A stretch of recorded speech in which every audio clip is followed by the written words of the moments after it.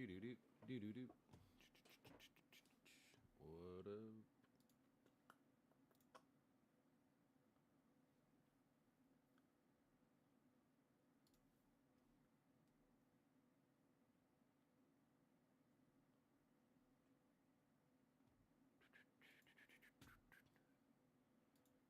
Let me finish getting all my setups.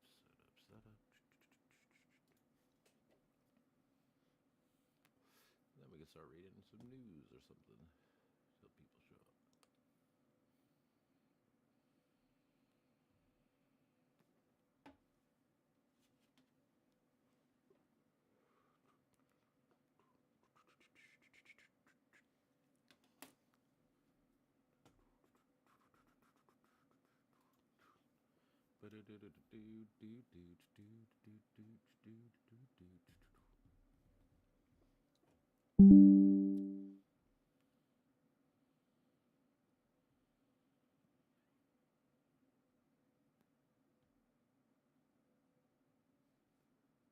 Auto dubbing. Auto dubbing.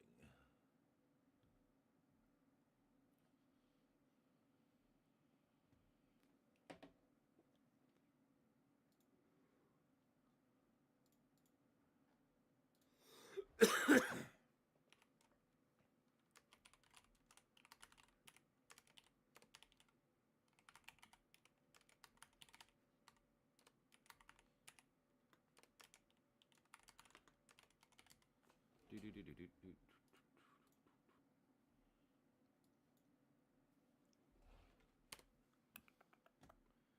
Do do do do do do do do do do.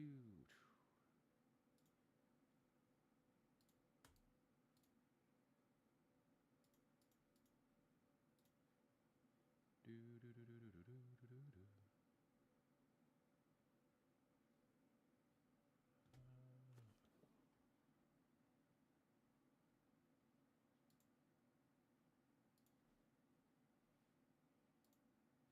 Copied.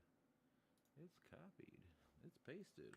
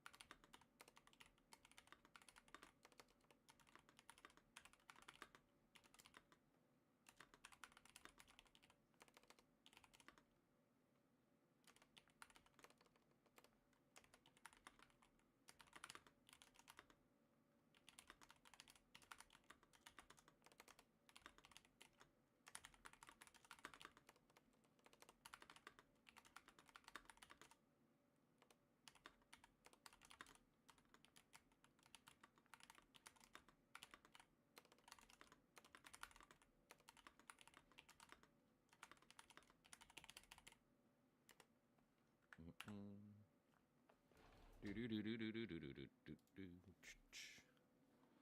All right. Do do do do do do do do do do. Oh yeah, can I can actually probably do that.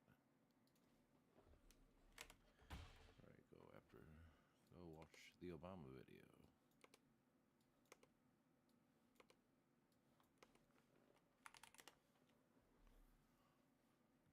Do do do do do do.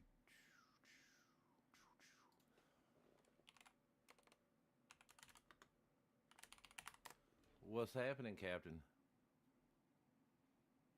Hello. How goes it? Not too bad. Don't have weed, but Oh, shitty. Well, my fucking dude takes forever to next time you don't get have back to weed, me. let me know. I'm probably gonna be getting from him anyways. Well, I'm saying next time you need some, let me know. I can always, before I go home, I can always stop at your house or wherever the fuck. Oh fuck yeah! What time do you get off work? So Sunday, Monday, I get off at 5:30, and then the rest of the week it's 6:30. So Okay, that's not bad. like today I left at like 5:30, 5:45. Yeah, like I could even. Well, that's a possibility to drive down there. Well, I'm just saying, brother. Nobody wants to smoke Hell alone, yeah. you know. So I come over and get high. I do want to. I do want to smoke alone. This place is a mess, dude. Well, It's the thing fucking is, bad. it depends. I would like to smoke alone if it's all just like people I just have like no good conversation or anything. Like oh, like Hmm. good conversation. Yeah, dude. That's all I care about. So, Yeah, dude. You can like always tell when you're talking to somebody. You just if you just can't say everything. Yeah, I don't know, man. It oh, fucking so sucks before when I you're left, talking to people. You just these two new customers cannot were be saying, yourself with you can't talk to. yeah, I was saying this. So, two customers come in right before Yo, I yo. leave, and fucking the one chick's all like, what did she say? She's like, oh, why can't we just get 7 more Democrats to fucking vote for this thing? We would have Snap and all this shit, right? And I'm like, well, lady, let me ask you something real quick. If I had leverage on something, would you give that up for free? Probably not. Well, that's why the fuck would you ask them to give up their leverage for free? And then she tried to go on this whole spiel about like, this is all about illegals, not even about Americans. I'm like, lady, if we get rid of the ACA, that's everybody gets fucked, not just the illegals or just whatever. Like, no, everybody fucks. Your insurance is gonna go up double, if not triple. And she kept trying to tell me this whole ordeal, like it's just for the foreigners, not for Americans. I'm like, oh god, like I can't stay here and argue all day. like, Oh you're my just so God. just kept. Sounds exactly like my mom. Oh, I already know. Exactly That's I'm saying that my I mom. work with or where I work. It's fucking all people like that that'll tell me the same shit. Not everybody, but a lot of them. I'm just like, oh my god, like because that was my point. I tried to explain. I'm like, so you're telling me that in like 2 months the ACA might go out, and you're saying that's only gonna affect non-Americans? Like, how the fuck would that? Sherry. Man. However, I hate that like all politics can be summed up with like everybody's stupid. Not everybody, but most I of the know. people. Well, the thing is, I mean, there is a lot of know-how for sure. Like knowing all that legal shit, like that is fucking a tough. lot. But Oh, it's it's tough. like Yeah, it's definitely not like natural thinking. You know what I mean? It's like for sure.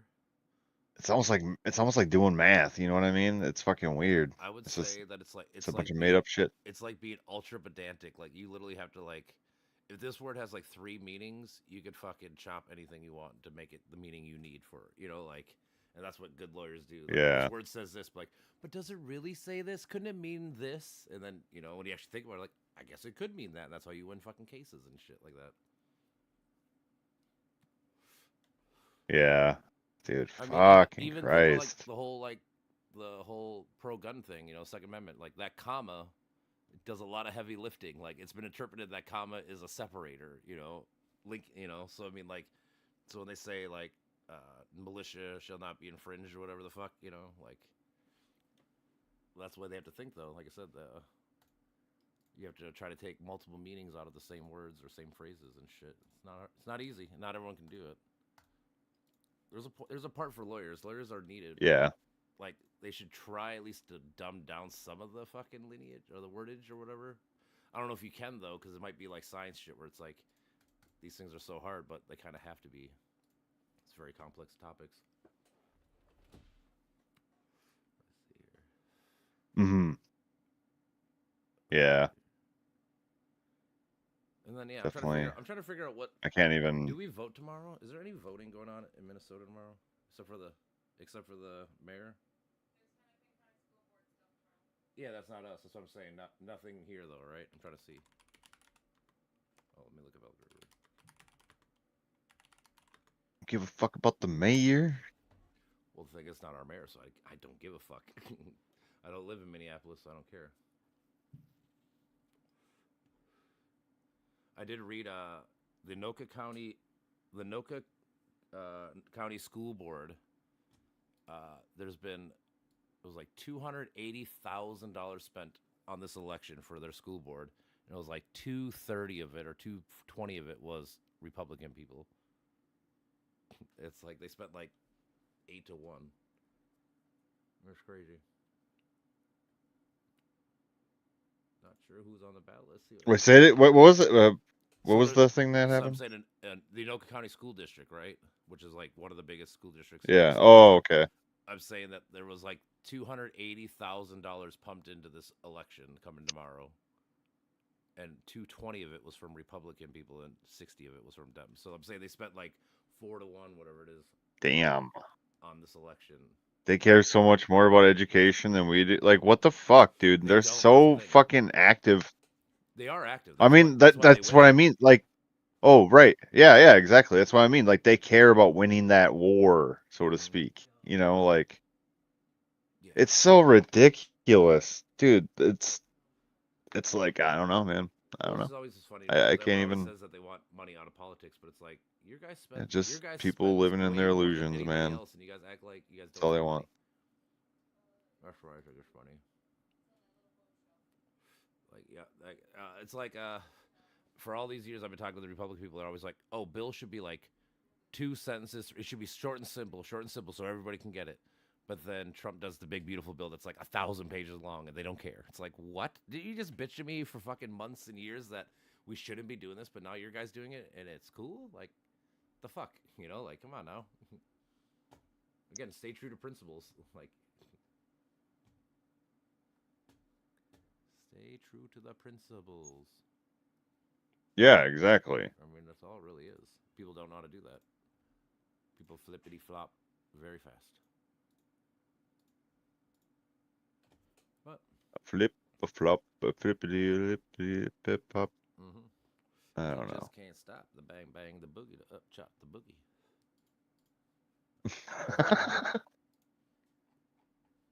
So yeah.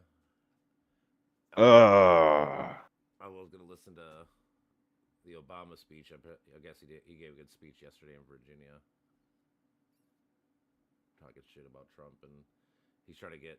I can't remember. There's a governor race there that's supposed to be close. He's trying to push it over to the Dems.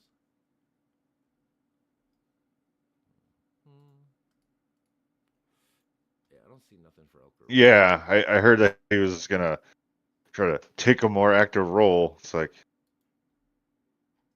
Yeah, let's see what it say.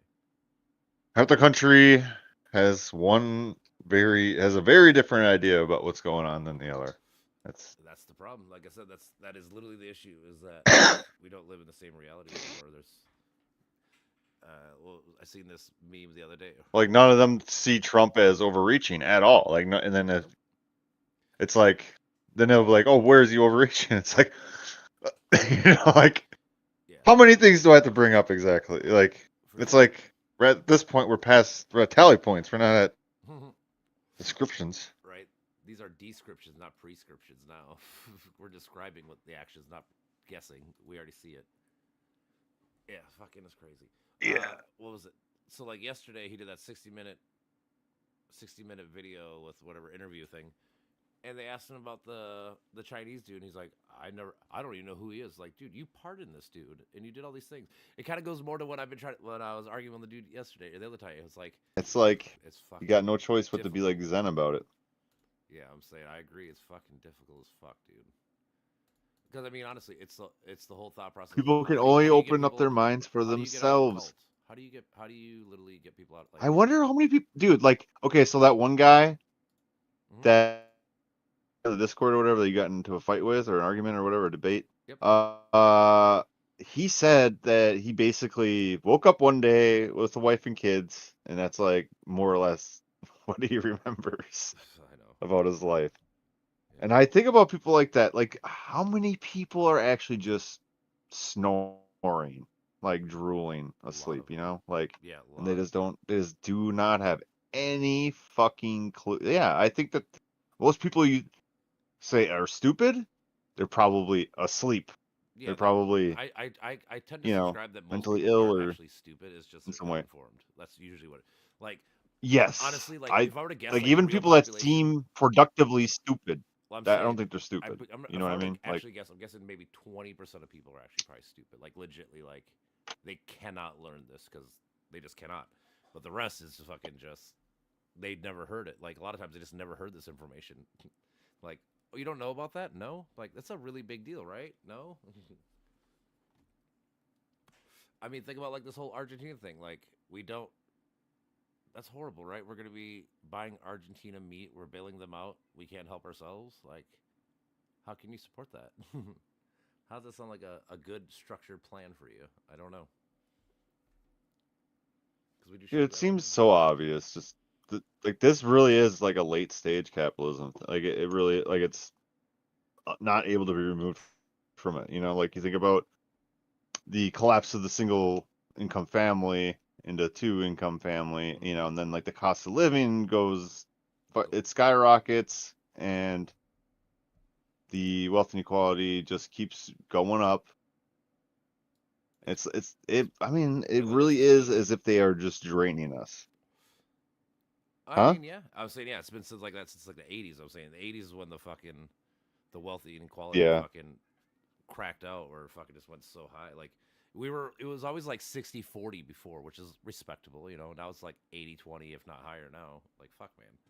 And again, people don't look at that and go, that's kind of weird, right? We have all the richest people. Like I said, when Elon's about to be the first trillionaire, doesn't that mean something? Like, he's about to be a trillionaire with a T. That's fucking wild. Like for what? And for like it means nothing. He's literally just holding resources, like Well, yeah, it's accumulating all in stocks and resources. stuff. So I mean, he's not technically holding, but I get what you're saying. Like, the thing is, what was it? Well, No, I get that. I get that. Yeah. what's the thing? Nvidia, the company, just passed $5 trillion market cap like last week. So that company's worth $5 trillion, right? You know what countries' GDPs are higher than more than $5 trillion? It's us and China. They literally have more money than the rest of the world, except for China and America. In What? that one company, Nvidia. Yes. What? Yep. $5 trillion is worth. America's like 6.7 trillion, and China's like 6 trillion. We're the only two fucking countries that have Wow. more money than that one company by itself. It's fucking wild. And then people don't want to like, again, do the Teddy Roosevelt thing. Like, when companies get big, you probably should bust them up, right? You Trust probably should. us? Yeah. Probably shouldn't have companies just fucking be in monopolies on everything and shit. Like. And again, these are things like, I feel like if you read history, you should know this is what we should do, but yet nobody talks about doing it. It's like, this was good in the 1930s. It Why? seems, yeah, like okay, so Teddy came about like what, early 1900s, right? Yep. Like that's when he was doing his shit. Yeah. Yeah, so like that's like before I feel like capitalism really, really took like it was taking off, but obviously it seems like he was an actual representative of the people in that case, like Oh, for sure, dude. He was a I don't know. very staunch progress. Like, dude, if he was today's world, he'd be a lib cuck to the max. He's a Because fucking he was in the military too. Like there's something there to that. There is something there to that. Like yeah, maybe these wars are shitty, but like they serve and they put their fucking skin on the line and they have to have honor and all this shit, right? They have yep, to obey rules. Like this kind of does train people for leadership. for sure. And now we don't have leaders. We do not have leaders. Not real They are leaders. strictly not of the class of leader. Yeah, I agree that they're not actual leadership. It's just they're the head of the snake, but it's still a snake. Like, it's not a good thing, right? Yeah, like Like, yeah, leader has to be built. It cannot be fucking yeah. I don't know. You cannot just grab somebody and say, "Hey, lead," like no. Not natural. Like I said, that's where I It always get to people, like, when they ask you if you're a leader or follower. It's like, you're both, because on this topic or this issue, I'm probably a leader because I know what I'm doing more than this person. Versus on these issues, this person better be the leader because I don't know shit about it. Like Yeah. I always thought leader versus follower was stupid. I'm saying that's what I think too. Because like I said, it's fluid. It's not fucking just one way or another. Mhm. Mhm. President Teddy Roosevelt was 1901 to 1909. That was his presidency. Yeah.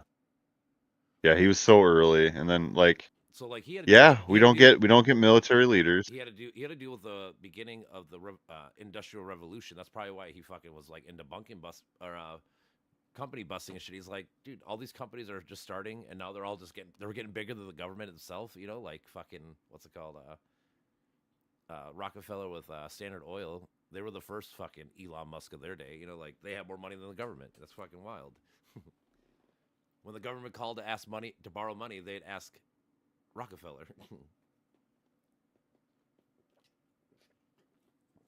Crazy.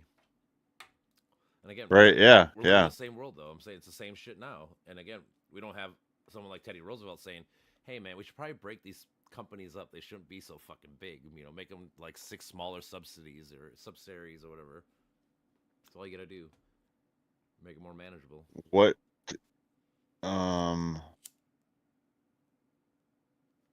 Where are they? Like what company are they, or what country do they hail from? Who? NVIDIA, Oh, United States. It was founded here. Yeah. They do all your chips in your computers and shit, which that's why it's the biggest company. I understand why, but it's just like, I'm just saying when you think about it, it's $5 trillion with a T. That's fucking wild.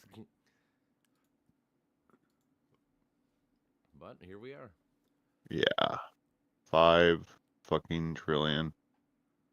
Yeah, I'm just saying, like, it's NVIDIA could almost literally buy all, or at least pay for a whole year's of our whole government for a whole year by themselves. That's fucking wild. One company can represent about 350 million people's worth of income and shit.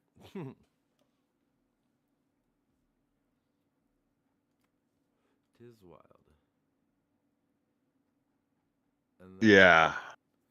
So when I was at work, I was talking to someone. We went through the you know the Voyager 1 and 2, right? In space, all that shit, right? Oh, yep. How far do you think fucking Voyager is right now? I don't remember what it was. How far did it go? Why is she calling me? We don't need to talk. How far did Voyager go? It's still going. How far is it? It's 24 billion miles away right now. Did it go beyond Pluto? Didn't it like enter the Oort cloud or something? I don't remember what it was. It's in Ophiuchus constellation right now, and it moves roughly 10 to 12 miles a second. That's fucking wild. God damn. That was the part that really blew me away. It's moving. It's like 18 kilometers per second. I was like, that's like 10, 12 miles. That's fucking crazy. Every second. Think about like, I don't even know how fast it is. It's gotta be super fast. Let me see here.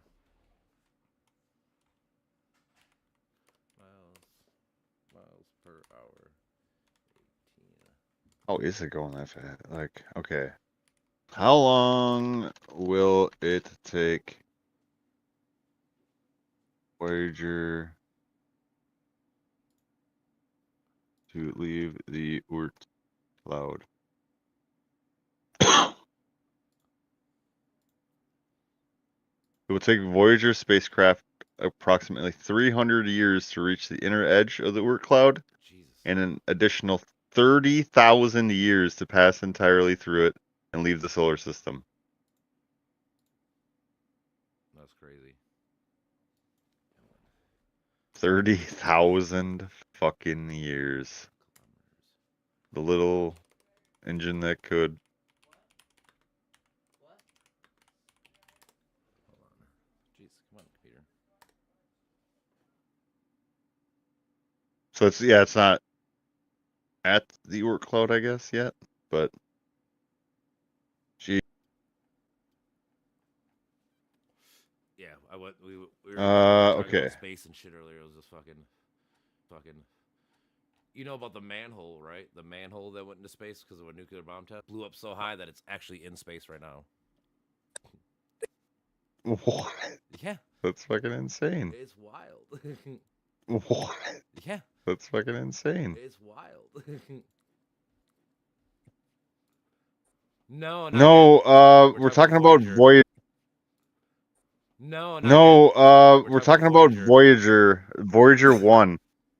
Voyager 1. So it's yeah. So once you're in the vacuum of space, whatever speed you left at, it will stay there constantly. So it must have left our atmosphere at this speed to get out, and it just happens to fucking just keep going out at this speed to get out, and it just happens to fucking just keep going out that same speed. So basically, it's going 18 kilometers per second. Stum. or space ignorant, actually. Well, maybe the both. But okay, we are talking about our own craft, right? Yes. Yep. Okay. Yep. Gotcha. Okay. It was put out in space like in 76, 77 or whatever it was. So it finally left our atmosphere. It left our is like it's like that stands between our solar system and like the outside of the solar system, basically. That's what I would say. So like wherever you say the solar system begins and ends, like sort of like a technicality, but that thing will take 30,000 years for Voyager to get through. That is how big that is before it goes into extraterrestrial space or like interstellar space. So it's, yeah. So like 40 years or whatever versus 30,000. Like, I shouldn't even say 40, 50 something. But yeah. Yeah, but I feel like we're getting better with making super sonic craft.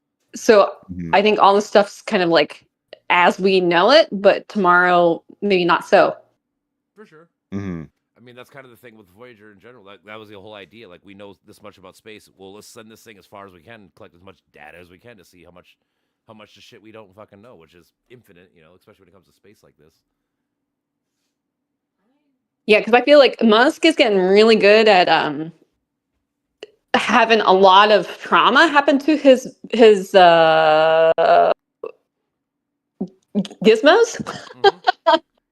his aircraft. And I feel like he's gonna be maybe in his lifetime capable of fashioning some kind of apparatus mid outer space or maybe beyond to withstand like getting a new rocket boost going to defy maybe our laws of physics here on Earth. I don't know. I mean, I got some more time listen to the dude, but it seems like it's in the realm. Yeah. Hey guys. Yeah, what's up? You know what? Oh yeah, what's up? You ever heard of Armistice, right? The Armistice project we're working on. No. It's our plan to go back to the moon. Basically, we're gonna land in. So basically, what they want to do, in a nutshell, is they want to fucking land like contractors and shit on the moon, build a fucking bunch of plants and shit, so they can store things there, and then use the moon as a launching point to go to Mars and shit later in life or down the road. That's is that? Yeah, is that NASA Goddard doing that? Yes, it is. This one is NASA doing it. I read the back of the cereal box. Right. You know. You know. And so like kind of knew kind of early on she was a special kind of gal. But anyway, so she ends up going to school, and while she's learning how to be an English teacher, she teaches herself how to code. So she's like this Renaissance woman, and Goddard was like, we fucking love you because you think outside the box. You know, you can code and do all this shit, but like you're still like this badass English teacher. And she married a philosopher. Did she? That's tight. Yep. Someone to challenge her thought process, you know, that probably is actually perfect for someone like that. Someone who's very like ABC, like concrete thinking, and to have someone that's opposite of them is probably the best way to work for them. Yeah. Yeah, a lot of that opposite stuff really works.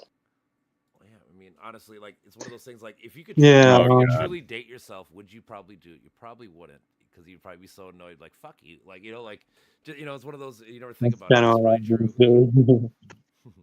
Yeah, I agree. Yeah, I would get annoyed. I'd be like, I see this in myself, and I don't like it. I'd be like, next. Like, dude, I know that's wrong. I've been there, done that. Basically, well, I mean, you want to find, you know, the person that can balance where you have deficits. It's like, man, for me to balance a checkbook, like, no. Yeah. Like, I need a guy that's a fiscal guy to balance me out because I'm just so Fruit Loopy with finances. No, yeah, that's actually, and that, sadly, like, that's probably like, if I were to guess, probably like 30-40% of fucking like divorce and fights and money issues like that, where somebody's good with it, somebody's not. So the person that's not is gonna get yelled at by the dude, and then the dude, you know, or vice versa. You know, it just leads to a whole ordeal.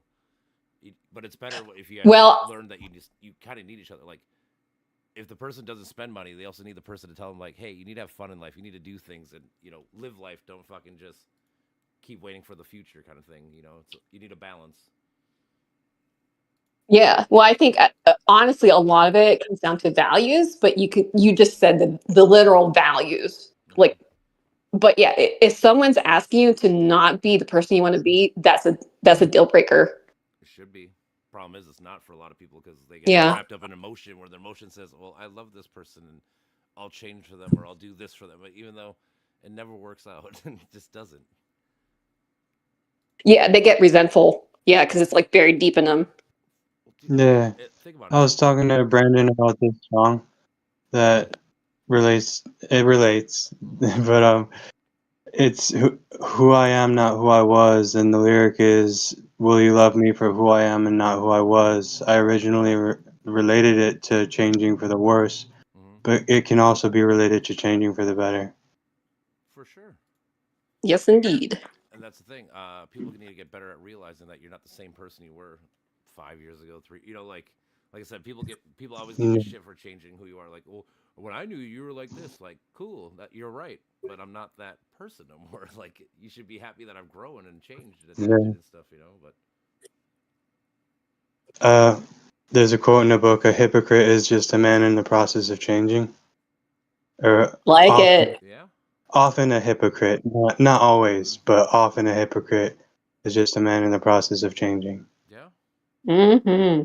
Brandon Sanderson, the Stormlight Archives.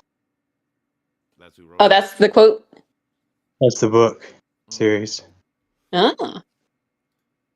It's so good. Oh my god, he's such a good writer. He's like logical and spiritual at the same time. Like, I swear he has like Eastern philosophy hidden in his books. Is it fantasy? Is that what it was, or what is it? Yeah, it's fantasy.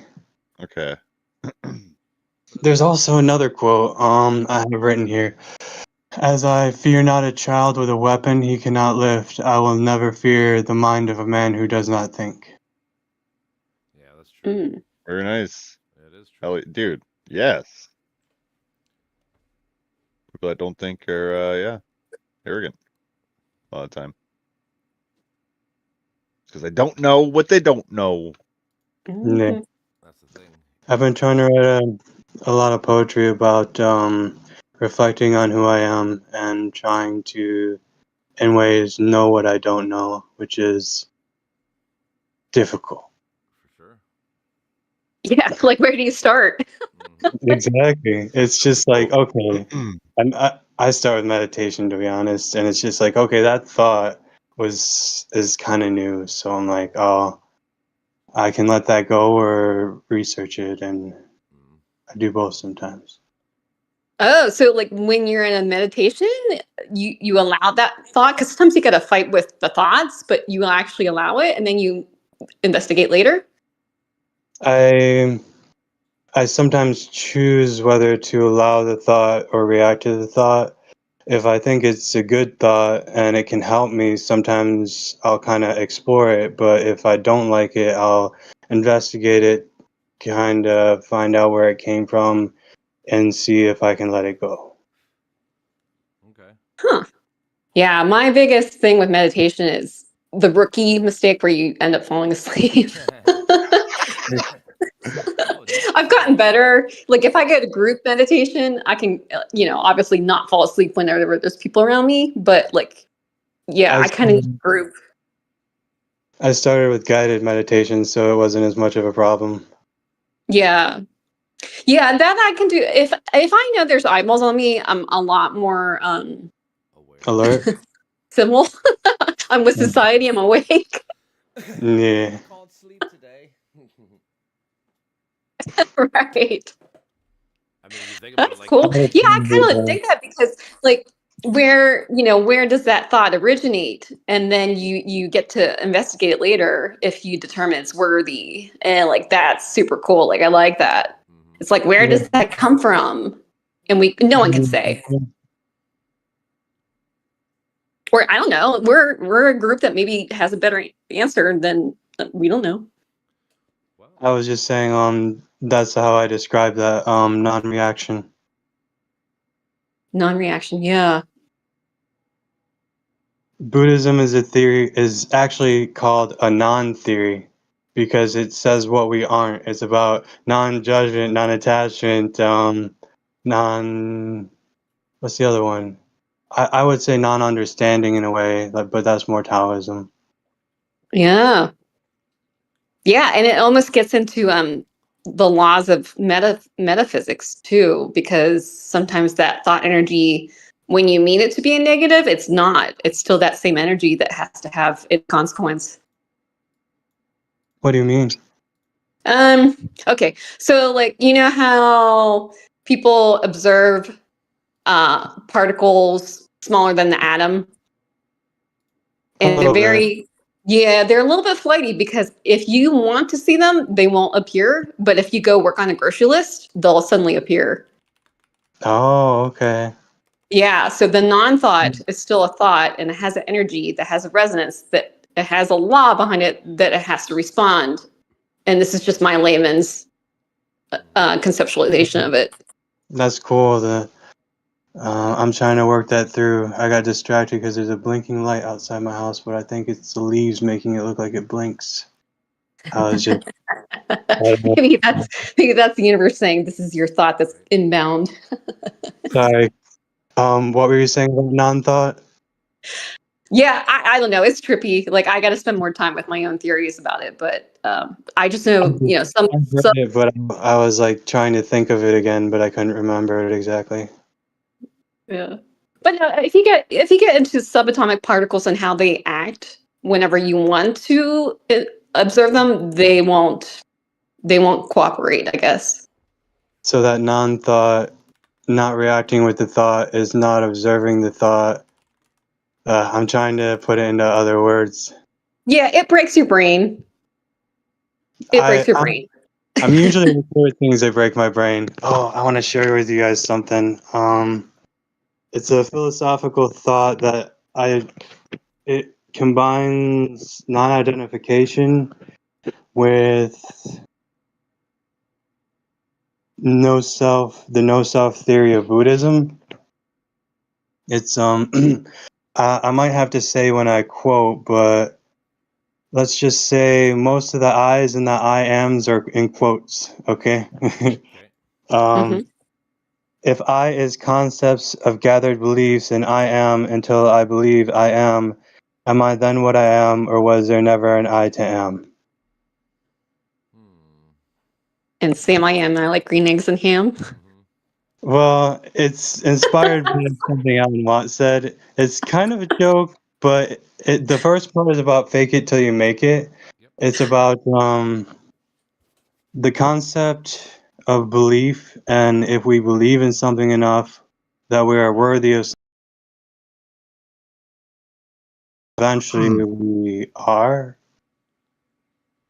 And our belief. I like the way that Jordan Peterson put it. He said something like, "We are what we are going to become." You know, like already. I don't know if that's not exactly. Yes. He was just saying, like, practice being the person you aspire to be, because guess what? That's a lot closer than not trying. Yeah. Right, but we like the problem is we get like cut off identity wise from our future intentions. I think a lot of that has to do with sort of like Lacan's symbolic order, and then like just like this idea of like taking on a whole nother identity, basically, and it like this identity, and you have to let go of the old in a way, you know, like people don't want you to improve. Like that's what you get signaled when you're younger. Like people are competitive, and then we also don't let that go, you know, because we kind of did in a way, like depending on who you're around, like escape from that. So I'm gonna say that people don't want you to change because they know you as this person, right? If you're this person, I know you as this person, right? Yeah. And if I don't see you for a year because of whatever, right, and then I come back and you're not that person, it's gonna confuse / I'm not gonna like it because I didn't grow up with this person. I don't know who the fuck this person is. Like it goes back to you're not supposed to be you every 5 years. You're supposed to change, and people try to pull you back to your old ways because they don't want you to fucking grow as much as they say they do. I feel like it's a spiral though, because we grow out of this. I honestly feel like we grow up kind of shitty. Like we start kind of shitty, like at least culturally, and then we get wiser, you know. Yeah, the whole warrior story. Like, yeah, that's exactly what you're supposed to fucking do. And when you don't, that's how we have losers. Sorry, got a little passionate about that. 100%. I don't think a loser is somebody that fails or loses. It's somebody that has that mindset of failing or losing, you know, like you're only a loser wants if you other don't people to be try. losers. Loser isn't a part of my vocabulary, so, you know, Yeah. like it's just, there's no reason to even think like that. No, I get that. I usually don't call people That whole thing was, yeah. But like I said, the only person Well, I just mean like, what's like an economy, right? It's like a symbolic economy. That's kind of how I look at it, in a way. Yeah. A symbolic economy. Are you talking like? Are you talking archetypes? Sort, but like, doesn't the ego and archetype like relate to? I don't. They're very narrative focused, very. But yeah, like so, like I've been using this concept of vectors of meaning to like kind of figure out this thing. You know, it's like we're trying to get ourselves to a place, and we have to navigate like a field of meaning to get there. You know, like signaling and just all that. I would say a lot of that for me is like instincts. What's instinct? Sorry? Navigating the field of meaning. Oh, yeah. It is instinct because, like I wrote earlier, like we have this associative instinct where we tie things together, you know? So it's like we literally make connections and then we have to map everything. But we didn't think about how we were making the connections or the philosophy behind the connections. And then these connections solidify and then they produce neurosis and mental illness, right? Basically. Yeah, like intention of our philosophy. Yeah, so like I feel like like it's like society has this like essentialist base that they kind of start from, and then we work our way to existentialism, and suddenly we're in the real. We know what authenticity is, so on and so forth. I think power and authenticity in the real are very, very closely related. I think, and people want that authenticity that power has. Now, narcissism is usually associated with power as well, but I think it's kind of both. Taking power instead of giving yourself power, empowering yourself. Well, it's like it's a sense of safety, right? And like, you know, property. It's like you can do whatever you want. Like freedom and authenticity are just super bound up. I feel like most of our problems that stem from or relate to difficulty being authentic is just connections in our minds that we didn't really forge or, you know, think about when we were making them. Yeah, I don't know. With narcissism, though, the thing people forget is like, yeah, they are effective in their personality, but they actually sabotage everything. So it's a cliff. They sabotage everything, and you got to remember that like they have this really strong shadow that just it just, I mean, like they're leeches, they're parasites. And it doesn't work out for them. They really hate themselves at their core. So yeah, and maybe it would be like, it's sorry, like a bully. Maybe it would be like upbringing. I would say think about like a with bully. They bully people because they hate themselves or they hate like what they became, whatever the fuck it is. It's kind of the same thought process. Right. So like my thinking is like narcissists are all about signifying. They're all about symbolizing some measure of quality. And I think it is about getting to authenticity, but it's like they never actually get there. Yeah, that makes sense.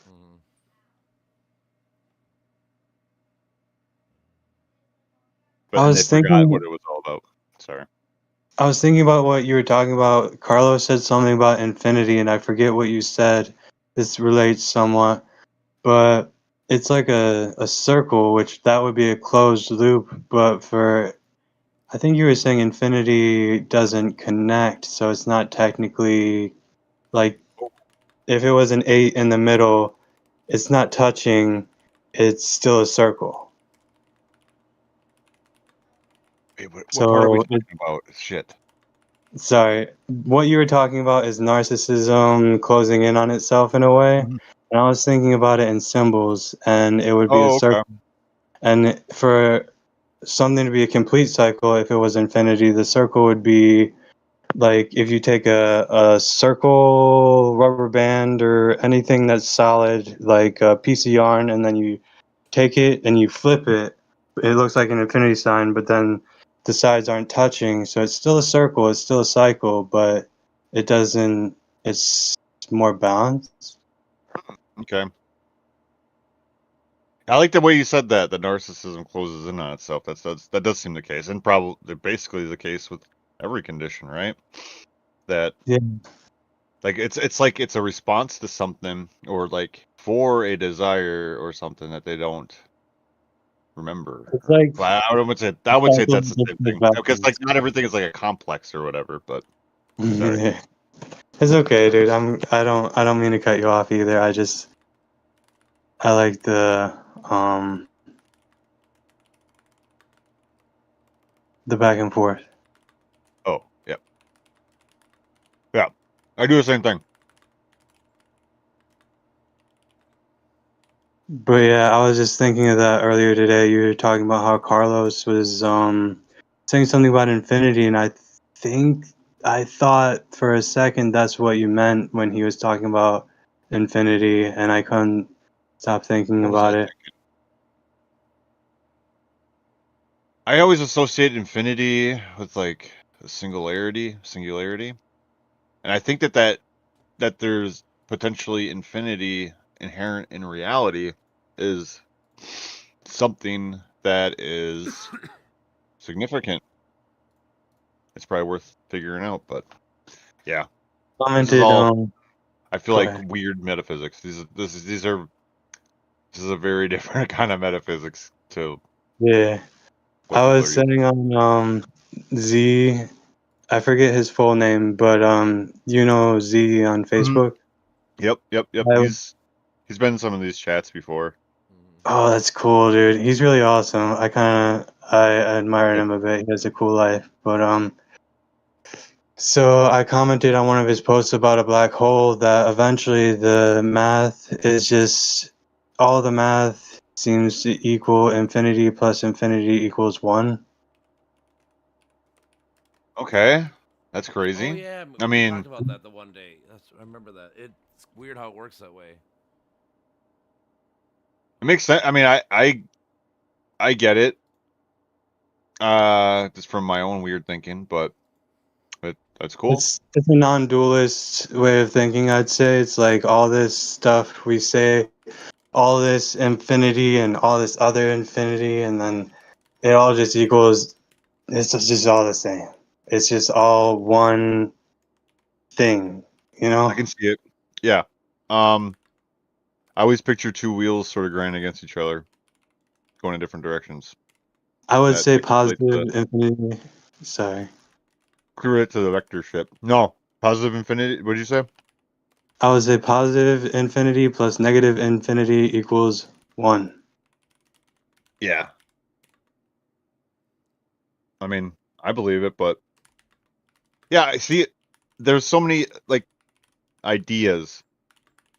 Then it's like connecting them and finding an argument for it, or like a reason for it to be true. You know what I mean? It's Yeah.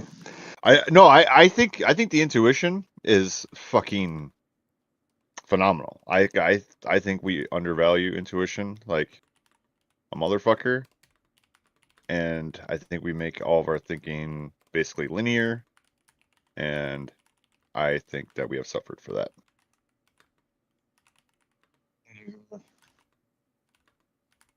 It's very discourse based, I think.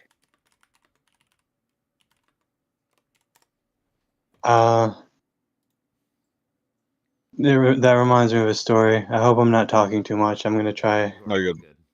I'll add this real quick. The forces of evil want you confused. So I feel like that's like why a lot of our discussion and debate, discourse, I whatever agree. way it is. If by you we mean people in power. Huh? I said some way by evil, you mean some of the people in power. Some of the people, yeah. Yeah. To me, it's a structure. It's not even like individuals. It's just a fucking structure. Yeah, but back to something I know a little bit more about.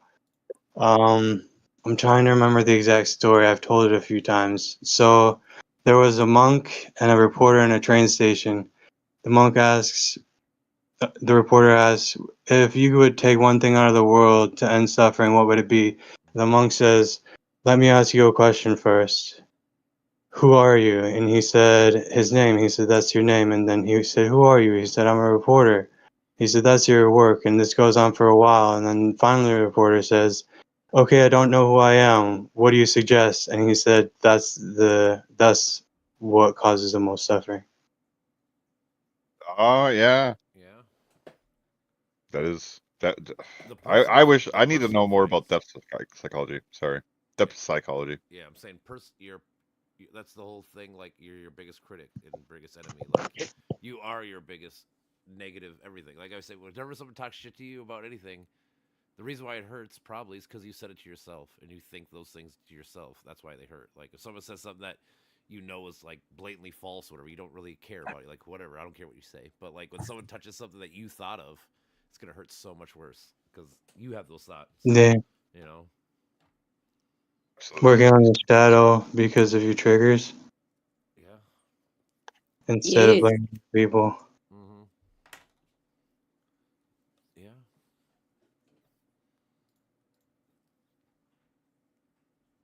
That's where the magic happens. Sorry, Mo. Yeah. Oh no, it's good. Yeah, I don't know. I've told the group before, like, I have some crazy shit going on in my 40s because I'm 46. So I want to say about 4 years, like every day, almost. I wake up at 4 a.m. and there's shit that my monkey brain is trying to work out, and a lot of it's archetypal shadow work.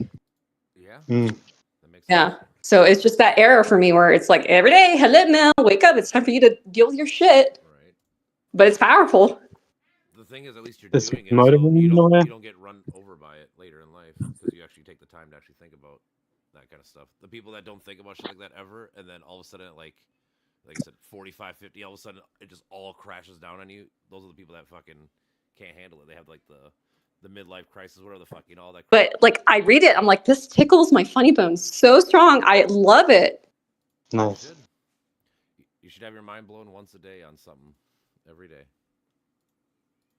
I've had a few crises in my life, and I don't think I'm halfway through it. So none of them were midlife. Yeah.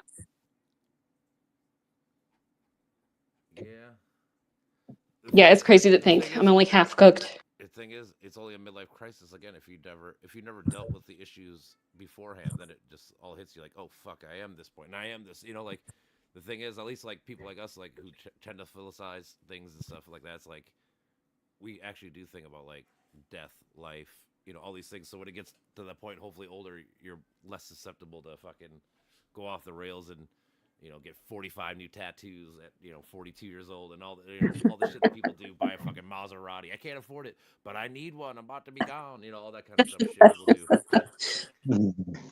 Oh man.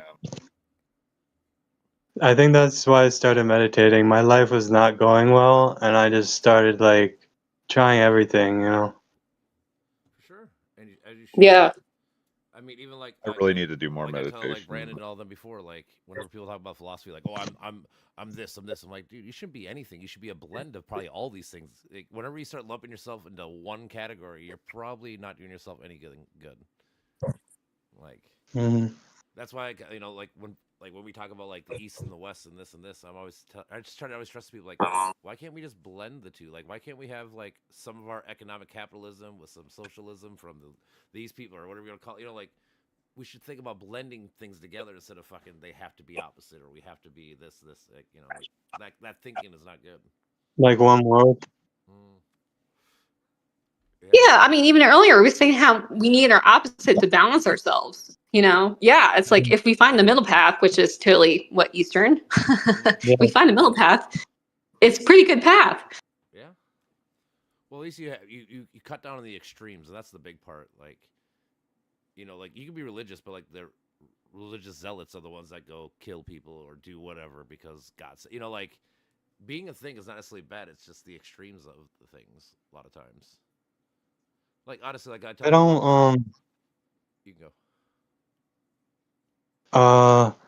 Buddhism is a bit of a religion. It speaks partly on religion, but it's more of a philosophy to me because it encourages other religions as well. I actually saw something about a Christian person. Mm-hmm. Actually, no, it was about a priest who practiced Buddhism who said it made him closer to God. Yeah, I bet. Nice. Yeah. Well, they say, okay, I don't know where I got this. Somebody said meditation is listening to God and prayer is talking to God. That sounds cool. Yeah. I don't deny it. See, as a person, I buy into that. Super religious, I just try to say like you're just talking to yourself. You're talking to your own consciousness. To me, like. I mean that's what I think. That is literally what I mean. Other than it being like a socially instantiated part of our consciousness, brother. Sure. But like anytime I think it's just it's our higher self to me. That voice in your head is just you. But so like it comes down to like I tell people. But it may also have an association with the universe. That's where I'm getting interested. But yeah, it might. Sorry. I think the world's mixed up. The world's what?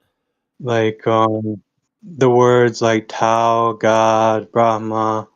It's like Brahma actually means ultimate reality, and it's kind of like a deity in Hinduism. And they literally call it the ultimate reality. So it's like that's consciousness, isn't it? Ultimate reality. And sure, but like my problem would be if they're claiming that whatever the way they're thinking is ultimate reality. Well, then you're literally making the dichotomy of if someone doesn't think the way I think, they are not part of us, right? Like you're also creating a fucking us versus them mentality with that thought process in a way. I think translations aren't perfect either, though. For fucking sure. Yeah. No. Yeah, I've always been curious about like in spirituality. Like I don't find as much like human flaw in it. And I don't know if it's because of the acceptance of that, but like in religions, like and this is also me being raised Catholic and I'm not Catholic anymore, but like I would go as a kid and I would feel the energy of the church. I'd be like, this fucking sucks. Like, no wonder they have to like preach fear and judgment. Like they're really pushing the buttons on you to get you in touch with your humanity and your flaws. And it's like, how motivate you? This feels awful. Yeah. So like, that curveball is what got me out of it. But like, I also realized this is my own bias, but I don't know. You guys talk about if this resonates, that like, I just don't see the same level of just like control to get you into it from spirituality. Okay. Yeah. I guess I don't know. I do know that like it's not as much the Catholic. I was raised Catholic too, so I know what you're talking about. But like the Protestant church and stuff, like they write songs and they write things to basically force you to fucking submit to their will. Like there's certain songs, certain lyrics and stuff they know, like it's been like studied, like they make you have these certain feelings and they play on those feelings over and over and over to break you down, to rise you up in their image and likeness, aka Protestant Christian or whatever the fuck, So like this is very common. I think, if you listen to a lot of like people, like there's a lot of singers and shit that have talked about like they write a song for their church or something. They're like, no, you got to add this because this is what makes them think this, and they go over it. It's fucking nuts. Yeah, it's like a sales pitch. Yeah, kind of a lot of it. Brainwashing.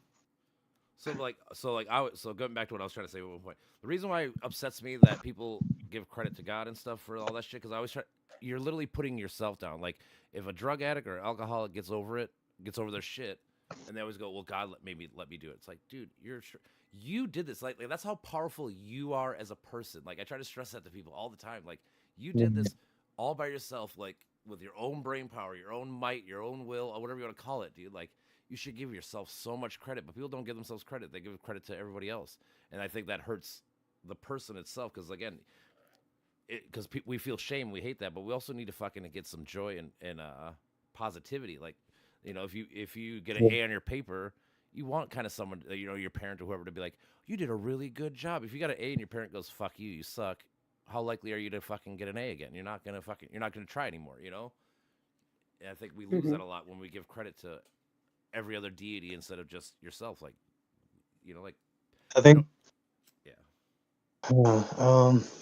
I'm trying to figure out how to put it. It's like Christianity God is like, in a word, it feels suffocating to me. I don't know how else to put it, but it seems like separation of us from God in a way. And in my opinion, it feels like it's like we're supposed to be a piece of it, not separated. Sure, yeah. I get that. Right. Patrick brings up the fact that the sort of like the hierarchical relationship between God and man sort of creates like, I mean, you can see a sort of like relationship with narcissism, right? Like in so many ways, like, oh, that person is a god, like you hear people say shit like this, like it's like always had that. But I would say it probably goes before monotheism, Well, he brought up also the fact that the transition from polytheism or theism, whatever the fuck it is, to monotheism is like it created like a sort of like consolidation or something. I don't know. It did something to the psyche. Yeah, I mean, I don't know. Go ahead. Oh, well, I've been with the group for a while now, but like, I feel like we give way too much power to narcissists in our group. Like, guess what? They hate themselves. They're not powerful. Like, why do we talk about them so much? I think it's just because it's a part of the zeitgeist. And I don't know, because they're the type of people that hold power that restricts speech. Like, that's what it was for me my whole childhood. My mom, my stepdad, all these fucking people. They want to be seen as always right and nobody else. Like, I don't know. I've fucking been around these people way too much. I don't even know how. Yeah. Yeah. That's the whole thing. You don't get to choose who your family is. At least your initial family, I guess you want to call it. Yeah. Yeah, your friends can be family too. Well, I honestly in the end, I don't. Your family's just whatever. Like, once you get old enough, like my sister's kind of like a drug addict, thief, all this kind of shit, right? Like, I always tell people, like, just because she's my sister doesn't mean I have to fucking respect her or anything like that. Like, just because you're my blood doesn't mean anything. Like, I always use it out. Like, if I found out my brother was a fucking mass murderer tomorrow, I'd fucking call him a piece of shit. Just even though he's my brother, like, doesn't mean that he gets to fucking pass and go, oh, but he's a good person. Like, no, this person's shitty. Doesn't mean anything. That they're my actual family or whatever. Like, I mean, you are right, Mel. You are definitely right. Like, nobody should be bothered by this shit. But no, I feel because I'm coming off of like, hearing the themes from week to week, and I'm like, man, our group, we would do so much better if we just minimize them. Don't forget that they're there, but don't give them the power by constantly just being in the loop with them. Yeah, I think that's true. Are you talking? There's something I don't know. There's like a fucking just weird thing to psychology. I think he feels like, and I feel like it's like it's like the vector thing I was talking about. Like, people so like move through like a space of meaning differently, I feel like, and like they confuse a lot of shit, and like it's hard to get clarity on it. But a lot of these concepts, like, because that's where the like he's he's engaged in like the pop psychology thing, trying to like for sure things the right way. Yeah, and I just posted, thank God for pop psych, because guess what? We need people to be talking, because for generations previous, they would just stuff it, and that's dysfunction when you don't talk about things that are in plain sight. And like, yes, talking is the first step. So my bad, because I've really got to not be a hypocrite noticing that you guys are talking about it so actively. But maybe I'm just in a different place and I can help in a way that I can. Yeah. Yeah. So personally, like narcissists or whatever, people like that, I don't necessarily care that you're a narcissist per se. It's about what you do with it. Like, you have power, cool. What do you do with it? Now I'm gonna fucking critique you because, you can be a good person in power and do bad things. You can be a bad person with power and do good things. Like, it's what you do when you actually have that position. Like, if you're the CEO and, there's like smaller mom and pop shop companies that do like woodwork and shit here. And I hear these people, they'll give like their employees like $1,000 fucking Christmas bonus. Like, that's awesome. Like, you're doing good with your money, even if you might be a narcissist or whatever the fuck it is. Versus, like Walmart, like I always say, like they should have profit sharing. Like, nobody at Walmart gets a fucking Christmas bonus, and they should. They're the ones making all the money, right? Like, so like those people who are probably narcissists are probably evil or bad, whatever you want to fucking call it. Versus the other ones who are actually probably doing good with that power and the things they have with them. So it's just, I mean, when it comes to the political aspect of the world and like probably the moral landscape, I would say narcissism is a problem, but to put it all on narcissism and not what creates narcissism would be a problem. You know what I mean? Like, that's like bad Yeah. branding in a way. You think you're born narcissistic or you grow up that way? I think it depends on I mean, I guess it's probably a mix personally, but I think it is 100%, well, not 100%, but mostly based upon experience. Yeah, like I wouldn't even say upbringing, but experience. Sure. I wonder because, like I said, I'm thinking it's like a lot of things where it's like you have to have the right brainwave, and then you have to Mel have the right said, things. they have to hate themselves enough, right? Like, so they have to want something that they can't get because of X, Y, and Z. They compensate. I once thought, like, is there a perfect sentence that we can get people who don't understand to understand, or a perfect phrase? And is it our job to come up with that perfect sentence or perfect phrase? There's definitely very succinct ways to. According to the internet, narcissism I've seen very succinct ways. It's like almost all like environmental. Okay. All right. You mean people who become narcissists? Yeah, people with narcissistic personality disorder. Well, yeah, I'm saying people with narcissistic personality disorders. They say narcissistic personality disorder may be linked to environmental parent-child relationships with either too much adoration or too much criticism that does not match the child's actual experiences and achievements. oof, that hits pretty close to. I feel like that hits to home for me. Yeah, I mean, honestly, I feel like that hits a lot of people. It's weird though. For me, it fluctuated, so it's like mind breaking in a way to try and comprehend. So I try to comprehend. Mm-hmm. I was basically in a different reality for my parents, other than when I did something wrong or didn't do something or whatever. And that's what they're getting. Nobody had interest in me, you know. Mm-hmm. Well, that's the thing. That's kind of what I was getting at. Like, that's what I was saying with like the parent school. Like, if you got an A in school and you came home and told your parents that you got an A in school, and they fucking go, "Who gives a fuck? You should have got," like all that shit. Instead of actually giving you some kind of praise or whatever, it's gonna fucking hurt you long term. Yeah. Like you need the blend. Obviously everyone needs criticism, but you also need the praise to go with it too. If you have no praise or no whatever, you're just not gonna give a fuck. That's where probably narcissism. Because once you get to the fuck, like I don't give a fuck. Like, why should I do this? Nobody's gonna care, right? And then it just keeps snowballing Why for bother? your whole life, Yeah. Yeah, I would add that kid, probably a true narcissist, early learns how to manipulate like cheating to earn the undeserved A to get the praise. Like that's the step deeper. Yeah. They can do that for sure. My mom used to watch Little House on the Prairie. Yeah. There's this little like blonde girl that's like the son of the daughter of the two rich people. Yeah, or no, not the main dude, but the Darcy or whatever the fuck it is, whatever their names are. But yeah, she's pretty much textbook narcissist. I haven't watched. Oh, I'm not. Forever. My mom used to watch that show too. Yeah.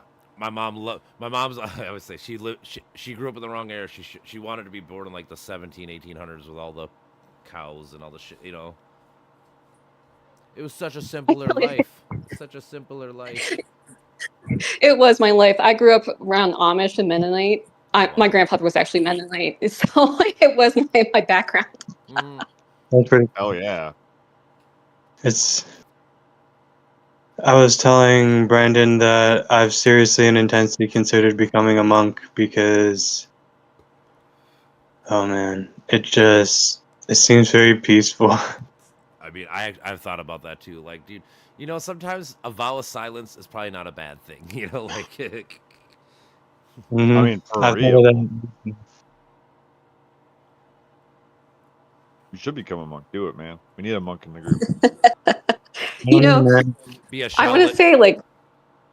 You go. I want to say like 15 years ago, I got freaked out by the monks. I was in a bookstore and I was buying self-help books and like a bunch of Tibetan, you know, with the orange robes, no hair, you know, nothing worldly to them, all came pouring into this bookstore. I was like, holy shit, that's not a sign I'm on the right track. I don't know what is, you know, like I bought all the books I had with me. I was like, that's a sign, like go this way. Yeah. Nice. Crazy, dude. Yeah, I don't get cool synchronicities. I've had some, but they're like overwhelming sometimes almost, I feel. Yeah.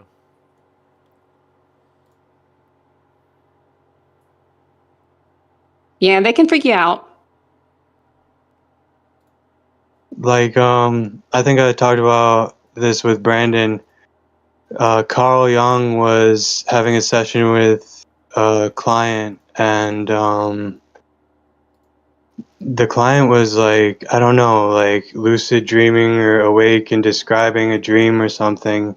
They had their eyes closed and they were describing a beetle, and Jung goes to the window, picks up a beetle, and he says like, this beetle, and it's like the exact same beetle. Dude, I love that. It's like just thinking about like how wild that is makes me want to figure out how that happens, but it will probably never. It's not something to figure out. I don't think.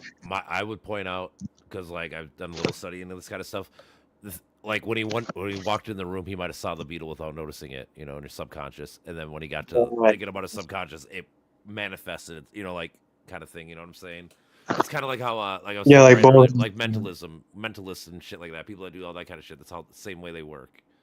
They put a thought in your brain without you noticing it. So then when they need it extracted later, they can get it. I'm not saying Jung did that, but I'm saying this guy could have walked in and saw something without realizing it, you know, just on the side of his eye. And then when he was getting into therapy and all that shit, it came to his forefront, you know, kind of thing. So just saying that's possible. Yeah.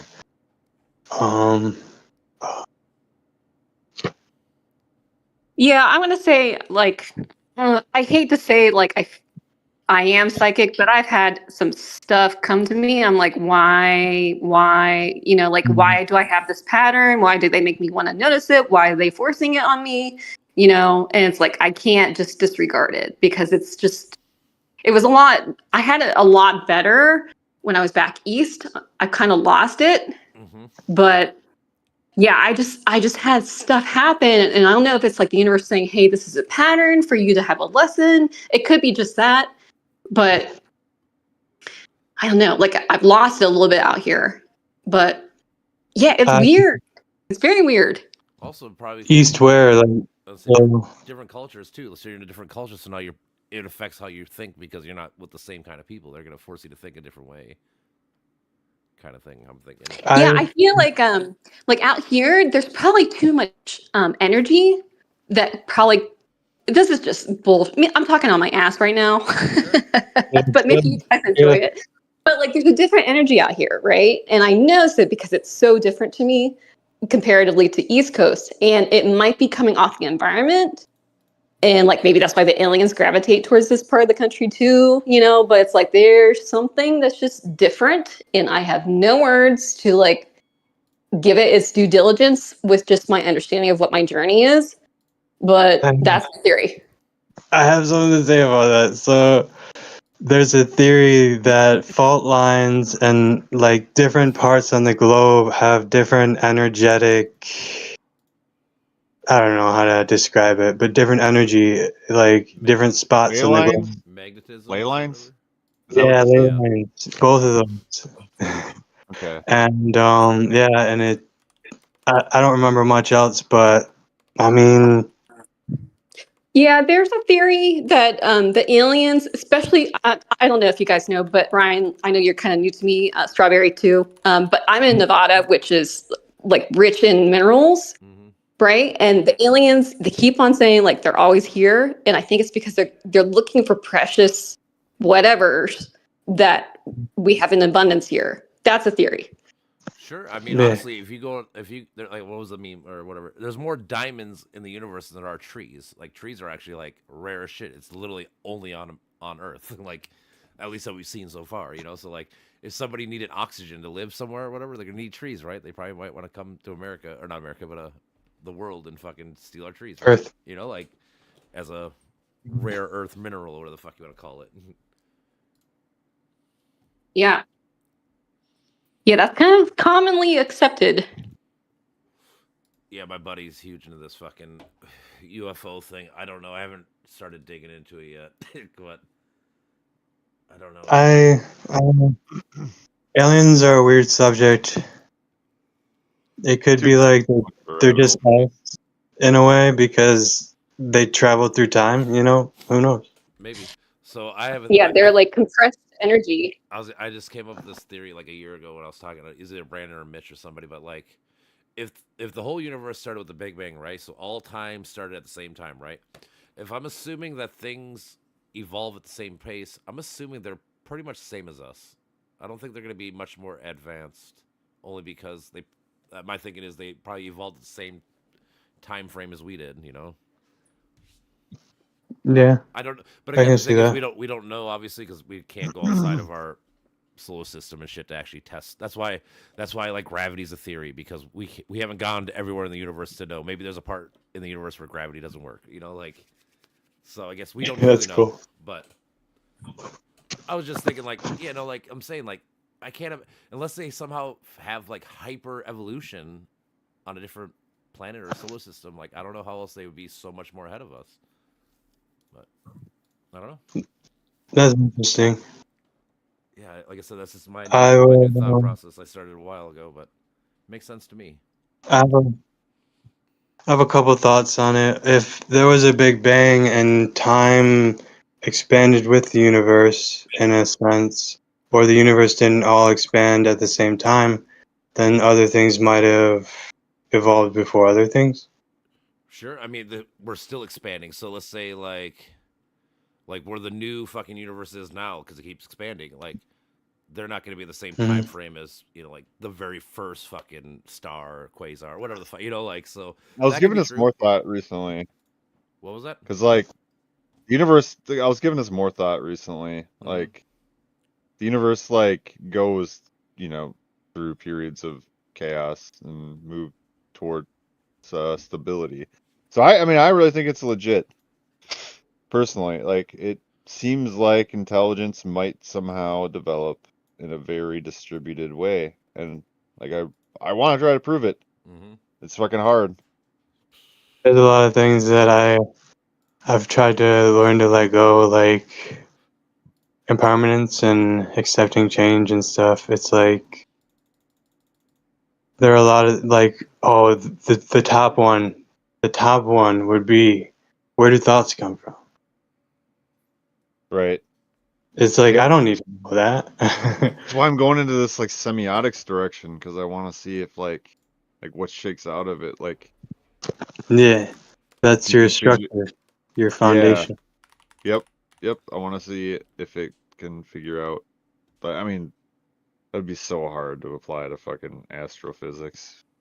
But I could figure out what intelligence is through that. I mean, I'm going down the same path as like other people. Basically, I'm just just following their footsteps with walking. No, I'm not following their footsteps. I find out I'm going He's in the making his same own path, direction. basically. Just Yeah. it's a similar path. What I was saying is like their footsteps end, but he continues. Yeah, I get what you're saying. No, not quite. Not quite. No.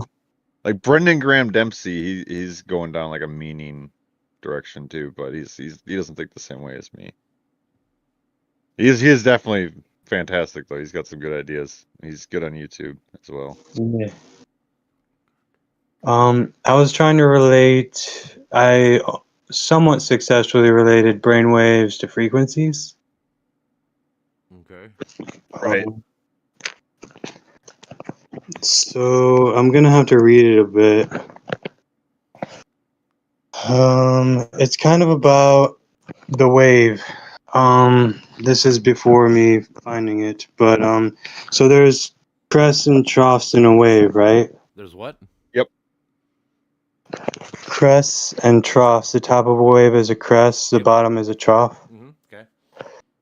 So when we're in fear, the waves are closer. The crests and troughs are closer together. It's like a frequency or a brainwave that's closer together. And when we're relaxed or calm, it's further apart. And when we're in fear, our mind goes back and forth faster and has less time to not react. And when we're calm, we have more time to not react. It's more awareness. Absolutely. That's all without me finding it. Yeah, the really long brain waves seem to be a pretty big deal, like theta waves or whatever. Dude, I need to quit smoking. Dude, I need to quit so many things. I think we do what we do for a reason, and even things that may seem negative, there's a reason that we do them. Yeah. I want to smoke marijuana. I don't want to smoke cigarettes. True. That'd be the nice thing about if weed's legalized someday ever. Maybe you'd have more people smoking weed and not cigarettes. Honestly, which is slightly better. I mean, smoking's still bad. Like even smoking weed just because of the tar and shit's not good for you, but it's better. And it helps. Yeah, Ryan. Not sure. I go so back and forth on purpose. On purpose. I'm like, like I don't know how much of our lives are really just a fucking made up narrative, I don't know. Like if that gets us to the finish line, then like who cares, I guess. I don't know. Or whatever I don't know, like whatever we are meant to do, or I don't know. Whatever we are but he brought up like even if it's negative, it can have a purpose, right? So like smoking. Yeah.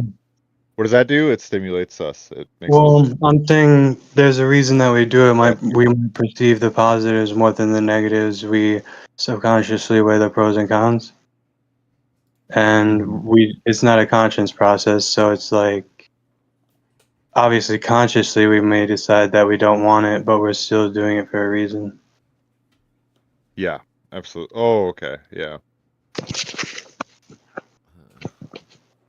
So you didn't mean anything about purpose or anything like that? Yeah. Not so much, I don't think. I'm losing the train of thought because I'm trying to find this, but I think I described the frequency thing well enough. It's just there's something about it that makes me want to relate it to sound waves and sound being more real than matter in the universe. Because it's more substantial. In a way, I agree. I always go. It's like you brought up the infinity plus infinity equals one thing, and that like relates to some shit that I thought about before, with the, between 0 and 1, fucking bullshit. Oh, it's the same thing. It's the same thing, dude. There's an infinite amount of irrational numbers between 0 and 1. Yep. And I think that can fold onto itself to create like a whole that then further differentiates itself into more quantities and so on and so forth. I'm trying to remember most of it, at least some of it, but it's like the relation between 1 and 0. It's like,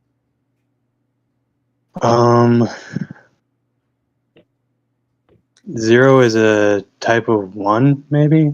It's a whole, like 0. 0 is a representation of a circle, which is a cycle, I guess.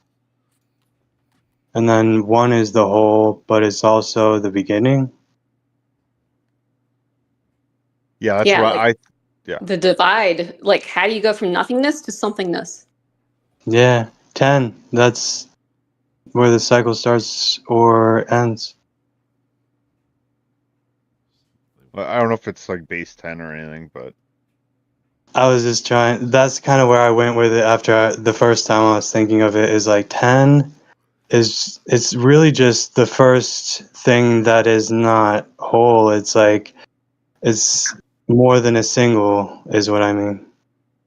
Single digit.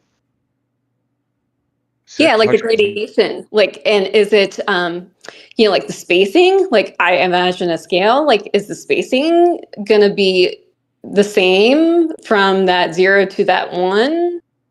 How's that work? And from 9 to 10? Would the spacing between 9 and 10 be the same as?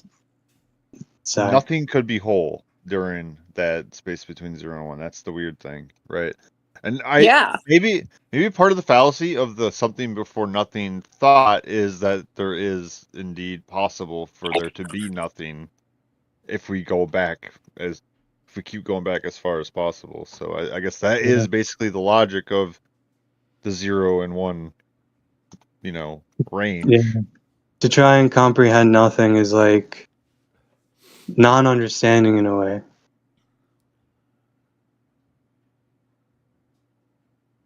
Yeah, I mean, I don't know how nothing. Yeah, nothing. I don't think nothing could. Yeah, I think of amoeba versus a human. Yeah, they're not the same. What do you mean by amoeba? I get that confused with other words sometimes, but I forget the words. Yeah.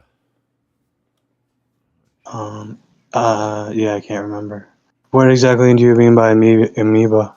Like a microorganism. Like, clearly it's something, but it's not 0. Yeah, it's not also it's a single cell organism that started everything, basically. Oh, okay. Yeah. And that's not even a good example anymore, because now we have a much better understanding of subatomic particles, that have, energy to them. So, like, it's even smaller than amoeba. So your relationship between an amoeba and a human was to signify something and nothing? No, the not quite 0 concept would be the amoeba, because it's still something, right? It's not nothing. It's like a bit. But it's not as advanced as like an upright human. That reminds me of like mind and spirit, kind of like, is spirit something? Is it nothing? It's like, yeah, it might be that subatomic energy that we don't understand yet. I do not believe in spirits. Not just to be frank, I don't. Singular. Spirit, the human spirit. I don't believe that exists. I think this is a man-made concept. That's almost because they've done a bunch of studies on it and you can't find it. It's never been found. Like, how many people have they weighed people when they as they're dying to see if their spirit left. They did a bunch of different tests on these things, and it's never been proven to be true. I thought when a human dies, they weigh less. Their body weighs less after they're gone. Nope, that's well, yeah, because you shit yourself. Yeah, well, sorry. No, I get that. But I'm saying no, that's not true. When people say that, they've been testing that for a long time. All right, I believe that. It's just something I heard that I wanted to. No, for sure. I mean, I heard it too. So, like I said, when I basically when I was a Catholic for my whole life, and then around like 2018, 19, I started being like, you know what, I'm gonna look into the actual evidence and proof of all this stuff. And then I, deep dive for like a year, and then I found out there's like the Templeton Foundation, this church group. They fucking did a study on prayers to see if it works, and they found out it doesn't work. You know, like so like all these things that people claim do all these things, when you actually put it to scrutiny, it just it's chance. It's just things happen. You know, good or bad, right or wrong, whatever. You know, it's just the same. Yeah, I still think there are things that are somewhat unexplainable. Mm-hmm. Sure. And I'm not saying spirit explains it, but it might explain spirit. My question would be, do you think they're going to be unexplainable forever, or do you think we just don't have the right tools for it right now? That's kind of what I would argue. I think we can find everything out. We just don't have the tools to do it at this current moment, so we can't do it. But like in 100 years from now, 200 years from now, they'll probably figure it out, or they'll figure out a different thing, and it will cause them to have more problems where they got to figure out more things. You know, like kick the can down the road. Here's where I will say, for a second, that maybe spirit is meaning based. You know, it's not. I can get that. It's a collection of vectors. You know, like. Sure. But fuck. So like the way I look at spirit, I don't look at it as a material thing in any way. Like I just like he says the human spirit. Like I take, or maybe that's me taking it metaphorically. But yeah, humans. I feel like that's just humans interacting with spirit. I would say is the best other way to describe it. Yeah. But yeah, like for me, it's all seems like is my spirit alive right now or whatever, you know, like that's kind of what I. But what Wally was saying, me and Brennan talked about it. I said, I think Alan Watts was talking about this. It's like the more tools that we gain to explain things, the further deeper down we go, the further above we go. It's like there's just something adding tracks as we get there. Oh. Yeah, I mean, I have that same conjecture, basically, that there may be a sort of field that we are all a part of that we can't detect, that, you know, we sort of partition in some way. I don't fucking know, but so I would say maybe we are a part of field altogether. You know what that field's called? The universe. It's a thing that we actually know. That's what I'm saying. Like we have and I get to Ryan's part. Yeah, a lot of times when you solve an issue, like we've solved a problem, sometimes it does create 2 to 3 more problems because, like, honestly, this is what we're getting at. Sometimes you didn't even know this thing was a problem in the first place, but once you discover this thing, dialectics. Yeah, you know, like kind of thing. Like, yeah, anytime you solve something, you create 2 more problems. That's why I'm saying the issue always gets kicked down the road because you can never actually get ahead of the issue because if you don't know what you're looking for, it's hard to find it, right? Or hard to, you know. Right. And you could say in religion, they say we're not going to know because we chose in the Garden of Eden to go away from the source, right? Sure. So that's what we're trapped in. Yeah, but the funny thing is, again, if people actually read the Bible, the devil's the only one that told the truth. He said that if you eat from this, you'll get the knowledge of good and evil, and you won't die. And God said you're going to die. So he was the one that told the truth. Like I always tell people, like read the book again. He's the one that God lied in that whole fucking story.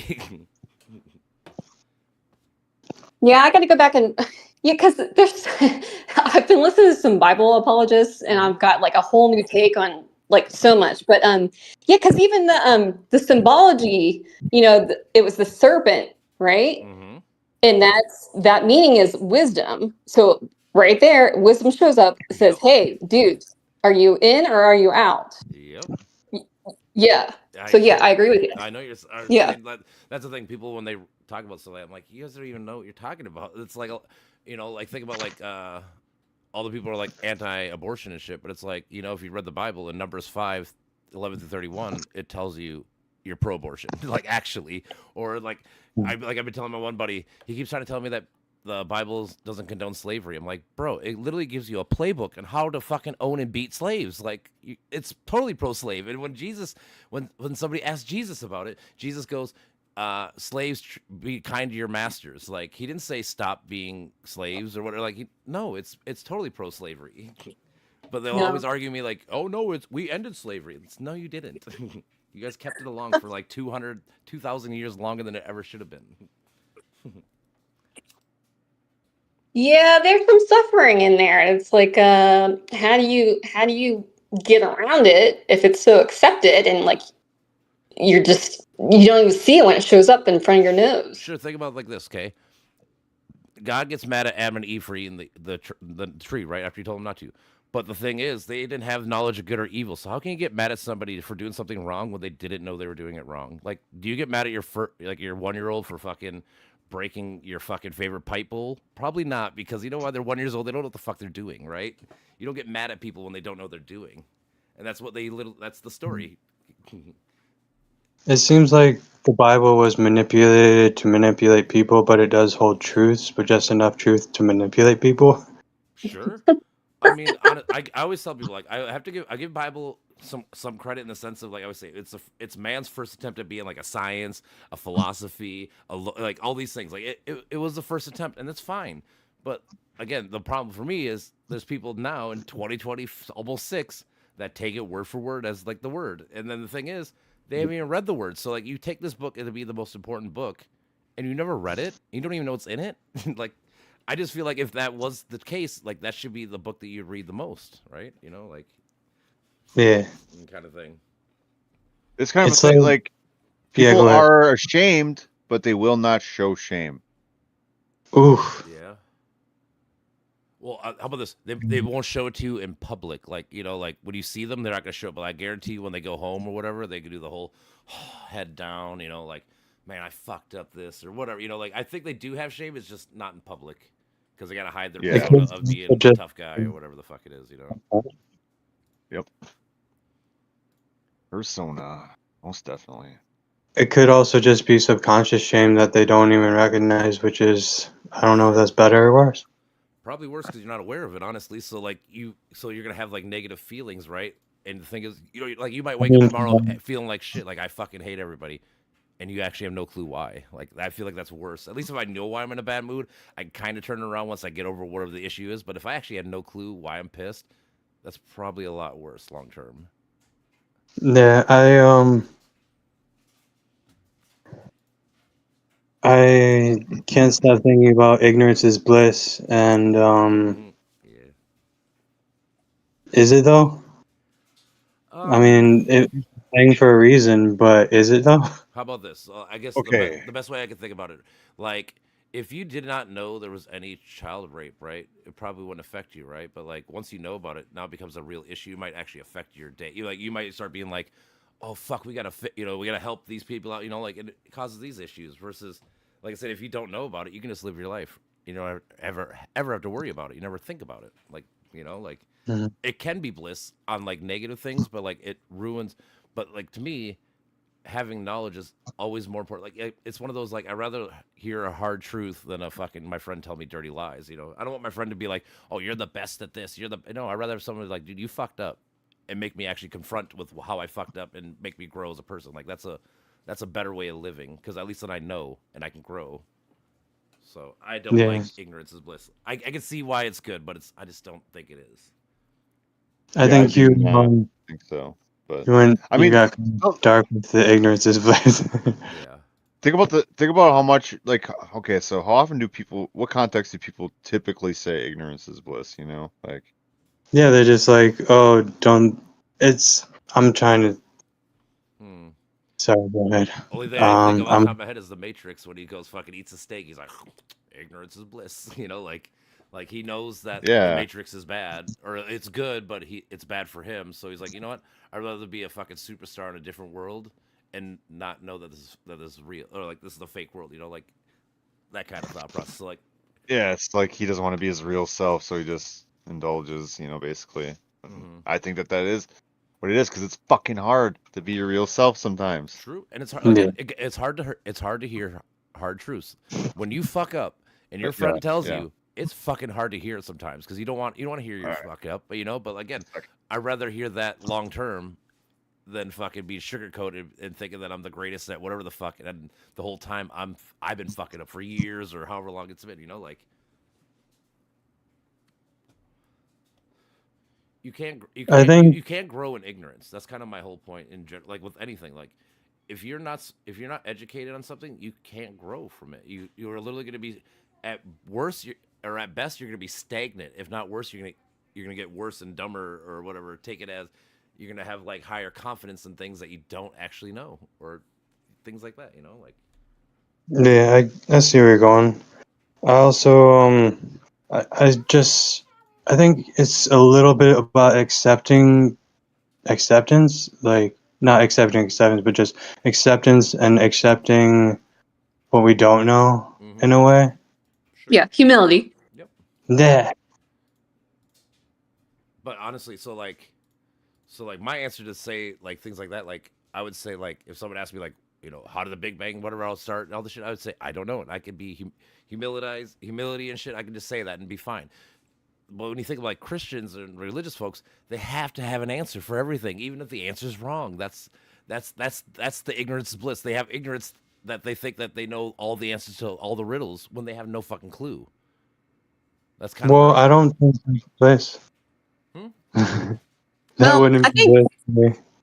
I think they buy into the God complex and to kind of take that on because that's a narrative that obviously they probably ascribe to. And therefore, the answers have to come because they're kind of inside of that. Sure, but if you have the wrong answer, like, you know, if I'm studying for a math test and I fucking studied the whole wrong set, you know, if I'm studying division and we're doing like adding and I never learned adding in my life, is that going to actually help me long term? It's not gonna. You're gonna always be wrong on this topic because you never learned to have humility to know like, oh, I'm wrong here. Let me go back and actually start at step one and try to learn things and grow as a person, you know? Yeah, but their step one is like, you can't prove step one that God exists. Correct. So like, holy fuck. That's why I'm saying is I feel like religious folks in general is like the antiquity of fucking ignorance is bliss. They literally have ignorance on how the world started, how all the meaning, all these things, right? But they claim to have every single answer. That's wrong to me. You should, like I said, if you don't know the answer, that is fine. And the most honest answer is I don't know, and it should be fine for people to say that. Instead of, oh, I know the answer. I know everything. Like, really, you do, huh? Okay. If people want you to finish things so they have the right to be authentic, but you're not really being authentic if you don't know shit, right? That's kind of what I'm getting at. Like, if you don't know something and you're trying to like, I don't know, like me, like if I try to talk to like a physicist and try to fucking act like I knew more than he does, and I was, you know, think about like flat Earth people that fucking talk to all these science people and go, I know better than you. You don't know, like you never even started the process to learn even. So you are literally ignorant and you are blissful by thinking that you are smarter than everybody else, or you're better, you know, or more knowledgeable, even though you are the most ignorant. You know, like that's kind of where I'm kind of going at it. I just think you have to. Oh, go ahead, Brian. It can be taken in so many ways because it's just 3 words. For sure. And you have to factor in faith because faith is a big blinder too. Yeah, but again, being faithful, especially in something you don't know, that is ignorance. Like, you know, like how about this? Like, I mean, obviously we all know people win the fucking $1 billion fucking Powerball or whatever all the time, right? But it'd be pretty fucking ignorant of you to go, you know what? I'm gonna buy this ticket and I know I'm gonna fucking win. Like, that's not the thought process you should have. You could be hopeful. You could, you know, there's other things to think, and that's fine. But like to literally think like, I bought this ticket, I know I'm gonna be a billionaire tomorrow. That's not, and then not even just that, but then you actually change like your whole life around thinking that. Like, now let's say like the day before the Powerball, you go buy a Maserati, you buy a fucking $500,000 house that you can't afford, all this shit, right? Because you know you're gonna win. But you're not, right? Like, we all know most likely you're never gonna win the fucking Powerball, right? But like, yeah, I'm just saying, ignorance is bliss is like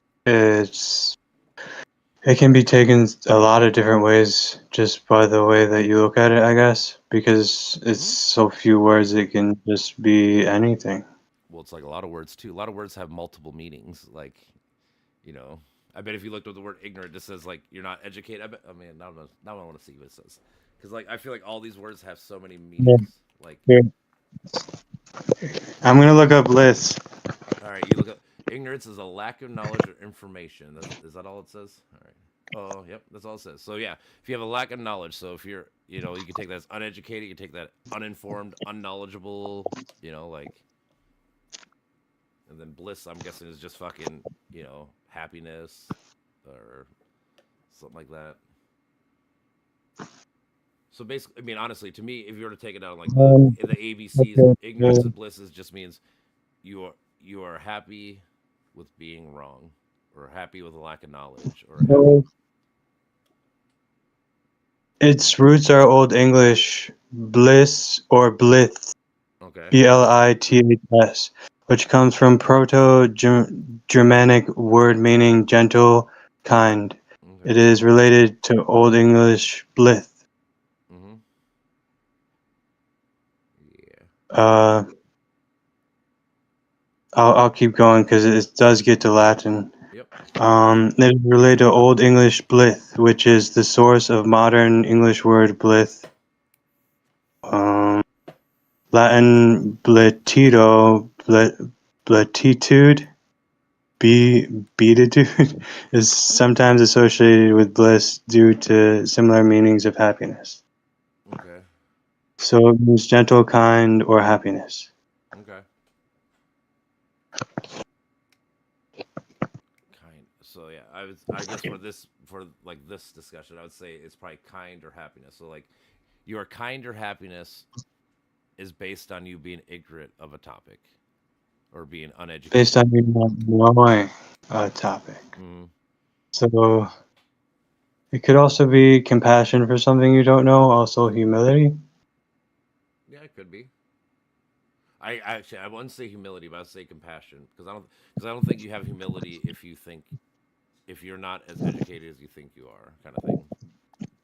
I think you lack the actual to be honest, I have to give credit to some Christian people who are kind people, because my dad went to church, and the pastor is really nice. I like him. I used to help out there, and I did have some bad interactions with Christians before, but I do think some of them are wise enough to almost see through it and see the truth and know that you're just supposed to be kind to people.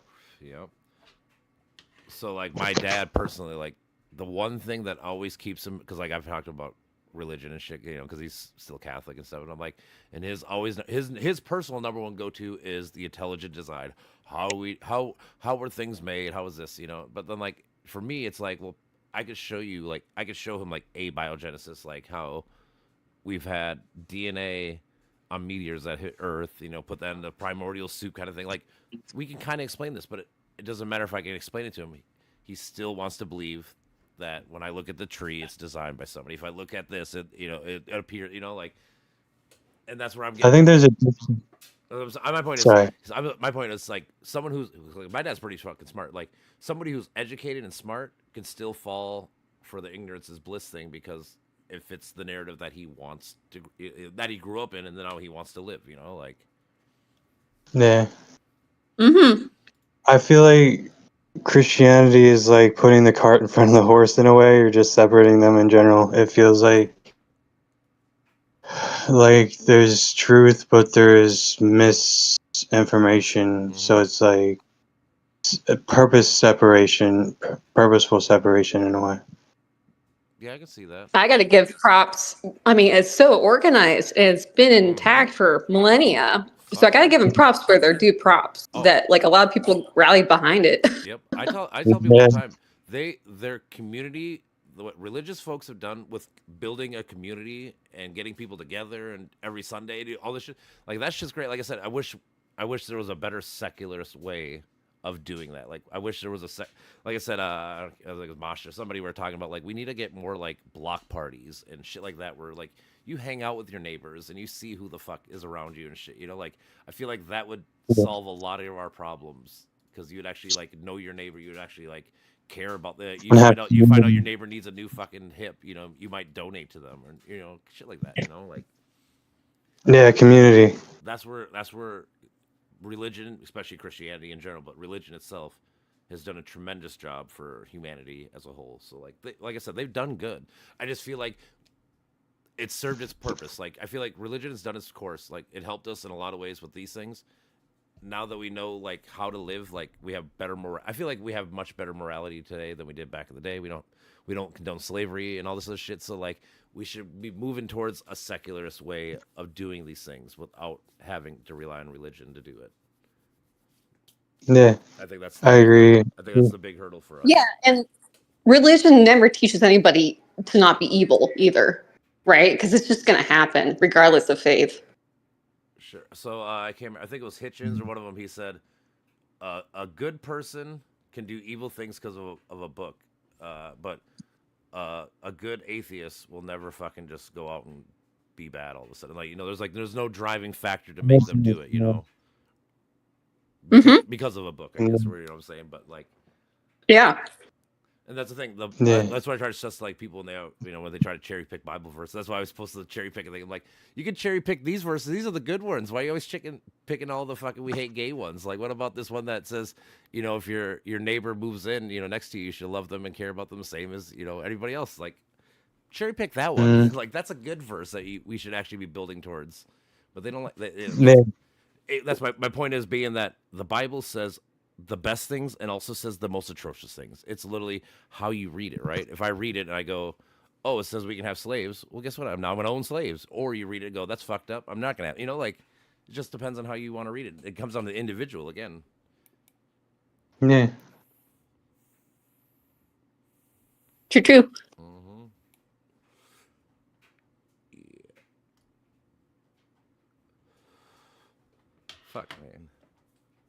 Yeah, it's scary too because like as we age, we skew conservative, and then religion suddenly, after like 30 years hiatus, starts to sound good again for some reason. Because you can also read it on a different level. For sure. That's kind of where I'm at. Because like the whole warrior's journey, like it's like coming off of this, like me dealing with my shadow stuff. Like, hey, I gotta recognize like some of the shadowy shit, some of the evil in myself, and like keep it in check. And like, what's a story that helps me with my own? I'm gonna think, oh, some really good Bible entries here, kind of resonate. Oh, for sure. Yeah, I agree with that. But it's politics and, like you said, some things in Christianity we gotta Latin some ish. It's like it's a dead language. Yeah, and these Bible apologists, I mean, like, Will Neff. He's really young. He's not even 40. I gotta think of his last name, but he's like the most prominent one I know of. And he's like, he studied the dead languages and he's like, we've gotten so much wrong. If you go back to like Aramaic language, and it's like, it was written. Do you know who Bart Ehrman is? You ever heard that name? No. He's like, he's a professor at North Carolina, Chapel Hill. He's like the leading scholar on like Bible studies and stuff. That's where I learned a lot of my shit from. But yeah, what you're saying, there is, I think there's like, before even like the first 1,000 years, there's like 10,000 copies of this book. And you know how they copied them? They had to copy them by hand. You know how many scribal errors there? I think he said there's more scribal errors in the Bible than there are words in the Bible. That's crazy. Wow. Like we already this is what we've already caught. Like this is not even the other stuff that we haven't caught. Like so we know. Like and there's this one pope that was copying this guy's book, right, or this guy's Bible that he was copying, and he literally read this part and he put a little part on the bottom of the Bible saying, this is wrong, but I wrote it because I had to copy it, but this is not what it says. Like we literally know these things happened. So like, the translation of translations of copies of different languages and shit, like it's literally impossible that the Bible we have now is the actual Bible that was written, like, first when it was written, like it's literally impossible. And that's what he goes over. He kind of like all that kind of stuff, it's fascinating. And like the first fucking full book of the first full gospel wasn't found or wasn't written until like 300 years after the whole ordeal. So I always tell people, you play telephone for a long time. What do you think happens? Like, come on now. It's just not hard. It's just not really hard to figure out. Yeah, I mean, you think about like Moses coming down with the tablets. It's like, okay, well, who after the tablets, where did it go? Not even that. Yeah, like what was the next? Oh, I tell people. So like when you remember when Jesus is meeting Pontius Pilate and he's getting basically like, oh, I'm not him kind of shit. Like I am the Son of God kind of shit. Whatever, right? Nobody's in that room. Who the fuck heard the conversation to record it? Right? Like there's nobody in the room. Isn't no? See, I don't know the story close enough, but like, isn't that whenever like we really had a archangel like Michael, maybe a bad angel there too? I don't know. I mean, the like I said, it's a story where basically Pilate tries to tell Jesus just lie and say that you did this so I don't have to kill you or whatever because they want to kill you, and he's like, no, I am the Son of God kind of shit, like and so then they had to do it. But like I'm saying, my whole point is there was nobody claims that there was a Matthew, Mark, Luke, or John or whoever in this room. So how the fuck did anybody hear this conversation? Yeah. Going back to what you're saying with Moses. Moses went up to fucking Mount Sinai, whatever, to go do this shit by himself. So who recorded what Moses said and did? People just don't think about it like that. If a random person put on the internet like, I'm the saving grace, I'm this, right? Nobody will believe them. But like, we have literally no clue who wrote the Bible, no anything, but we trust this to be the word of God. I'm just saying, like the lack of like how we treat one situation versus another is not close to the same. So that's the dissonant I'm trying to fucking figure out. Like, why do we do that for this? Why do we do special pleading for this shit but not this other shit? Like. I think it would be psychological at that point. I think it's more like certain people. Yeah, the dissonance. Yep. You do not want to poke holes and have this dissonance perk up. Yeah. Mm-hmm. And that goes back to why I don't think religious folks actually read their Bibles, because if they did, they would have to like question these things, right? Like I'm saying, like I said, like that's the point. Like I said, because I watch, like read into it, bro. So like that Bart Screw faith, right? Yeah, Bart Ehrman, basically what he was saying, because most people, even the people that do read the book, most people read the Gospels, they read all of Mark, all of Matthew, all whatever, right? He's like, but you should try to read them sideways. Read like this section of Mark, read the same section of Matt, and you'll see how fucking different they are. Like at one point, it's like, did Judas kill himself? Did he get decapitated? Did he do like? There's 3 different versions of how he died in the Bible. Like. Well, I ordered. Yeah. No, I ordered the Book of Enoch this past summer, which is the banned list of Bibles. Yep. Yeah, that's a wild ride. Yeah, that was part of the Dead Sea Scrolls, right? Yeah. Mm-hmm. The what Bibles? The book of Enoch. Oh, the band. Yeah. Yeah. Basically, all the books of all the Dead Sea Scrolls. Those are all the books that the Christians said, no, those aren't real books. Like, why? We don't know. Again, and then people always say, again, it's not written by man. It's like, well, man edited it at a minimum. We know we edit it, so we had a part. Yeah. I'm not real expert on Christian, but I can hypothesize on certain things only because, like I've told Brandon, it's like I'm not an expert on anything really, but I still like interest or whatever. Yeah, I have many interests in like understanding, but it's like anything I've learned from Western or psychology and Western philosophy or psychology in general is mainly just discerned. Mm-hmm. Cool. Sure. Self-study. I love it. Yeah, thank you. Yeah. I mean, that's pretty much what I do. Whatever, like I said, how I went down the religious hole, how I went down the political hole, how I started with philosophy with Brandon, all these people, like they're all just holes that there's something that sparked my interest, and then I want to learn. My favorite phrase I tell people always is, "When in doubt, find out." Like seriously, if you took that phrase to heart, you'll have probably a better life, because instead of fucking being ignorant of all these things, especially now with the phone and shit, like dude, just look it up. Like you can actually learn this probably like right now. You're just being lazy at this point, like. Yeah, I agree. That's a good one. My favorite saying right now is, the only thing to fear is fear itself. That's a good one. I mean, it always is, because that's the thing. Yeah. Fear is one of the greatest motivators of people all time, like legitly. Yeah, you can learn from it. You should. See, I have a different track. Like okay. I went down a path with psychology, right? And I finished the path. And then I looked out and I'm like, well, that was something. And like there's a lot of flaws in it, and I'm just kind of like an outsider. Yeah, I have expertise in it, but like I see all the flaws and I see how it's implemented in real life, and I don't think people are doing so hot right now. So it really needs I was gonna say that some criticism.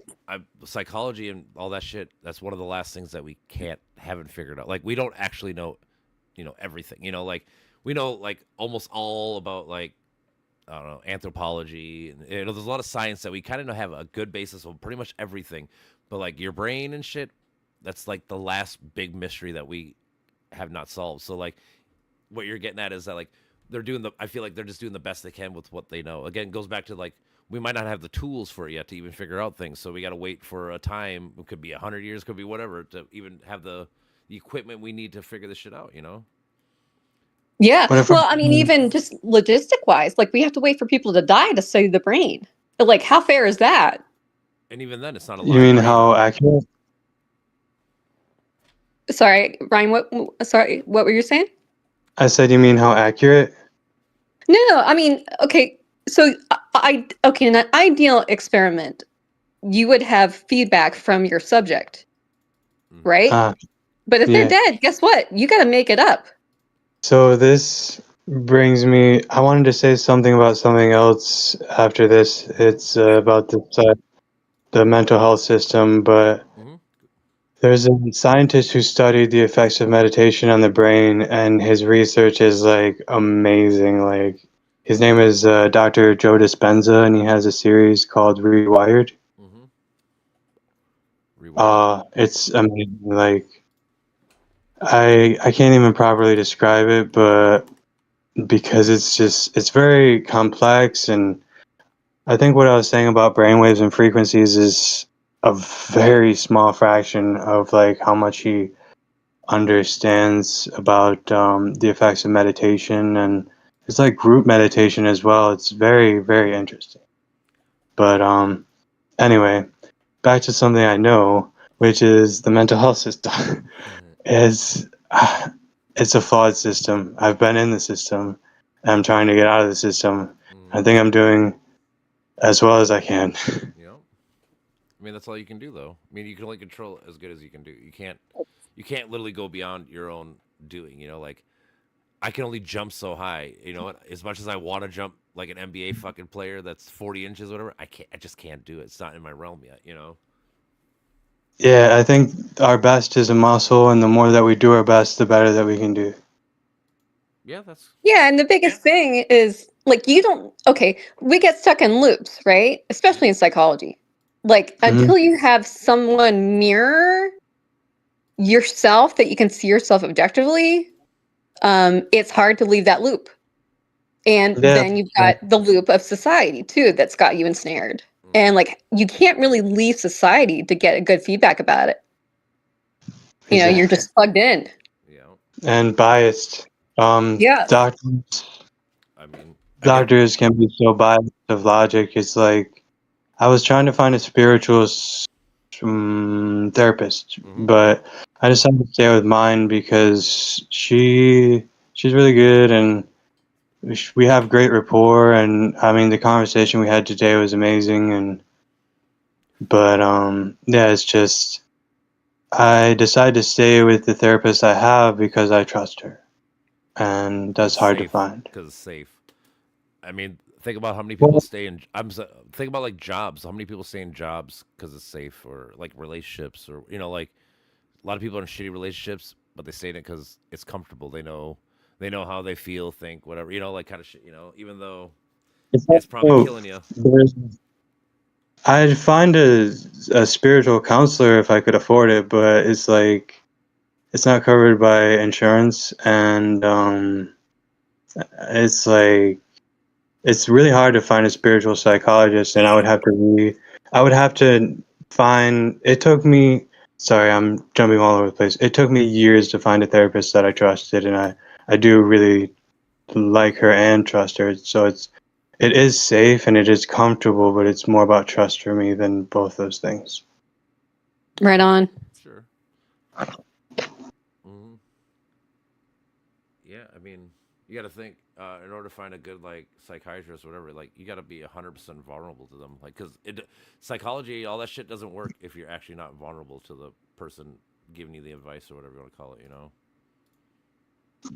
It also doesn't work if the person. I'm gonna try and put this politely. Mm-hmm. And that's going to be difficult for me. It doesn't work if the person trying to treat them has extreme bias and Sure. doesn't understand them, you know? Yeah, for sure.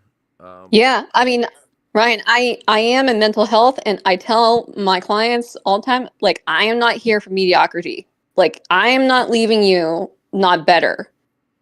Yeah. You know, so like right from the jump, like if you're not on board to getting better and doing a lot of shit that fucking You're wrong. sucks, yeah, we're not a fit. And that's my Yeah. bias. You know, That is, I'd say that's more values than biased. Very true. But yeah, like the person that's gonna wallow, not my speed. Not in my car. Nope. Well, it's like anything. I've Like been, if you're not like you know, if I always use it like if the court sends you to fucking drug rehab, right? You're probably not gonna care, which means you're not gonna get help, right? Because you don't give a fuck. But like when you do care Yeah. and you do try, that's usually the people that actually get better, you know. So it's the same thing with like psychology shit. Like you're saying, like if the person comes to you and goes, I'm not into this. I'm not gonna tell you my feelings, my thoughts, whatever, you know. It's hard to fucking help that person because they just don't care. You have to have somebody willing to fucking do something about it first. That's the first step. It's kind of like anything. Like you got to admit you have a problem. Yeah. Like that's the fix the drugs and everything. You got to admit. So you got to admit that you have these things before you can grow from it. And it's tough to get people, like you're saying, with shame and shit. Like it's hard to get people to get on board with that. Oh, Yeah. I remember what I was going to say. I agree with a lot of that. I was gonna go back to myself a little bit, which is like I've been trying to build a momentum, and it seems like getting off medication. I I I liked medication at one point because I liked drugs. I didn't have an aversion to drugs. Now I'm like I don't smoke anything. I don't take anything other than my medications really, and it's like this isn't where I want to be. And it seems. And they would be getting into more personal things about why I don't want to take medication, but it seems to break momentum and breaking my momentum towards change. And like when I go to a doctor and try to explain myself, they dissect my identity and my mentality, and they try and like do all this. And I'm like, this is not how I build trust. It's a two-way street, you know. It's like, but it's when I tell a doctor like, oh, I want to get off medication, and they just bring all this doubt to the table, and I'm like, well, I'm doubting I don't say this, but I'm thinking this. I'm doubting myself enough. Why do I need all this like 100% doubt from another human being? You know? You don't. Yeah. I guess I don't know. Well, it's my personal experience, I'd say. And that's all you got, really. I mean, you can only tell me about what you know, and versus you can't tell me what somebody else knows. You know? Exactly. Yeah, I try and only give opinions as much as possible. Like I said, for me, it's all about if you know something and you like, if you actually like really know something, you should have a high level of confidence. Versus if you actually don't know something, you should just tell people like, these are my feelings, these are my thoughts. Like they're not like, you know, they're not gold. Like it's not like these are for sure. It's kind of thing. You know, like I wish people got better at doing that. Just be honest about it. Like I said, if you know, like you can have an opinion on something, like as long as you just state this is what my feelings, this is what I think. You know, like versus I know this is true. Well, how do you know? I don't know. You know, like I don't actually have evidence for that. I just, you know. I have a meditation where I just say I don't know in my mind, because there's a meditation that says I am not the body, I am not the mind, over and over, and it's a type of humility or humbling in a way. Yeah. Mm-hmm. Dude, yeah, of course. I was talking to someone the other day or earlier today at work about this. Like, I feel like the big reason why humans like we're so scared of death is because we actually don't know what the fuck it is, and we hate not knowing things. Like as humans, you know, like Yeah. it's the great unknown. None of us, as much as we all think, and you know, we all, I think this, I feel this, whatever. In the end, none of us know, and because none of us have died.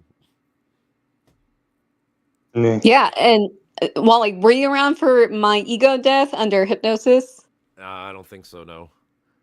Yeah, that was a wild trip because, like, again, you and I were raised Catholic, right? Yep. Under hypnosis, my grandma, who killed herself, who should be in hell, she Yep. came to me, and she was still herself, Yep. right? Mm-hmm. And I've got my medium, you know, my practitioner. He's like, "Hey, there's someone here. Like, who is this lady?" You know, and like it was an ego death for me because I realized, okay, the concept of hell is somewhat Good.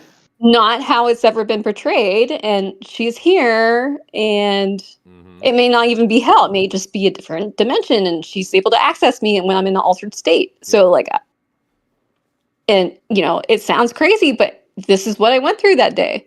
For sure. I mean, like I said, I've done mushrooms and acid and shit where I've seen, like I said, like I've seen like my life force leave my body, and it's one of those like movies where it's like you see your house, and then you see your neighborhood, and then you see your city, you just kept going up, and I was like up in the fucking universe, fucking out there, like wow. In my mind, like in my sane mind, I kept going. I know if I open my eyes, I know I'm gonna be right back in my bed, but like I really want to go where the fuck I go, you know, like, and I just went. It was fucking wild. Yeah, that takes a strong mentality to still be aware of reality.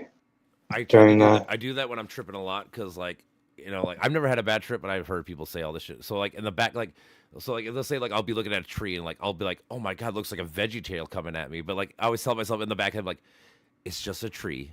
Like, I know I'm seeing whatever the fuck it is, but in the end, I know it's just this. Like, I try to always remind myself what reality is versus what my perception is, kind of thing. Oh, let me ask you this: who is guiding you to feel safe? I mean, I guess it would just be. Who are you asking? Me. I'm thinking. Wally. I'm thinking it's just my subconscious. Like that inner. Like I'm saying, like when you have your conversation with your head, I'm assuming it's that same entity or whatever you fucking call it. You know, like. I wanted to share a few experiences. I don't want to go too deep into them, but one specifically, I was self-medicating with marijuana as a teenager, and I ran out of money because obviously I was a teenager. I googled free ways to get high and found a psychedelic seed and ended up overdosing. Okay. It was ordeal, but after I got home, I had 3 different dreams, 3 different nights. My first dream, for some reason, I knew I was African American and I was younger, and I was looking through people's windows, and I think I didn't have a home, and I was just looking at all the happy families and stuff, and it was just like, it's a way I've felt before in myself, but I don't know. And then my second dream, for some reason, I knew I was an Asian kid. I think I was in an Asian country, and I was running from rooftop to rooftop, and I found a cove, and I started smoking marijuana in it or something. And then my third dream is hard to explain. I barely understand it, but I think it was just, I think it's personal, really. Yeah. For sure. Can I ask a question, Ryan? Yeah. So, my understanding, I've never tried pot. I've never used it. So this is my ignorance about it. But I understood that you don't dream if you use. So when you OD, did they give you something that brought that activity back online? I think that might be somewhat true. I even heard from my friend at Bloxy's lucid dreaming. I think it was actually the what I took that overrode it in a way. Yeah. Okay, that makes sense to me. Yeah, I'm just curious. You knew. Yeah, normally you don't dream. You're correct, but I mean, like even me, like I dream probably like 5 times a year where I actually remember them, kind of thing. Yeah. In the ocean, and I think the whole family was there, and this is I would say a psychological near-death experience because it wasn't technically a near-death experience, but Car and dude fucking lifts the car up, like, dude, that adrenaline rush yeah. or whatever it is, dude, it's wild what people can do in certain situations. I Like think he saved my life still. He what? Like you don't run a mile straight. You run like a half a mile and a half mile back, and then you work on it. It was the waves. The waves were taking me. Oh, was it? Okay. Scary. Yeah. Yeah. The first time I ever had something similar to that, I didn't. in a way, was going down the river. All of a sudden, I got to like the middle of the river. All of a sudden, the current took me. I'm like, the fuck, like all of a sudden, I'm like a mile down the river. Yeah. Like when you're younger, it freaked me the fuck out. Yeah. I almost drowned because no one really noticed me. Kind of like ran you over. An adult. Yeah, adult pulled me out and yelled at me. Why are you fucking up our fun? I think that was. I don't remember too much of the story, but I just remember that part. Yeah, of course. Man, I tell you what, like oceans, like I am both as intrigued with it as I am fearful of it at the same time. But like when I go to the shore, I get some kind of healing that I cannot explain. Is it like a Jaws kind like of you conquered it? Well, I'm saying, is it like you think like animals are gonna come get you, or is it like the water itself? No, I mean it's just when it goes there, I have nothing but humility because it's so powerful and it's so vast, and we don't know what's out there. It's like if you have the opportunity to go swim in space, that is our ocean. Yeah. Yeah. Well, think about this. I'm gonna send you Shung Knight. Your friends what? I have a new friend I talk about spirituality with. He's on Patrick's page, Lincoln Ward. Okay. He's gonna send me a crystal Shung Knight or something, and that's a number we agreed on. He likes, like numerology and stuff. Oh yeah. But yeah. Yeah. Oh man, I don't know if I don't even know. Pretty sure. I think that's his thing. Okay, Yuri Gagarin was the first person in space, I think. Yes, you are correct. I'm talking about, like I said, and then going around the world, though. I'm saying. Yeah, to orbit. Yeah. I don't think it's religious. I think they become spiritual. It's weird.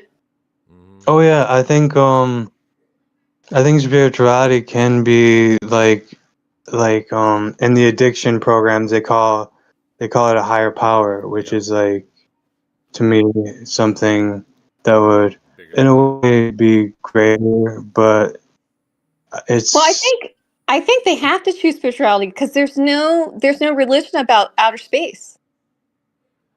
Yeah, I choose spirituality and religion too.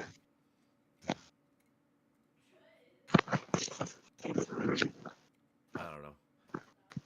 Instead of worrying about instead of spirituality, like I said, I wish we'd just get better at being like, I need to rely on my fellow man to help me do what I need to get done, and I need to help my fellow man to do what they need to do, and we just need to do that, like that thought process.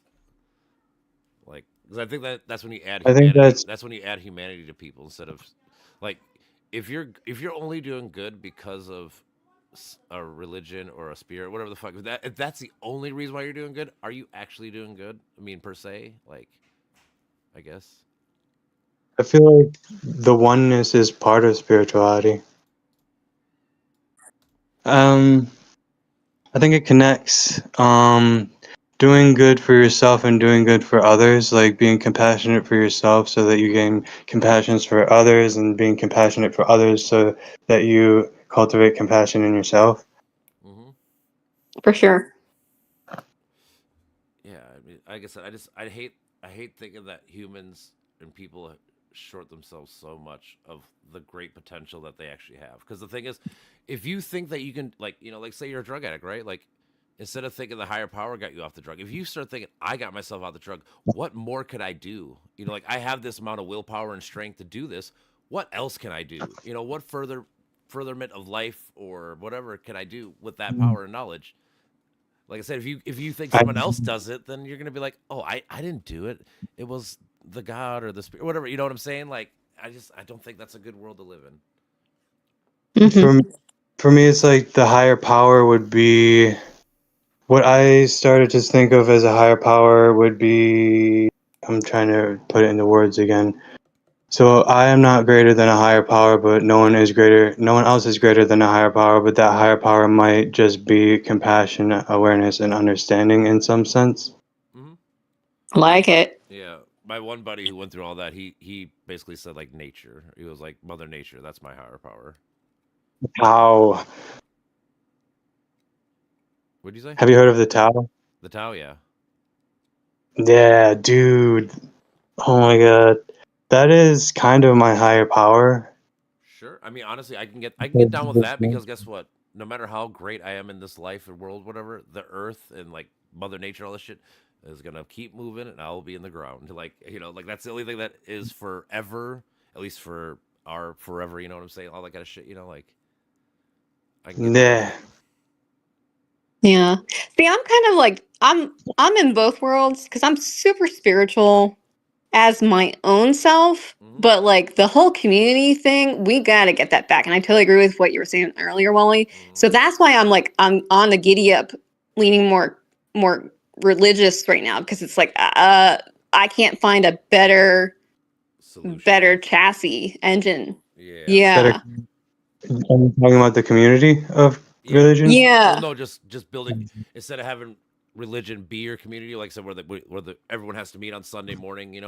Like we should do it ourselves somehow, some way. Like we need to get a better way. Like I said, like where I live, like it'd be cool, like if like once a month there was like a party at the high school where like all the adults and kids are like, there could be a kid dance party and like adult one or whatever. So you get to mingle with people that are in your community, and grow. And like I said, you get more empathy towards these people. Like I said, when you find out your neighbor needs a fucking new hip or new knee, guess what? You'll actually be like, oh, maybe I should help them. Like maybe I shouldn't let these people just suffer on their own. And like, and that kind of shit, which is what religion does. Like you give money to the fucking church to hopefully give to the poor, and shit like that. Like, we're doing it with religion. Like I said, we got to get a way to do it just for ourselves. I feel like that's like how we get like the more perfect society. Yeah, but I feel like it's not gonna be for me though, because I'm at that stage of my life where I'm like, fuck me, I'm over me. It's not about me anymore. Yeah, I get that. But even so, like, if you if you're building the community, right? Like, let's say you help your friend or whatever the fuck, it's gonna make you feel good because you're gonna feel good about it. I mean, because it always feels good to see your friend succeed or help, that kind of shit. So like, it does help you, just not in like a concrete, like, I know this is gonna help me because if I give them $5, they're gonna give me 15 tomorrow. Like, not that kind of help. It's more of it's the feeling, like I said, like, man, I fucking, or like, even think about like, if you were to like lead like a real move, like we're talking about, like if you were to start like a house party like once a month for your people in your neighborhood, like, you would feel good about that because you accomplished something. That's huge for humanity. We need to have that sense of accomplishment. Yeah. I'm trying to be like logical and spiritual at the same time. It's tough. Sure. Yeah. Well, I think this week, like for me, I'm gonna really push myself to try to do volunteer at the food pantry. That's awesome. Yeah, just to like get out of my Karen-ness, which I live in a little bit too much lately. I've been trying for now, just like communicating with people online more and trying to build community there because I've been disconnected in so many ways that I'm just trying to find my way back in my own way, I guess. Yeah. For sure. Yeah, man. The thing is, it's very important, man. We're social fucking creatures. I always say, as much as like I love my fucking alone time or whatever the fuck, like, you can't be alone all the time. Like, like if you think about it, like in prison, like one of the worst tortures they do is put you in a hole by yourself in the dark with your thoughts for like a day or two, like that makes people go crazy, right? Because people can't handle being alone that long. You know, like we're just not meant to be that way. Yeah.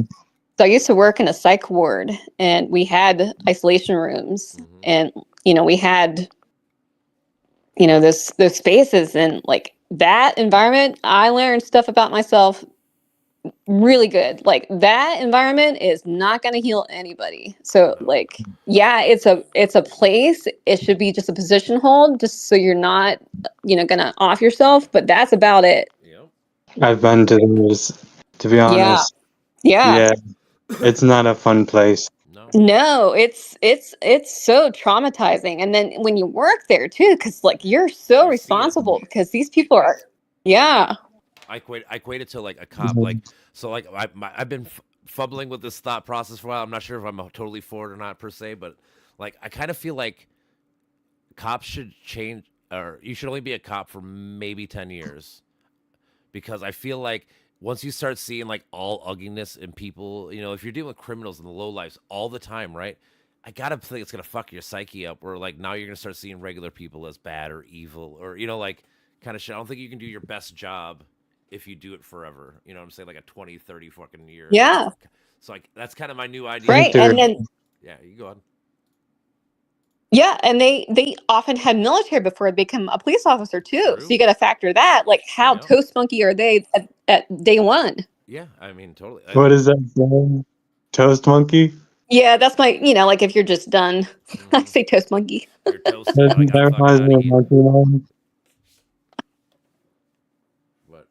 Yeah, no, for real. Yeah, it's just being compassionate for who your workforce is. Well, like I said, so like if you're a cop now, right, and you go to a domestic, you might fucking be like, oh, the last 10 domestics I had to fucking fight this dude. So guess what? This next one, your brain's going to be like, I got to get ready for a fight. So you're going to be on edge, amped up. You're not there to de-escalate because you're ready to fucking be on top of your fucking game. Like it's different, like I'm saying, that mentality is not a good mentality. And I think that's what happens to a lot of these people, just by seeing the negatives of all the world, all the time, forever and ever and ever.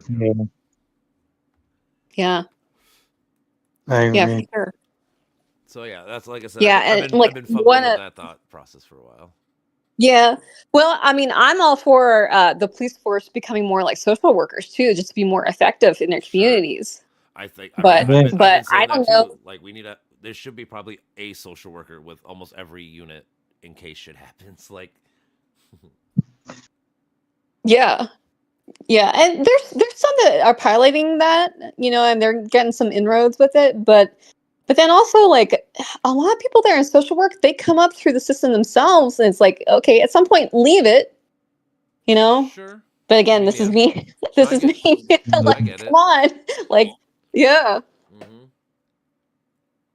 It's a fine line, because you want people to be educated and smart. Like, if somebody works at a job for 20 years, obviously they know what the job is. They're good at their job per se, wherever, right? But like I said, I feel like this one's more of a mental taxing on you, where it's like I said, that's my problem with it.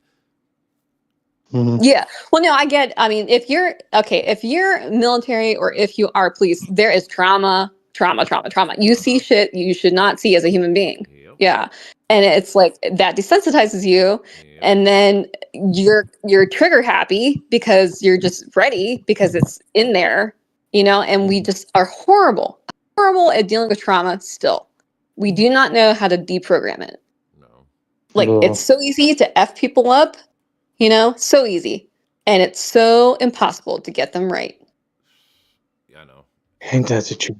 It sucks. It's one of those, like, again, it goes back to, like, you might, even if you're talking to a psychiatrist or whatever, right? Let's say you might have made a big breakthrough on this one issue, but that one issue might have caused you to have 4 other issues, because now you're like, well, now I remember this and this and this and this, maybe, like, and then you got to go back to the drawing board and figure out how to fucking fix that issue, like, that's the thing about, like, human emotions. We're so complex. Like, you have the good and bad, and in order for you to get rid of one bad, or you probably find out you have other, because there's always other ones. There's always so many more negative thoughts you've had in your life, because you've had infinite amount, basically, and you probably have infinite amount of good. But we as people, we're really good at fucking only hearing negative things, and I'm kind of the same way. Like, I hear, if someone talks shit to me and shit like that, I'll probably hear that way more than all the praise that people say I do like at work or whatever, like kind of thing.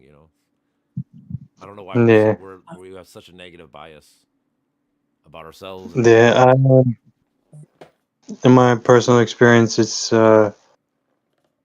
with psychologists and psychiatrists. Sorry,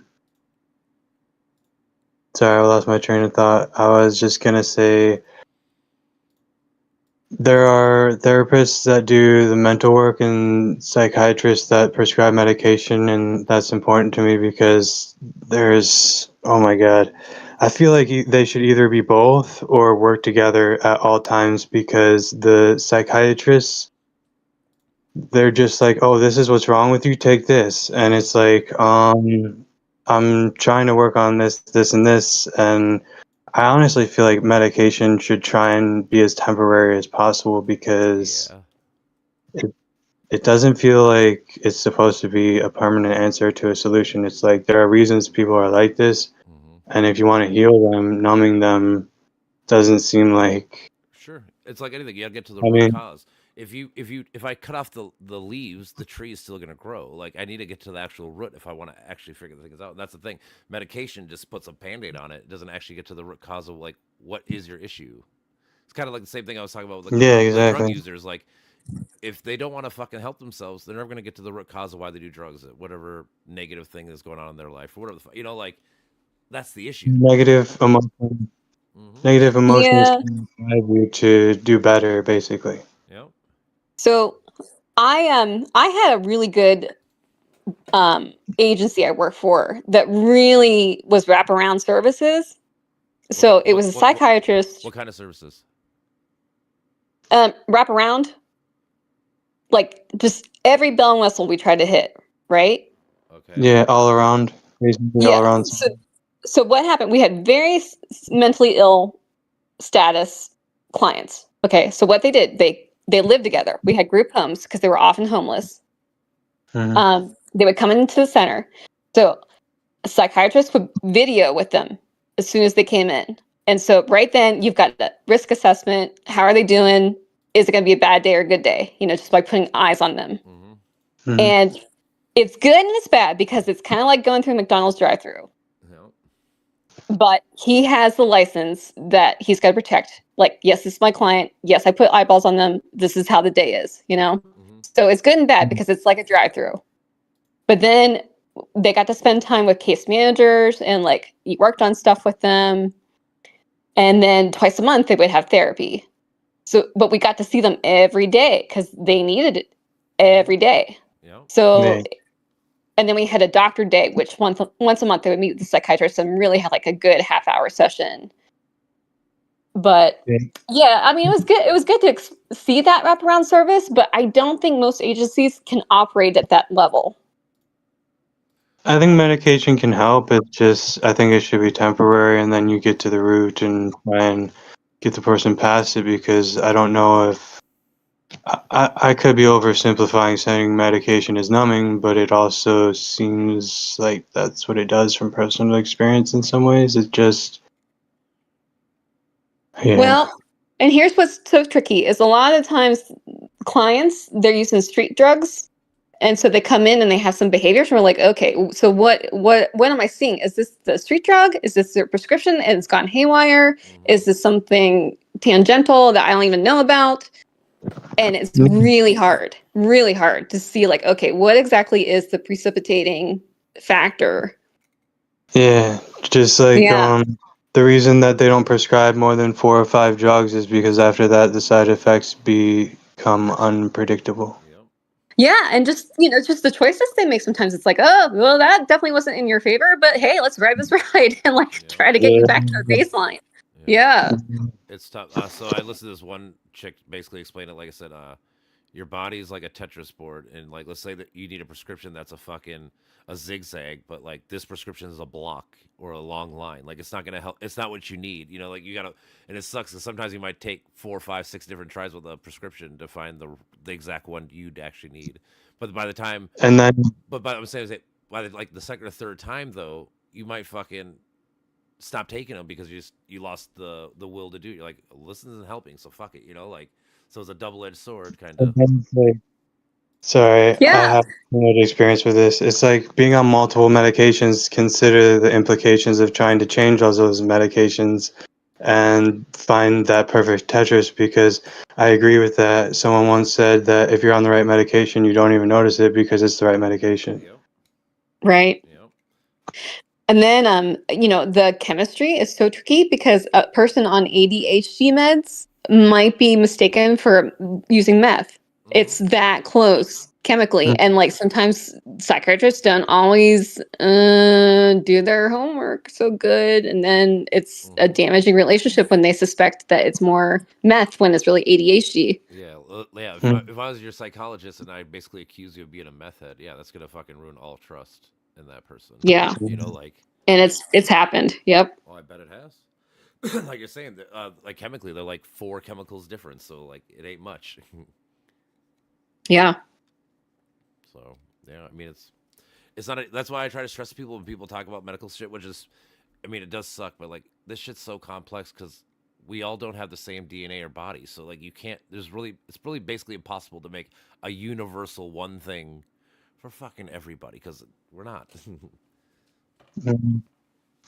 So I try to give them a little leeway. Yeah, and some of some of the old school drugs too, just because they're not popular, they kind of fall to the wayside. And it's like, no, we have 50 years of like clinical data. Like, why not try that when we've got so much data? But it's more big pharma, is having their heyday because it's in the zeitgeist. I was gonna say like that's how I feel like the measles, mumps, and rubella. It's like all the measles are coming back, but it's like and people are talking shit. It's like, dude, this drug's been out for fucking like 60 years now. Like we have all the data, all the science behind it. We know what this drug does and what doesn't do. Like, why are you guys not taking this? And now we have fucking what is like 38,000 or 3,800 fucking cases in America. It's just wild. Like, but again, my point is, I think we know what this drug does. Just because it's old doesn't mean it's fucking anything. Like you're saying, we have reliability. We know what this drug does. We've been studying it for 50 years. Yeah.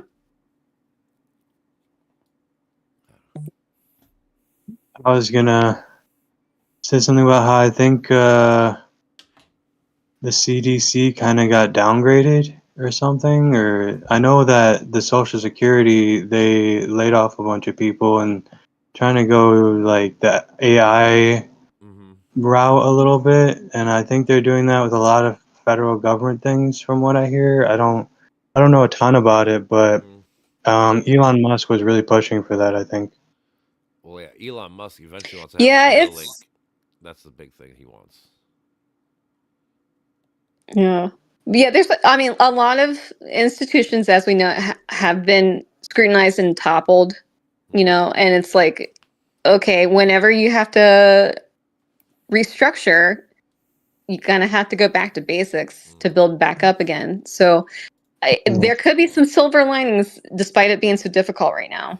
Oh, I was thinking the same thing, but I couldn't put it into words. It's like there could be so much that we don't see that is actually really good that's going on. Oh, true. Definitely happening. Again, it goes back to like I was saying earlier with humanity in general. We have such a negative bias towards everything. Like even like I said, this drug, like the measles drugs cured 1 billion cases, right? But we only look at the 3 or 4 that are outliers that look like it hurt people. Like why do we do that? Like why do we always look for negativity in a sea of fucking good things? Like I don't know. It from what I've heard about the psychological factors of that is like we used to perceive threats more effectively if we were always looking for them. That makes sense, like a evolutionary trait. Evolutionary. Yeah, and it's like if there's a tiger in the bush one time, we're always going to check the bushes. I mean, that definitely makes sense. Yeah, we're just, we were, we talked earlier, like we're so afraid of death. So like that's the starting point. So you're always looking for the threat that is, the antithesis of actually living sometimes, Yeah, I mean, you're not wrong. The non-food. Yeah. I said, honestly, like I said, my biggest thing, I think we're only scared of death because we don't know. I guess I think humans, we want to know everything as much as we try, you know. And since there's literally a few things like that, like that's what, like I said, that and the brain are probably the two things that we'll probably, I don't know if we'll ever actually solve all the way. And I think that scares us as humans. I once talked to my sister about impermanence, rebirth, and the present moment. There's impermanence, and every moment is a small rebirth. Because, like, after this conversation, after smallest changes in our environment were different, and that's a type of rebirth, and that is also impermanence, but it makes us live in the present moment, and living in that present moment is to appreciate that rebirth. That is totally true. I like that actually because every time you talk to somebody, you're never going to be the same person again. At least you shouldn't be, you know, because you should have at least learned something or got a different perception of that person or situation or topic you're talking. You know, like that's pretty cool. I never really actually thought about that, but yeah. It's a few different ideas put together, but they're all kind of connected to me. But it's like the present moment is, I think, I don't know what came first, the idea of gifts or the idea of present moment, but I feel the words are very related because the present moment feels like a gift. Mm-hmm.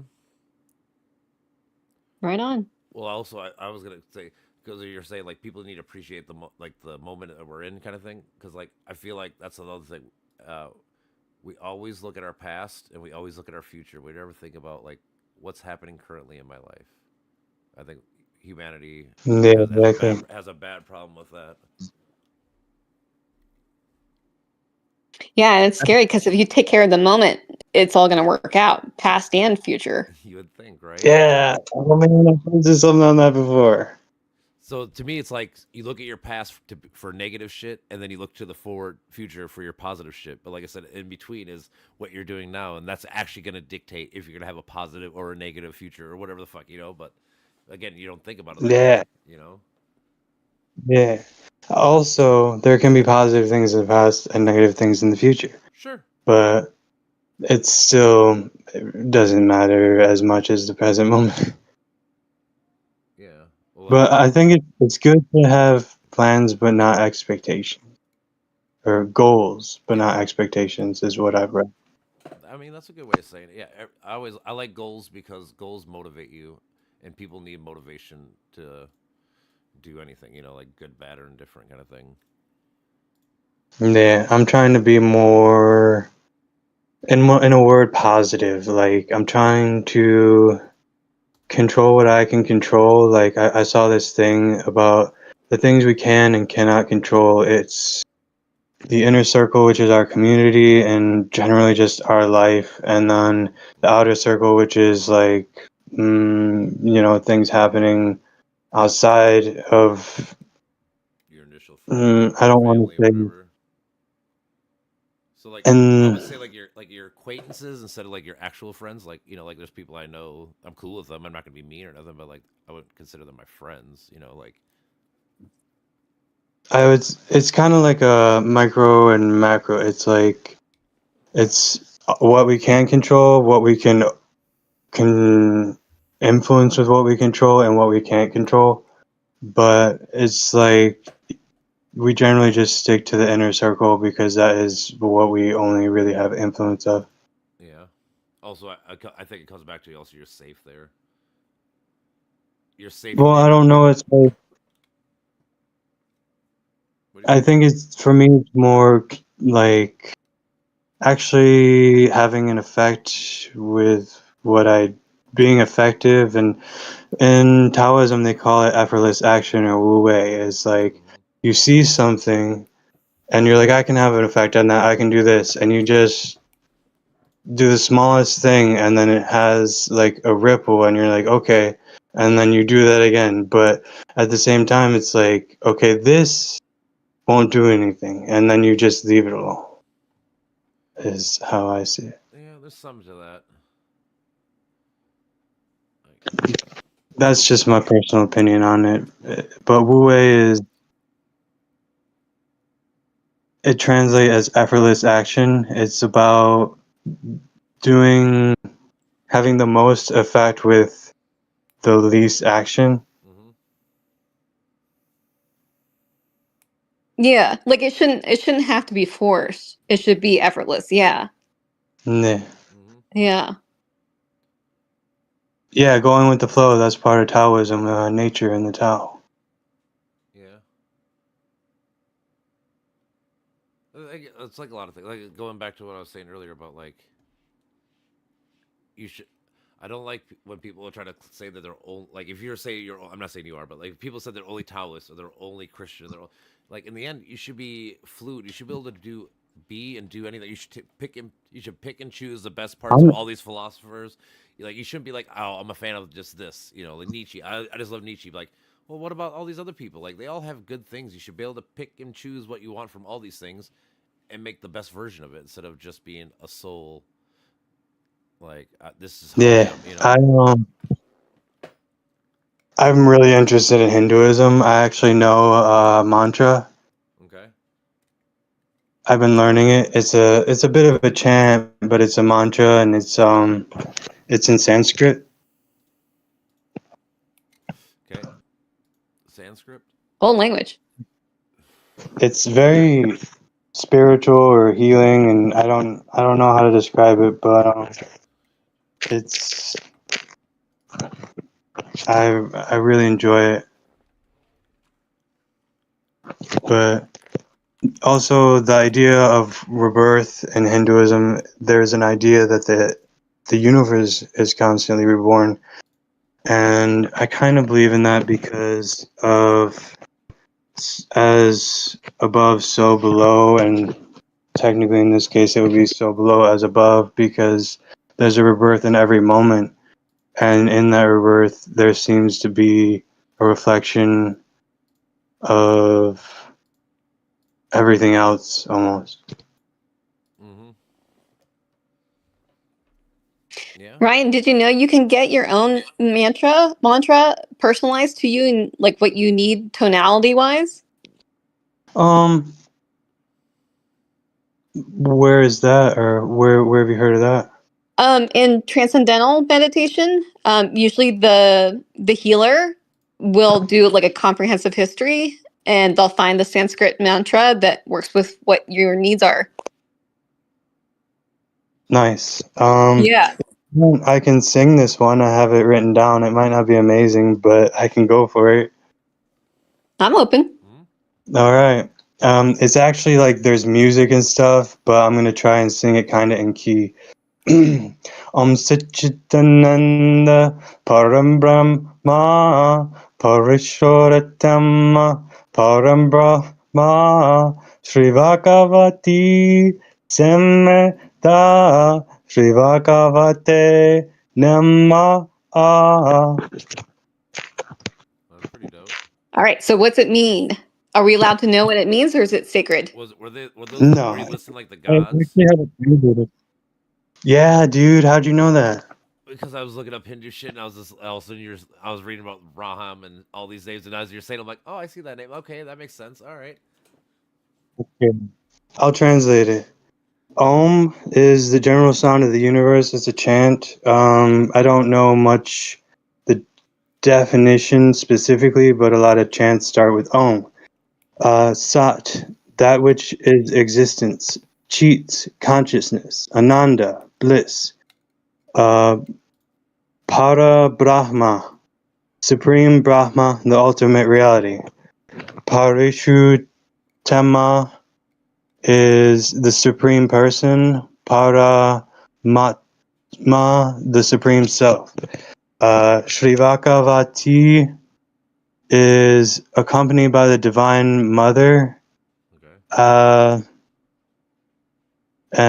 I think that's all one is Sri Bhagavati Samata is accompanied by the Divine Mother. Sri Bhagavate Namaha, I bow to the Divine Father.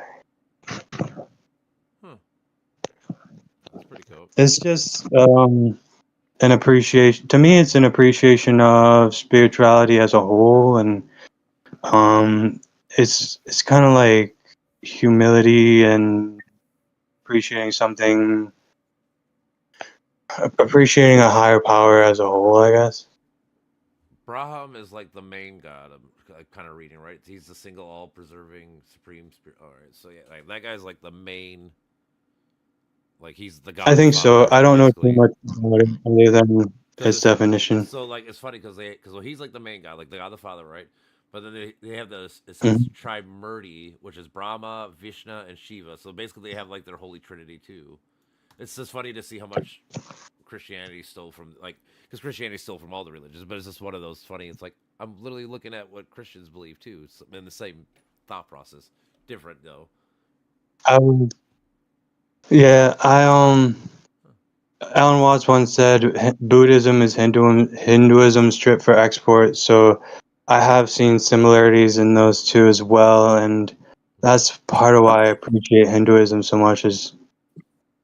I mean, you got to think about it. Alan Watts. I was gonna say, think about it. Back in the day, like there was only so many religions and thought processes and stuff. And once you start sharing ideas, like once they started like traveling from India to Africa to trade and shit like that, you get other perceptions. So they kind of just end up blending. Like if you have a young kid, they hear this story and this story, they're gonna kind of take the best of the two, make their own version. That's how Jewish happened, and how this happened, and how this other, all the 2,000 religions we have. That's probably how they all formed. Yeah. Like you said, a game of telephone. Yeah. I wonder. There's this story on my Facebook about this person who went to a quote unquote lost African tribe.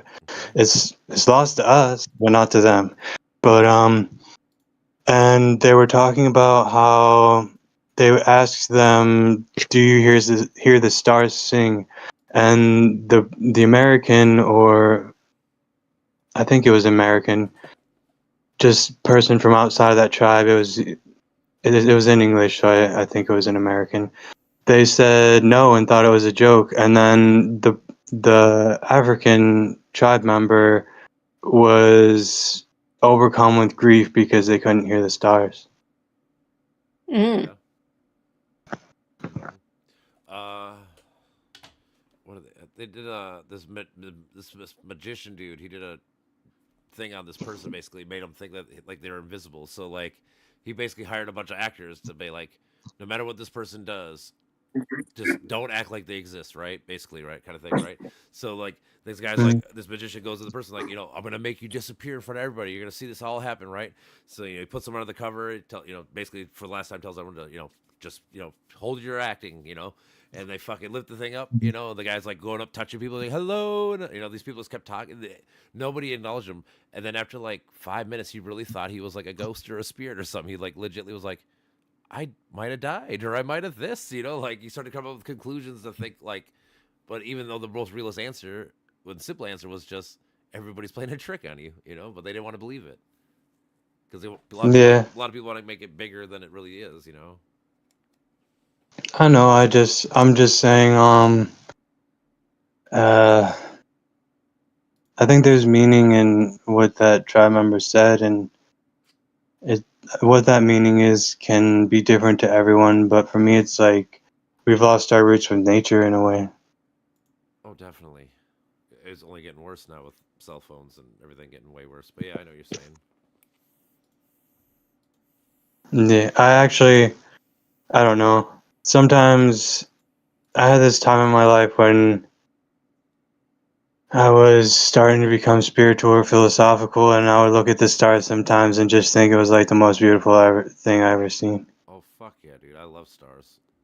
Like I said, someday if I get like really, really rich someday and I have just like a bunch of money to blow per se, I want to buy like $1,000, $2,000 fucking telescope and bring it out to bumfuck nowhere, like our cabin area and shit, and just fucking look, because they already look amazing in my naked eye when you're out in bumfuck nowhere, but having a fucking dope ass telescope and seeing thing, oh my, I love that shit. I love astrology. Yeah, I think outside of light pollution would be amazing.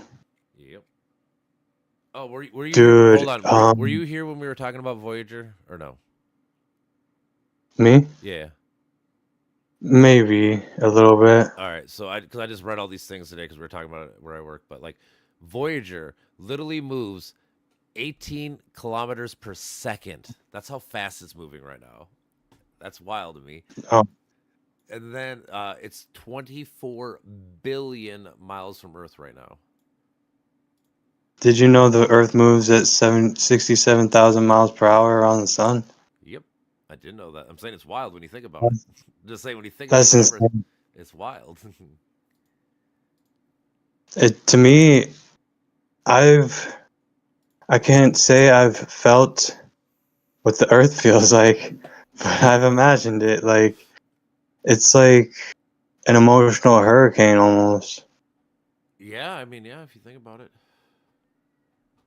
But I think that's what radical acceptance is for us in a way. Is that like understanding that you're basically nothing into the Earth? You know, like when you think about all this stuff. For me, radical acceptance is like accepting fear as it comes to you, and I'll say me accepting fear as it comes to me and just feeling it. And it can be like one of the most difficult things I've ever done, but if I do it more often, then it's easier. For sure. If you want to think of it like this, like if you're scared of heights, but you work at a fucking like nuclear plant where you got to be on top of the shit, the first few times you walk on it, like, my buddy did that shit. So he's like, first times I walked on it, it was scary as fuck. But you know, after like the 50th time, you just get used to it, right? Like you're not scared of the fucking 200-foot drop all of a sudden. Adaptation. You'd have to. We have to. There's a meditation I like that's like Into the Void, and for me that feels like just being in space, or like it feels like I was like what I would call like non-understanding, or like just like for me, even like quote unquote being in the void doesn't feel scary. It feels like a type of bliss in a way. So for like I said, for me, I don't think it's scary. I think it's like it's curious. I get more curious about that stuff instead of being scared about it. I like that.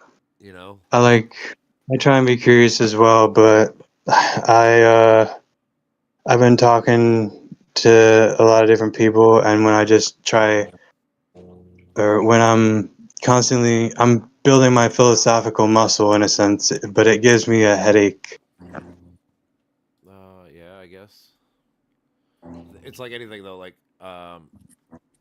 you always got to take like mini breaks. Like if you're going like deep into a subject or topic, whatever, like you could research for like a week or two, whatever the fuck it is, but like you kind of got to give yourself a day to like decompress and like really like try to soak in what you're actually learning, because sometimes I don't think people do that. I think people just learn and then they move to the next thing and they keep learning, but they don't really actually soak up like what it actually means to learn what you learned, or you know, like especially if you're trying to like deconstruct a worldview or a thought, you know, like that kind of shit.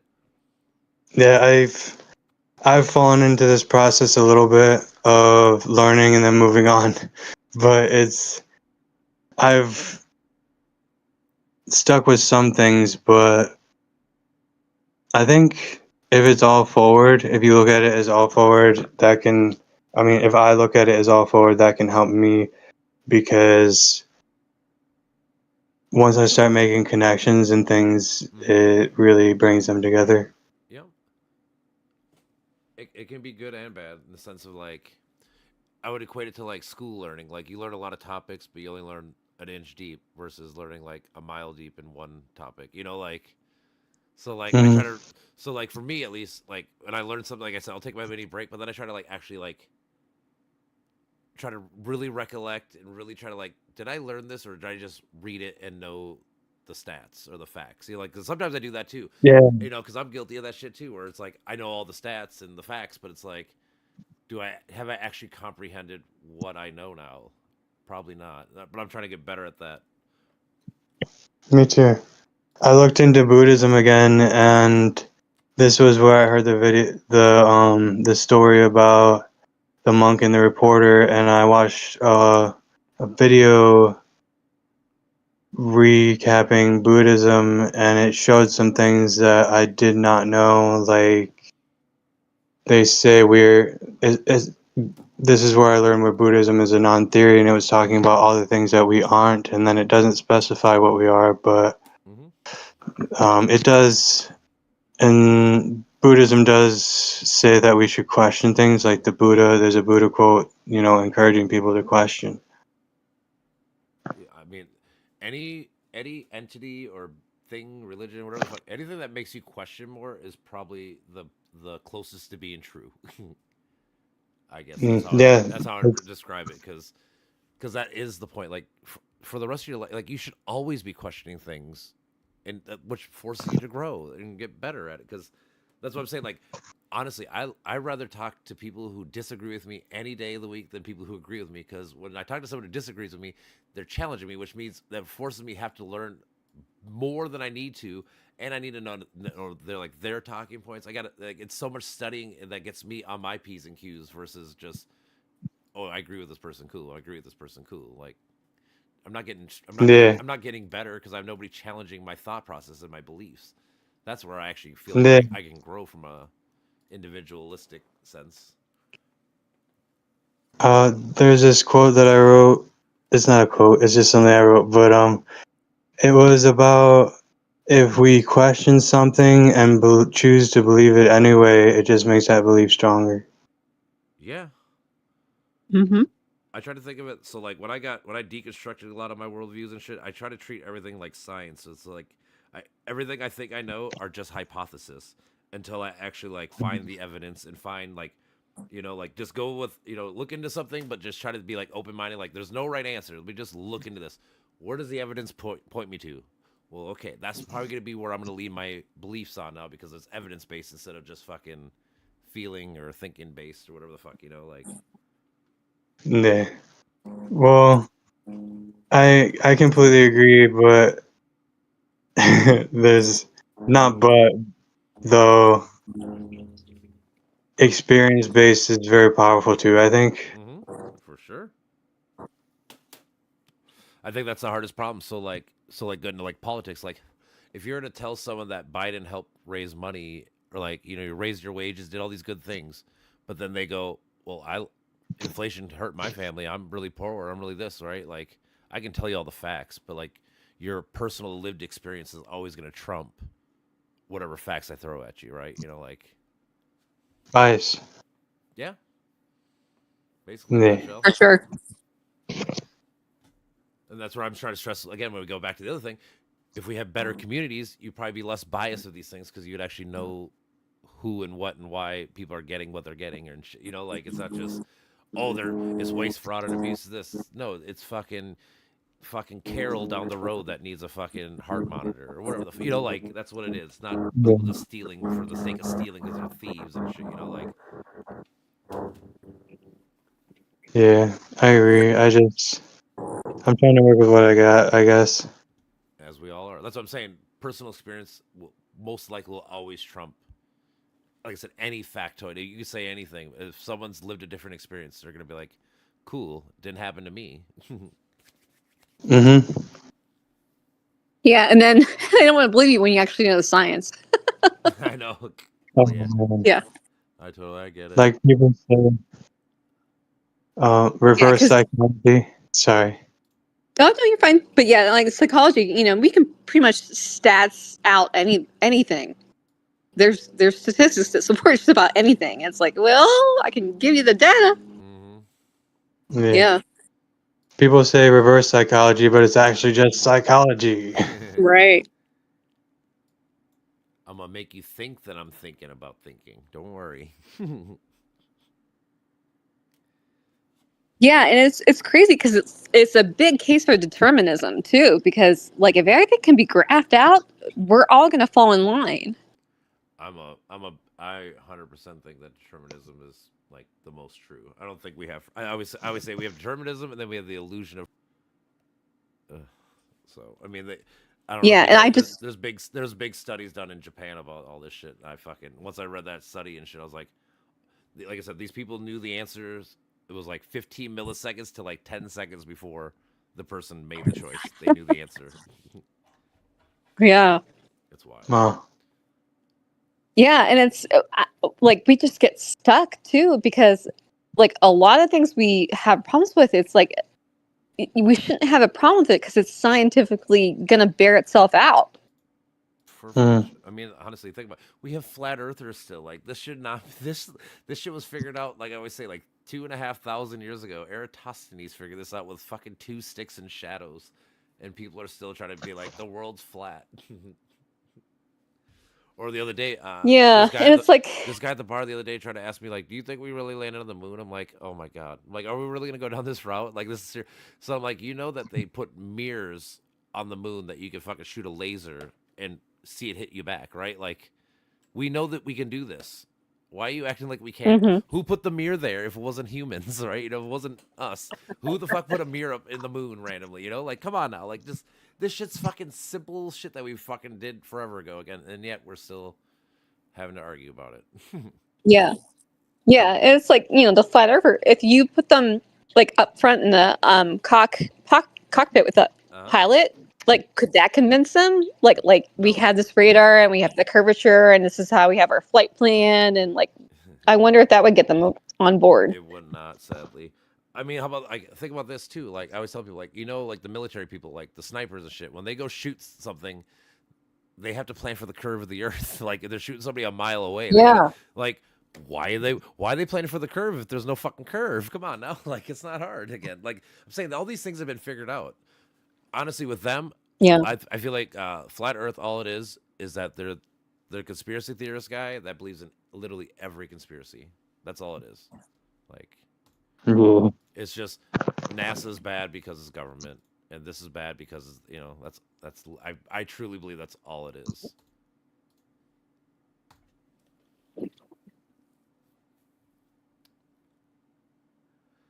I don't know. I guess I gotta know more of these people because I think sometimes it's just they have to think abstract and they're not capable of it. I've watched a lot of flat Earth debates because, like I said, there's a couple people at the bar that have told me all this shit. I'm like, okay, I got like I said, for me, if someone tells me something, I'm one of those autistic people where I got to know all my points and I got to know all your points, so I got to know how to debunk all your fucking points. That's kind of how it works. Like, so like I listen to so many fucking debates and shit. Like, what was it? I think it was literally last December. They took 6 different flat Earth people to Antarctica and watched the 24-hour sun, right? And people, oh yeah, and there's still flat earthers like, oh, that was fake, that was CGI. Like, what? Like, come on now. Like, like, and the thing was, like, this guy live streamed. He's like, how would I CGI a live stream? It's live. Like, the camera was up for 24 hours. We saw it. Like, just. So I'm saying I don't think it's actually evidence based. It's just fear of governments. Governments are bad. Therefore, the Earth is flat for some reason because the government says it's not. I think that's. I truly believe that's all it is. I can kind of relate to the autistic, not exactly diagnosis, but no, of course. But what you were talking about it with needing to understand things so deeply, and it's like when I talk to someone, I feel like I have to like absorb what they're trying to say as much as possible. Sure. And it's just like I want to understand exactly what they're saying, and like. I mean, as you should. I mean, that's the thing. Everyone should. It's one of those like, are you listening just to respond, or are you listening to actually like listen? Like, it's not the same. Yeah. Like if you that's. So when you listen, like you should be trying to listen to somebody. You should try to absorb the knowledge they're trying to give you, and it might be bullshit, but at least you can know what is bullshit. So again, next time someone brings up something like that now, you can be like, oh, well, that's silly because of this. Like I can literally tell you this one little fact, and that should prove you, like, right? That should, for like flat Earth people, I always tell people, put a clock on the wall, right, and make it spin counterclockwise. That's what you're basically saying. It's impossible. You can't do that. Like, and like I say with the moon landing, that's what I'm saying. Like, there's a mirror. Who put it there? Like these little things. Like if you just tell someone like that should be like the simplest way to be like, Yeah, that does actually make really no sense when you think about it. Like, how do you make a clock go counterclockwise? By looking at it, like, how do you turn your head? How do you? You can't. It's impossible. That what you're talking about with learning from people and what and everything. For me, it's like I wrote a poem called "Another Steady Mirror," and it's about learning from other people and learning about ourselves through it. Yep. Well, yeah, it goes back to what, it's going back. I was gonna say it goes back to what you were saying earlier. Like every time you talk to somebody, you're not the same person you were before you talk to them.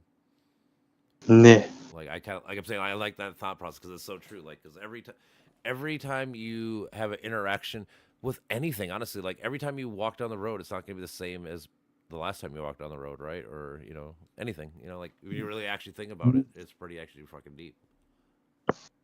Yeah. It's. I'm trying to describe what I'm thinking. It's in some ways it feels like the present moment is all there is. True. Yeah. And are you working hard for that, or is it coming easy for you? To be in the present moment? Yeah. I work pretty hard. Yeah. I think we all, maybe not all of us, but man, I think it's hard for me to sometimes live in the present.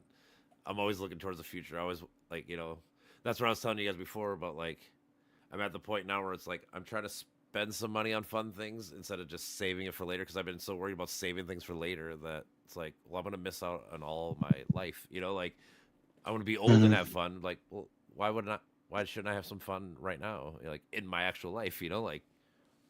And it's a fine line, It's really tough to. It really is. It's like I'm trying to prepare for the future and stuff, and still try and live in the present moment. I'm saying it's fucking pretty difficult. I tell you what, I have a good friend that is way better at living in the moment than I am. And I found myself, I got back kind of in my ego because I kind of consider it his dogma, right? And like when we have conflict, it's I don't think I'm ready totally for his dogma, but nor is he ready for mine either. Because I'm always like, well, for me to have a good future, I have to have a good today. And it kind of sounds right, but it's really not right because it's still too future oriented. Yep. I'm like, I'm trying to like be okay with me and be okay with him and make it work. And it's hard. Yeah. It is tough. Like I said, it's the fine line that we all have to do with is how much pleasure today do I give away for tomorrow? Yeah. Like, and then you have the opposite. Some people do the whole fucking YOLO. Like, I get my money today and I spend it all today because I don't have it tomorrow, or I'm not gonna live tomorrow. Maybe like that kind of mentality. Like, there's the counter extreme opposite too. Like, yeah, I think like Mel said, I think it's called the middle way. Yeah. I don't know if it's from Zen Buddhism, Taoism, but I say the middle way because the Tao is translated as the way. Right. But it's about that balance, and for me, the middle way is actually equanimity. Yeah. Like if I have 90% a clear mind and I'm 10% happy, I'm happy. Mm-hmm. Yeah, I mean that's a lot of it too. Is like you're never gonna be like. There's probably like very select few moments in life where you're gonna be like 100% happy, but you should be happy. If 75% of your life is really good and you have like 1 out of 3-4 days are kind of like something happens, whatever. Like that's still a good life. Like stop looking at like I said the 1 out of 3 that's really bad when you have 3-4 good days in a row. Like Again, I don't know what it is about, like I said, our negative biases towards people, but like we always just hone in on those bad days, that bad time, whatever the fuck. Instead of, you have so many more good ones. Think about those. Be grateful that you have these good times that a lot of people don't even get to have. Like. Yeah, I think I heard once, like, I forget the exact number. It's something like 5 to 7 negative thoughts equal 1 good thought or 1 positive thought for rather the frequency. Yeah. Mm-hmm. Yeah, that's fucked up. Yeah, I think you get what I'm saying. Totally, and it's fucked up. I think it is what it is. And we just have it. Well, I mean, I get what you're saying with it, but I guess what I'm trying to stress in the sense per se is that I think more people need to be aware of this stuff. I think the only way you can actually like try to stop it or circumvent it somewhat is to even know it exists. It's kind of like it's like all your biases. Like, like you got to be aware that you have these cognitive biases to try to keep them in check. So that's all you can do. You can't solve it, but you can try to put a leash on it and try to hold it down and make sure it doesn't get a hold of your life or whatever, Exactly. Yeah, but I know people are aware of it, like, because I think about like women in particular and like neuroticism. Like, we are very attuned to us thinking about like threats, scanning for threats, and I think it goes back to our nature that we had infants that we had to constantly scan the environment for threats against them, and it's just millennia of the leftovers, and it's maladaptive, and so we just kind of are privy to scanning for threats, and it's depressing. But women, what we've done is we've reached out for SSRIs, to get us a serotonin boost because it is depressing to scan for that all the time. Yeah. So, I mean, there's an awareness, and then there's like the coping, that's the modern coping. It's like, well, no, let's go back to like, why do we have to insist on scanning so much? Yeah. So it's like you gotta go back to like. A lot of it's probably hereditary or like genetic, like you're saying, like your DNA in the sense of you had to be. Women always had to be caring for the family while the man was out hunting / killing people in war, whatever the fuck, like.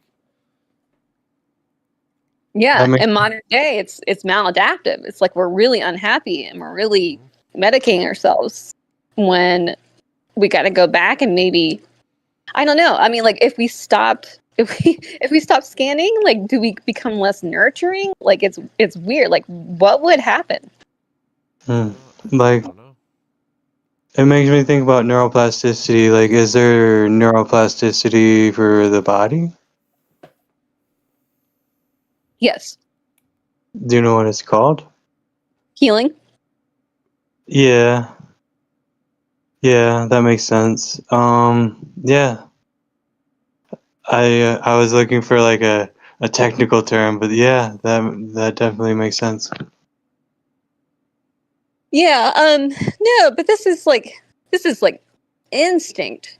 So like how do you override it? Instinct, cuz it's just understanding it. That's just a question. Instinct. So it's the whole death thing again. Yeah. Survival. Yeah.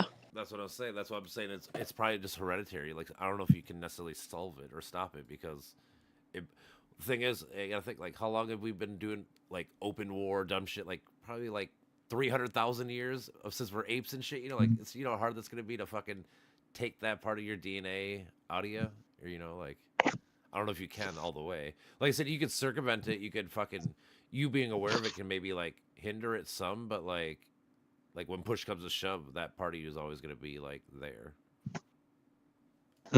Yeah.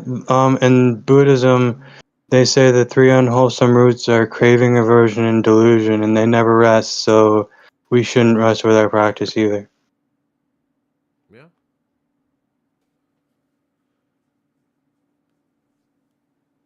I suppose I always try to just tell people like, just try to make the world a better place than you got it. If we got the world at this point in life, by the time I'm out of here, it should be at this. It should be 2 steps ahead, not fucking 2 steps backwards.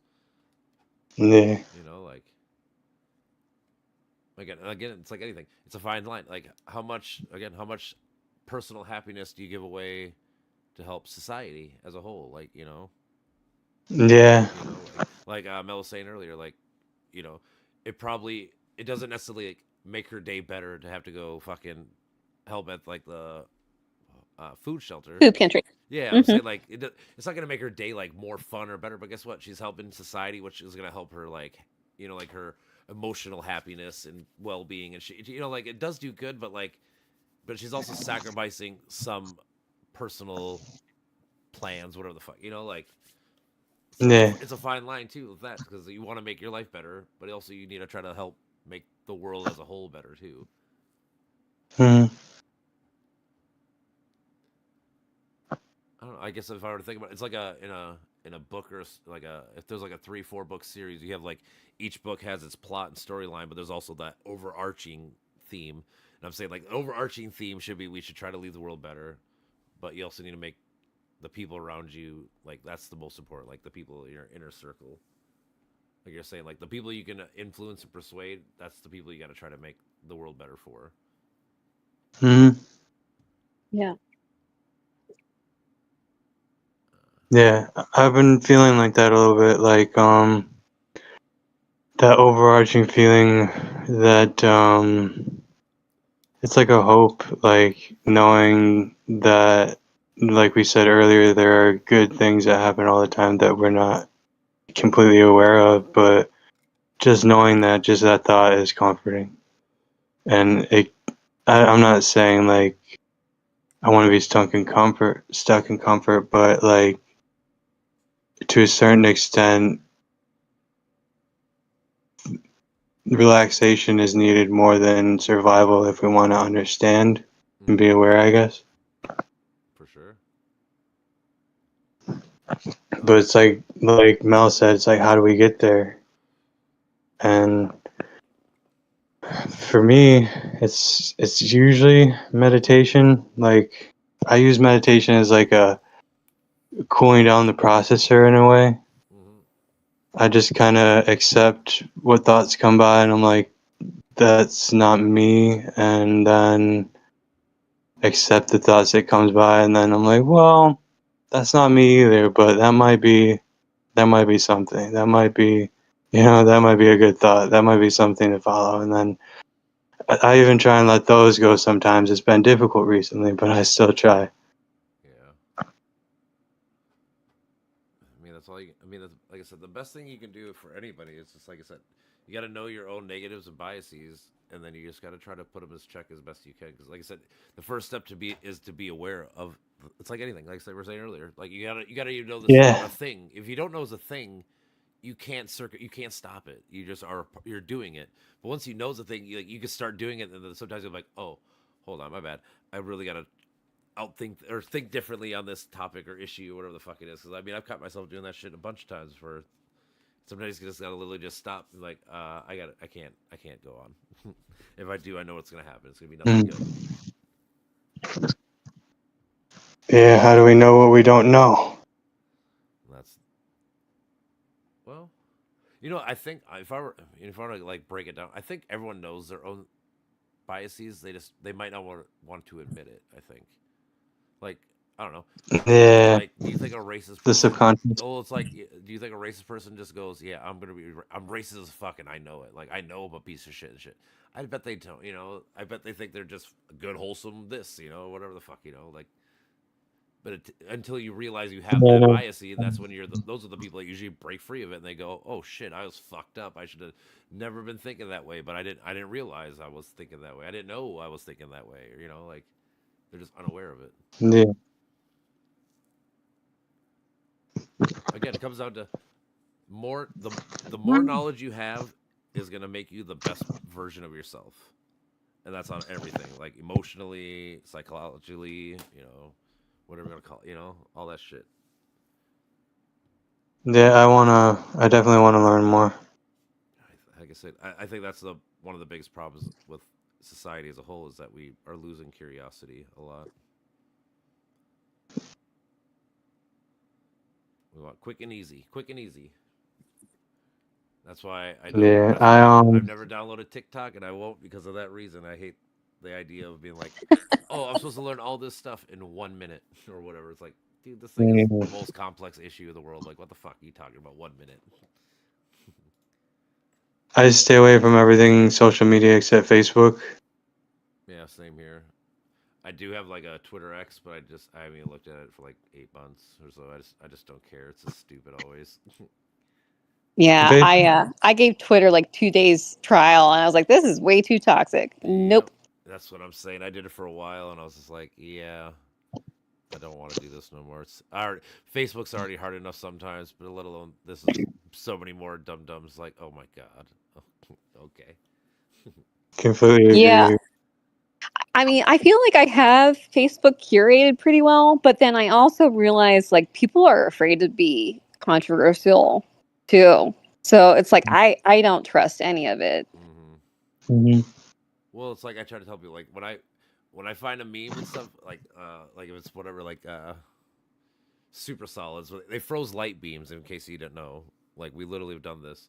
So like when I see it, I always have to Google it to make sure that I'm not sharing fucking lies because I'm like, I'd be so mad at myself if I shared it and then everyone's like, you know, you're a fucking phony and dumb because it's fake. You know, I'm like, what? You know, like, so I guess to be real technical, it's probably to hide shame. I don't want to be shameful of being fucking called stupid later. So like, I have to verify before I share these memes.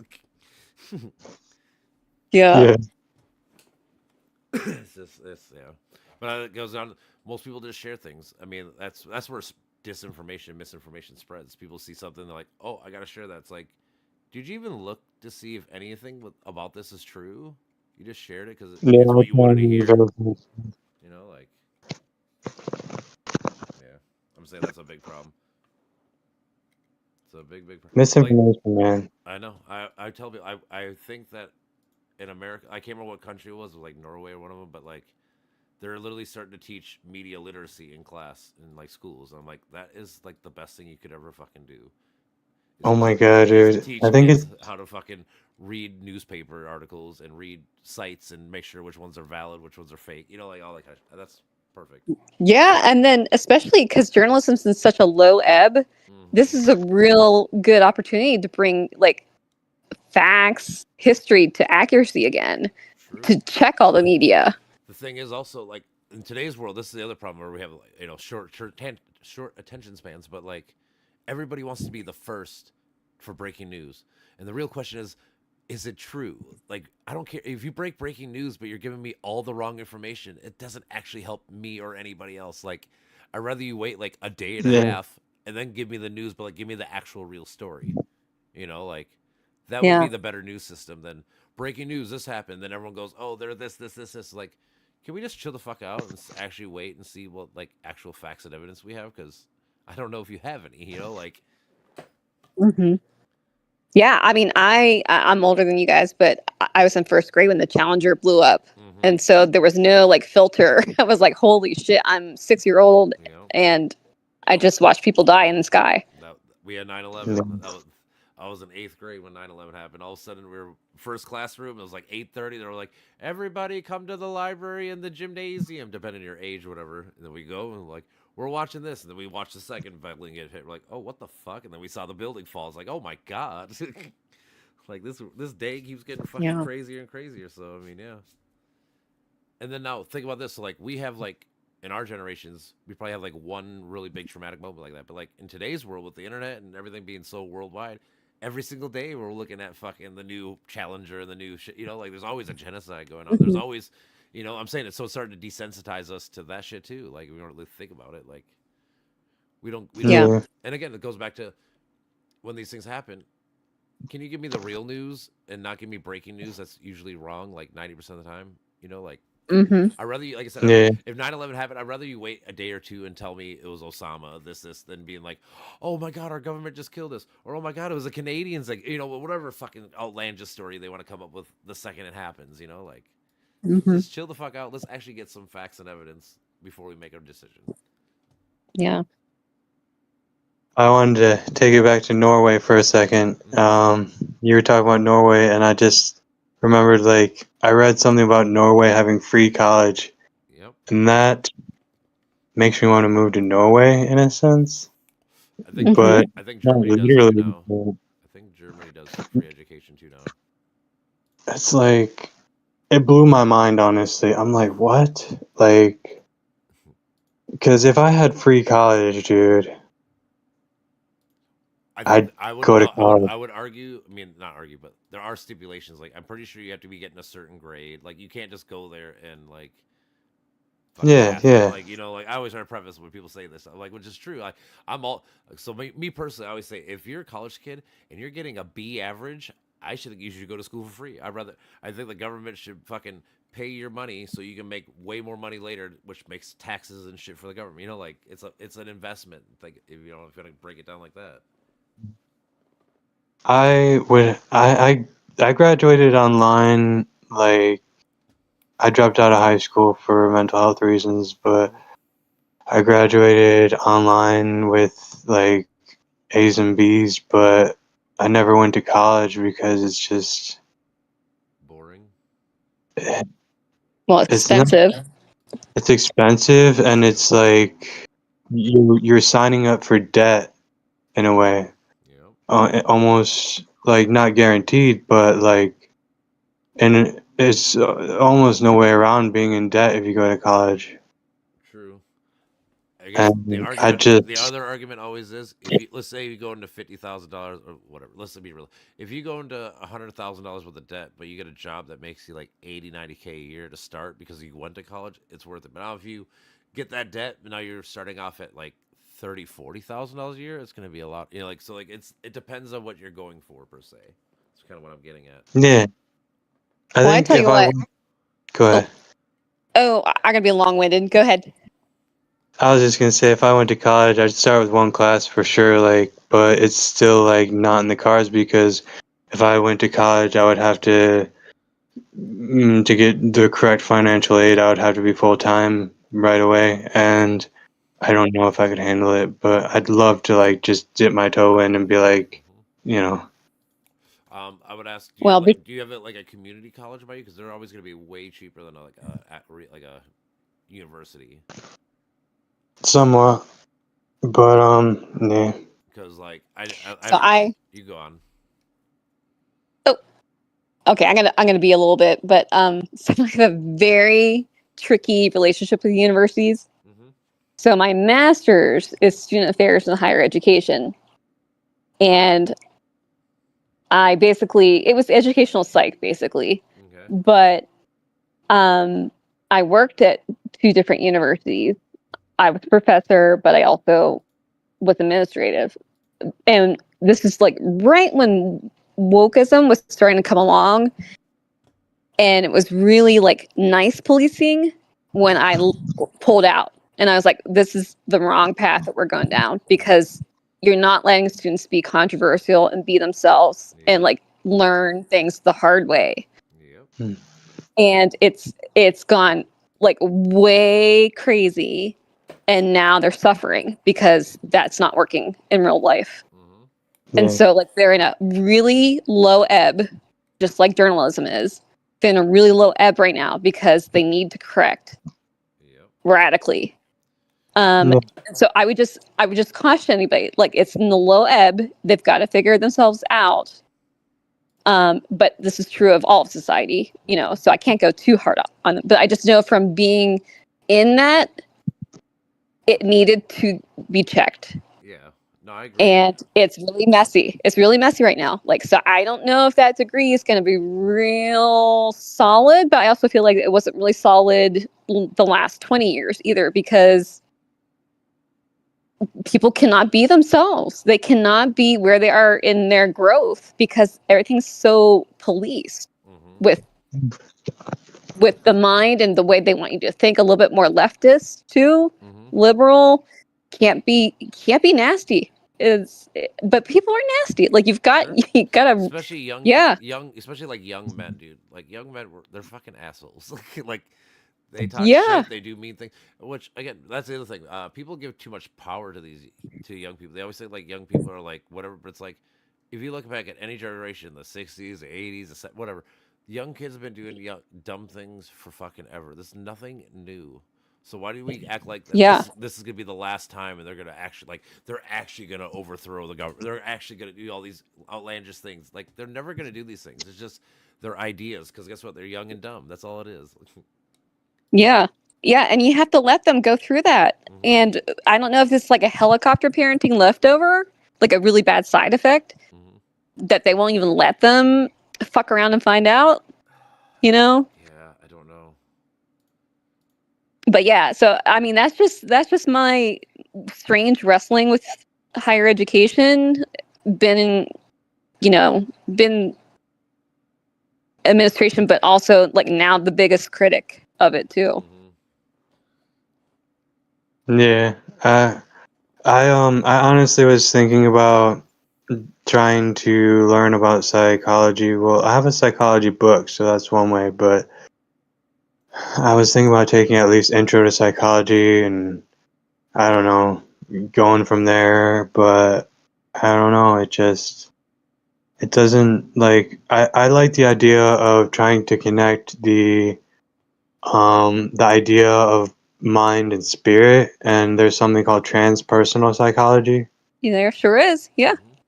And I was talking to ChatGPT about ways I could study it, and transpersonal psychology was one of the closest that I really was interested in. But it's like you can't. It's not that you can't, but it's not popular. Yeah, it's a niche. I mean, like Yeah, getting it's very specific. Uh-huh. Yeah.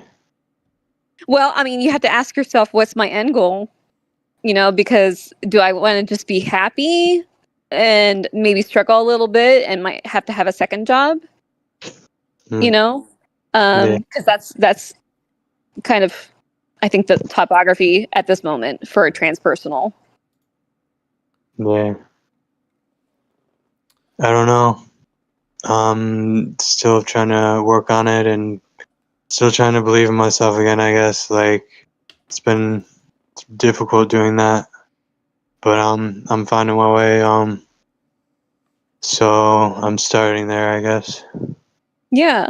But no, that's great. If you have your textbook, just intro to psych, yeah, that's gonna be broad, you know, and it's gonna wet your whistle a little bit. Mhm. Yeah. I don't go ahead. Oh, psychology, because I have my doctorate in it. It's a long road. So, and if it resonates for you, look into that because there's something there. Because usually it's about like your own journey. Through your own journey with it, you come out helping others. Yeah. I don't know that much about psychology, but I can discern certain things, like say the survival thing and the relaxation thing. It's like it's all connected to spirituality for me in some way. Mm-hmm. Yeah, human condition. Mm-hmm. For sure. Yeah, you don't have to go down like the more science routes. You don't. No, they're gonna make you, like if you do ever declare a major, yeah, they're gonna force the science into it because it is trying very hard to be the statistician of the phenomenon and trying to get the numbers, out there. Logical. Yeah. Yeah. And then how do you change people? I mean, that's whole behaviorism, and if you apply this stimulus, what kind of impact does this have, and can you control for this, and can you correlate that? And yeah, I'm glad to talk to you about this because that all sounds not like me. You're a Christian well, that's just the science aspect of it. Force everybody but to be but here's the Christian. thing: like, if you are spirituality driven, we need stats on that because I've had the research where meditation is on par with prayer as far as effectiveness. Yeah. I think there's definitely something there. Yeah. And then, like, is it better than placebo? Yes. Yeah. Yeah. So, I mean, we need the statistician of what actually your interests are, too. And then we have the people that are gonna be like yourself, and I have too in my past, where I was way more spiritual and like in a roundabout way. It helped me get better towards science because you can't always explain everything. We're in these human shells that you touch, so there's a physicality to it. So why can't I have a physicality to the mind? Yeah. I think there's a lot to that. I would say I'm trying to think of what I was thinking.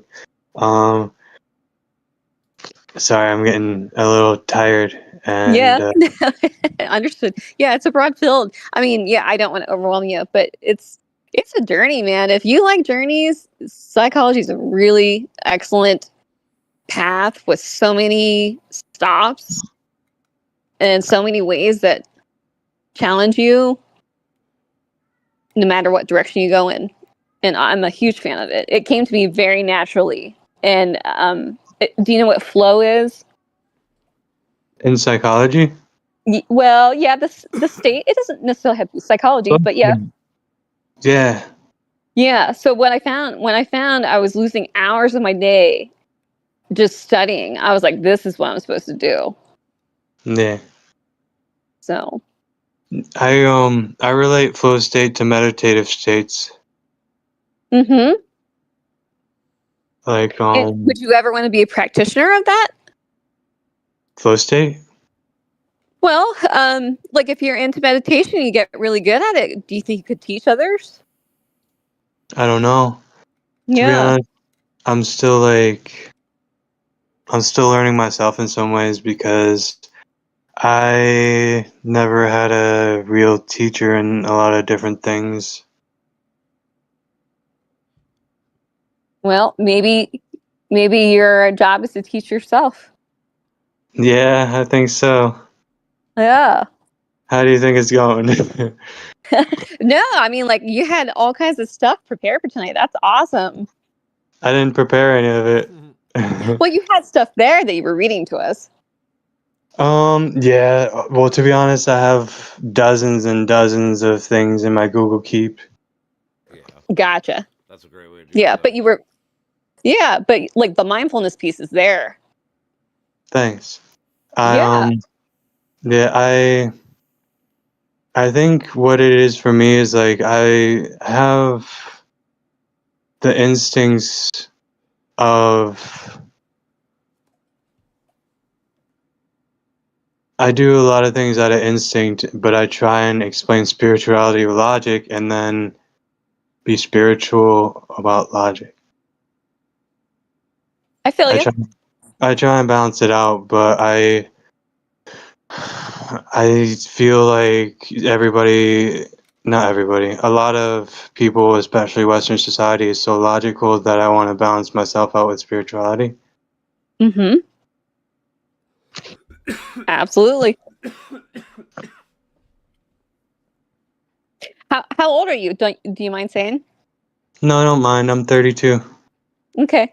Yeah, I got really into spirituality like at age 36, and I'm now 46. So I went spiritual, and then I turned more science. Yep. Yeah. That's what happened to me. Really? Yeah, like I said, I used to be religious and I believed all that kind of shit. But like I said, once I kind of started deconstructing my worldviews and stuff, like I said, when I started actually like questioning everything I believed, then I started looking for evidence of it, and then I started getting into more science-based shit because around that time it was like COVID and shit. So I was hearing all the people make up all the shit about COVID. I'm like, you know what? Let me just like I can read some of these papers. I can read evidence. Let me just try to actually figure it out. Then I started getting more towards that. Like I said, that's what I say. Like now, I try to when I hear something, I try to think of it like a scientific. Like I said, these things are hypotheses. I need to go find evidence and data and this to actually make it a for sure thing. You know, and I sort of treat life like that in general with everything. So when people say stuff, I listen to it, but like like when I actually think about it, like later, I try to like think about it, like all right, what evidence do I need to support this? What evidence do I need to disprove it? And I got to try to look for both and see which one comes out on top. You know, like. Yeah, I see that. I see the value in that. I think it's For me, it's like I'm becoming more logical to express myself more in a way. Mm-hmm. Yeah. I mean, honestly, you should never be afraid to express yourself. Yeah. Like, you know. I do my best, but you don't. I know. To be honest, we all struggle with it sometimes, for sure. Going through the mental health system, I feel a need to prove my sanity sometimes. I mean, I get that because of the No, situation you've been in. it's not the healthiest place. Yeah, you're not out there on Mars. Yeah, it's not the healthiest place. Mhm. So just know that it's complicated. It's really complicated. 'Cause the systems are set up to make money, right? Yeah. Mhm. So that heals capitalism. Okay, we are inside of capitalism. Okay, but we're still people at the end of the day that are suffering, and it's not the solution. Yeah. I feel that. I was trying to think of my personal experience, but I am taxing my brain at this point to think. No, it's understood. We've been talking for a couple hours now, but yeah, like you don't have to have it figured out today either. You know, it just sounds like you're well into your journey. Yeah, it's just a process, like anything else. Journey before destination. Mm-hmm. What is it? I forget the order. It's from that book. It's I'm just gonna say it in the order I remember it. Life before death, strength before weakness, journey before destination. There we go. Good stuff. This book, it's there's so many different like spiritual ideas in it that kind of shook me a little bit in a good way. It's like there's these people and they communicate through sounds, or I'm trying to remember exactly how they communicate, but it's like rhythms. They all have the same rhythm, and then they speak to each other through that rhythm, but they're very limited in the rhythms.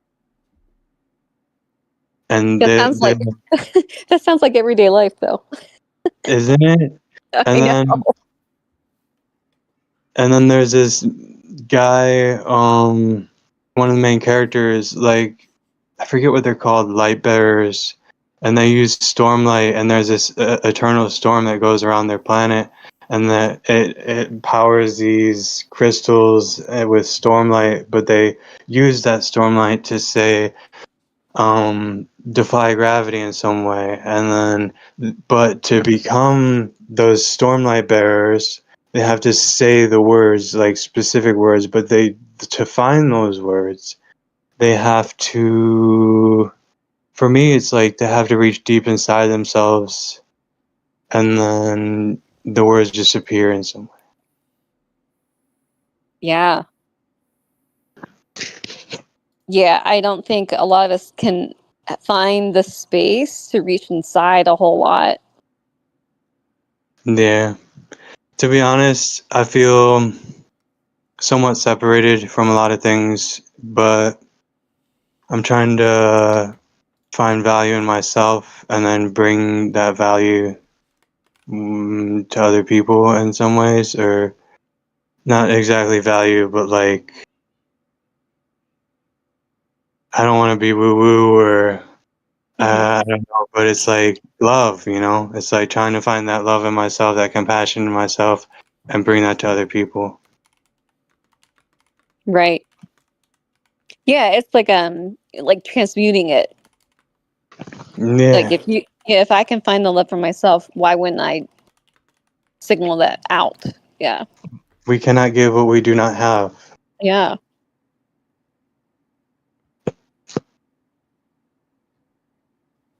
Like for me personally, right now I live with my dad. It's been a journey to say the least, but I try and take care of him.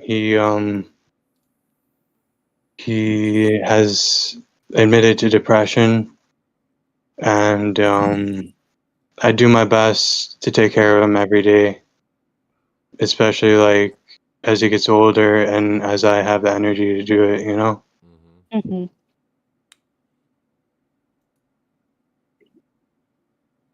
But it's not like because I have to, it's because yeah, it's because I want to, basically. It's like,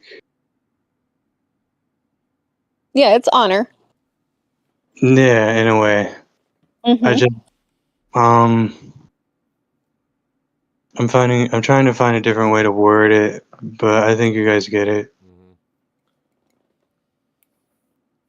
Yeah, service, service to others, like the best stuff. Yeah. And, even more so if it's a parent. For sure. Yeah. Think about it like this too. Like honestly, like when you get older, when I get older, whatever, right? Don't you want someone to take care of you too? Like Mhm. that's kind of the idea too. Like you take care of the elderly now because someday you're gonna be fucking elderly, and you would really like if somebody fucking took care of you and fucking didn't make you have to like die homeless or whatever the fuck, like. Mhm. Karma. Karma. Mm-hmm. Yeah, I mean, it could be that. I guess it's just it comes down to like we should want the world to be better, right? Like if you make the world better, if you make their lives better, it's gonna make your life better too. And I don't mean karma in like, oh, you do bad things happen so much. I mean, that's part of karma, but it's like being what you want to see in the world, kind of. for sure. Mm-hmm.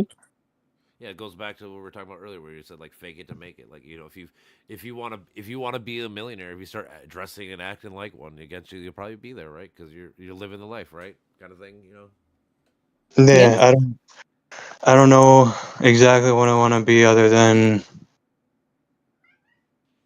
I just want to be compassionate, and I think a big part of me is like following Buddhism because it's like it aligns so well with what I want to be, and it's like awareness, compassion, and understanding, you know. Mm-hmm. Yeah, man. Like I said, anything that makes your life and the society as a whole better, if you can accomplish both things at the same time, you're doing the right choice. Yeah. That's kind of how I think of it. Yeah.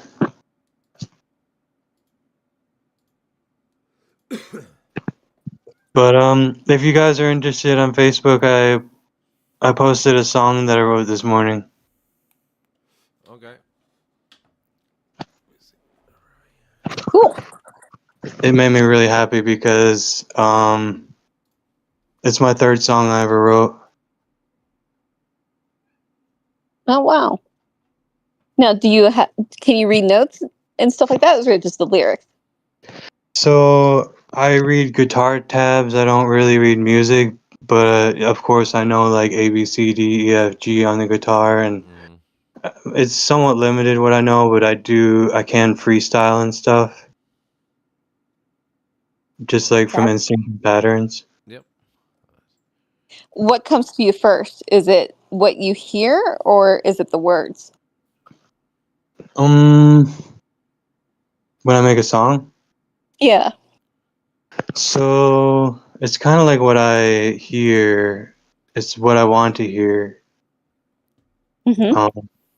I'll just kind of like play some notes and then think of some things and then think of a sentence and then like adjust the sentence, think of things that rhyme and flow, you know. And does like any person or anything like really inspire you? In general or music? Well, okay, so this is just me, but like I have a muse. Yeah. And this person, I would shoot off like poems, and he would like in no time flat shoot it back, his inspiration from what he got from me, or like vice versa. Yeah. But I realize there's people that they have a spiritual connection to a muse. Like mine's a real person, but people that are artsy, they're summoning something or someone or something. I don't know. And that works for them. If I had to describe it, my muse would most likely be peace and love and hope. Oh, okay. That's like, to say. The themes. Mm-hmm. Yeah, it's like that feeling, you know, and believing that we can all feel that, you know. Yeah. That's part of it. But my muse for this song was actually what I talked about earlier. It's my version of who I am, not who I was, in a way, while still like accepting who I am. Got it. It's almost like sarcasm in a way. Like some of the lines are a bit it's like the song Blank Space by Taylor Swift. Okay, yep. It's about a personality that they I would say prescribed her with. It's not necessarily what she believes. But in my song, it's more me making fun of a personality that I prescribed myself. Mm-hmm. That's a good thing to do. Making fun of yourself is good. Yeah. But like the song Blank Space, it can be taken the wrong way, but for sure. People who understand, you know, people who don't. Well, that's like any art can be interpreted like there's always like it's three meanings to art. The guy who drew it, the one who's looking at it, and your friend who's looking at it. They're all gonna have different interpretations, even though you're all looking at the same thing. Yeah, people who know you, people who don't, and yourself. You know? Same thing with music. That's why I love music too, because like I might think of it like this, and then I'll like actually read the backstory of a song. I'm like, oh wow, they were talking about drugs. I thought they were talking about a woman or whatever you know, like oh, you know, like just it changes your whole perception. And then once you know the real answer, then you kind of listen to it, and then you kind of hear like, oh, that does totally make fucking sense. I didn't hear it before because you just had no. I can't. There's that song. I can't feel my face when I'm with you. Yeah. Yeah, Weekend. Yeah. Yeah, that what you said about you thinking of it was a woman, but really a drug. That song came to mind. That's true. That's so funny. But yeah, I just wanted to share it because it's actually called "Where All Hope Lies." Yeah, I just read it a little bit ago. It's a good song. Thanks. Did you the past, present, and stuff? Yeah, I actually had the word future in like the second line, but I had to cut it out because I wanted it to flow better. Yeah, it just didn't fit. Yeah, I get what you're saying. But I like it because what is it called?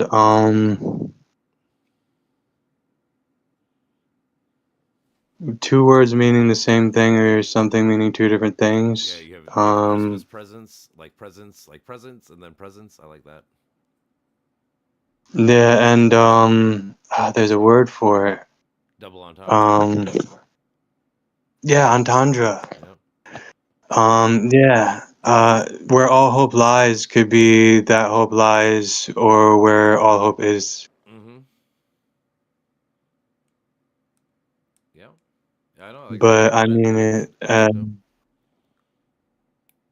Yeah, I really like it. It's my first song that's actually kind of positive. My other ones were just like typical indies, not typical indie, but like kind of negative indie stuff, like just ranting away. I told my coworker this one time, and she kind of got upset because it's kind of true. But I'm like, you know, honestly, all the best songs that you ever know are usually all negative because they hit you in the feelings, like because we all have that feeling, and like this artist happened just to put it in a word in a song, like perfectly explains how you're fucking feeling.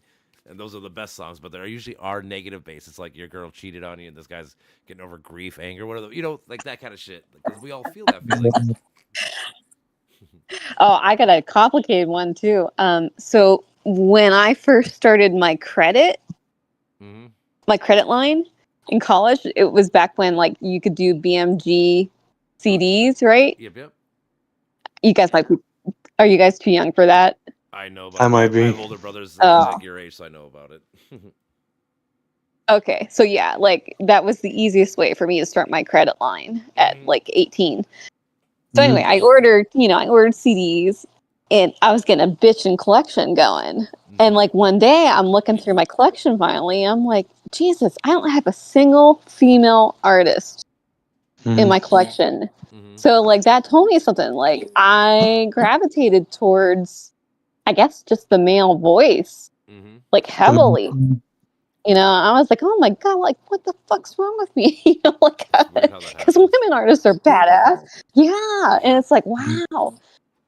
And like, I think about the male voice, like, throughout my life. And like, I remember during COVID, especially, like, I became a huge Joe Rogan podcast fan.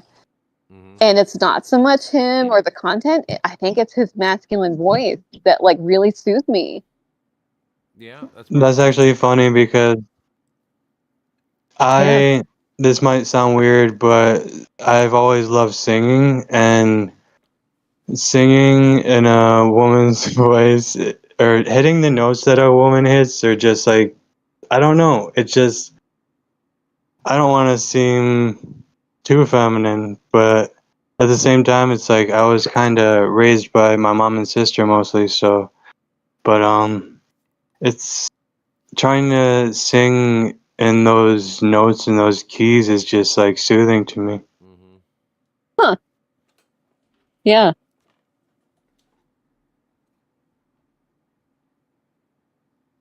But also, like, I think it's the high notes really. Like, there's this Glass Animals song, Tear in Space, and he hits these notes, and I'm just like, I'm trying to, like, I can almost do it, but it amazes me. But I think part of it is having a higher voice in general. Sometimes, like, it's easy to hit those notes. For sure. Yeah, because if your range starts at like almost tenor, yeah, soprano is going to be not so hard of a reach. Yeah. Yeah, actually, I think it was tenor sax I tried to play, saxophone. When I tried to learn music when I was a junior in high school, it didn't work out that great, but it was fun. I got okay at saxophone. I actually almost learned Sweet Child of Mine. Wow. I was I'd say I was 50 to 60% there. Not the whole song, but the doom doom doom doom doom doom. And it's funny because when I was younger, my grandpa, he was a musician, and he wanted me and my brother and my sister into music, and or wanted to encourage it, and he got this guitar for my brother, regular size mini for me and my sister, I think, but also a keyboard for my sister because she was more interested in that. I ended up getting the guitar and the keyboard. The size one. I named the guitar. I named El Salvador, and it was my guitar for years, and it was literally so hard to play. I worked out like you wouldn't believe, and I still could barely, like, no one could play my guitar, but I was still able to like play songs on it. What happened to the keyboard? I'm looking at it. Oh, cool. That's tight. I learned part of For Elise on it. I still can play it slowly, but I actually, in my life, I've learned a decent amount of piano songs, but I just memorize each note, what it sounds like, what it looks like, and then from feel. Yep.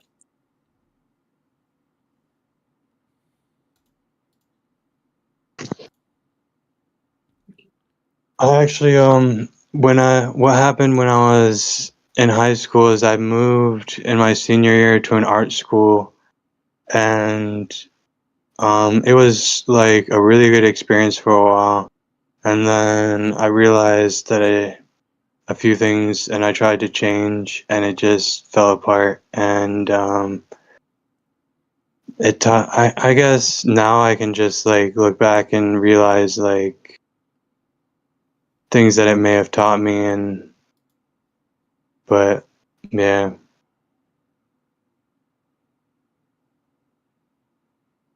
Like when you say it was like an art school, like was it going down like too artsy, and then like you had to self-correct, or like? So what happened was, as a teenager, I think I was always a romantic, but then I met a friend who was like a ladies' man, and he kind of taught me how to be more confident and stuff. And then I tried to follow him, but I was never really into it. But all I did was like I flirted a lot. That was about it, and and I got a reputation. And then I realized I didn't want to be like that, and then it just kind of people were like, I already had the reputation, and Mm-hmm. yeah. Yeah, that social network is so influential at that time. Especially like believing in romance, but then seeing it done incorrectly, but like, oh yeah, that might be what I want. But really, it's just a sense of confidence that I wanted. Yeah.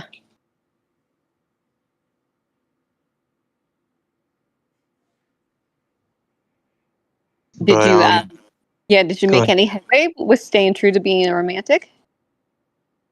Um, Romanticizing philosophy? I don't. There you go. No, I mean you're gonna find your tribe if you stay true to that. You're gonna find the person that's drawn to that. So Yeah, I that's half actually. that's half the battle. Yeah, I've never been great at relationships. I can only speculate as to why. But I had this one relationship that was on and off for a few years, and that was my what I would consider my longest relationship, and she was a lot like me, I would say, and maybe too much like me, I'd say. You mean like in a romantic way, or just personality wise? Personality. Mm-hmm. But I was trying to be friends with her about a year ago, but it didn't go so well. I think the whole time she wanted to be more than friends, and I didn't know really, or she didn't tell me, and I didn't know. So it was like it didn't end the best way, and that's the last time that I really kind of was really depressed Mm-hmm. because she was like my best friend. Yeah. But now I'm learning to count on the people that are there. Yeah. Maybe just ask more often too. Yeah, yeah. The way I ask is by giving, I guess. And then if they, that's not 100% correct. I do still say, hey, I need this, but it's also like, I'm like, hey, I can give this. And they're like, this is what I can give. And then I accept whatever they can give. Yeah. Yeah, almost like a love language kind of thing. Yeah. My mom actually suggested a book. I think it's like 5 love languages, but I have a hard time reading textbooks. Mm-hmm. Yeah, it's popular. But I have tried reading on Buddhism a lot. Like I read a decent amount for a while, but I couldn't stick with it because it feels I don't know. It's hard to describe, but it feels like once I start to know something, I'm like, I understand this to a certain extent, but I don't understand this to any extent.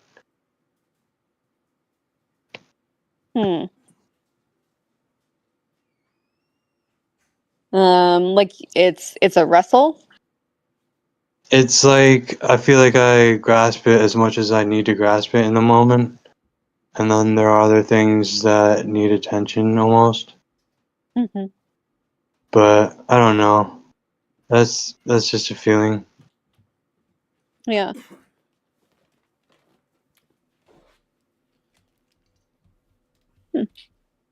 But sorry for going. Oh no, you're fine. You don't have to be sorry. Thank you. No problem. I don't like I only like to talk about personal experience, but I don't like to talk people's ears off about my personal experience. That's a good balance to have. Right? Yeah. Because trust me, we know it when people don't know the stop. I guess that means you're not a I was narcissist. You want to hear about yourself all the time, right? thinking out loud almost for me, but I do try and have a lot of self-compassion, and I do try and be aware and um, as much as I can. Yeah, that's good. Those are good I mean, traits of to have. myself. It is a good trait to But have. yeah, thank you guys. Oh, no problem, brother. It's good to always learn new perceptions and of people's lives and stuff. Like because obviously it's like anything. Like we all didn't live the same life, So I might think a thing about something, and then now you have a different perception. So then again, this goes back to the community. Hopefully, it helps us all grow, and we come back a better, different person. Yeah.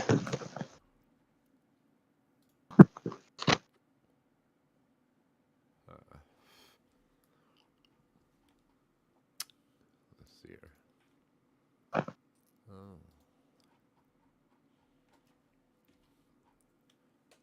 But I appreciate you guys.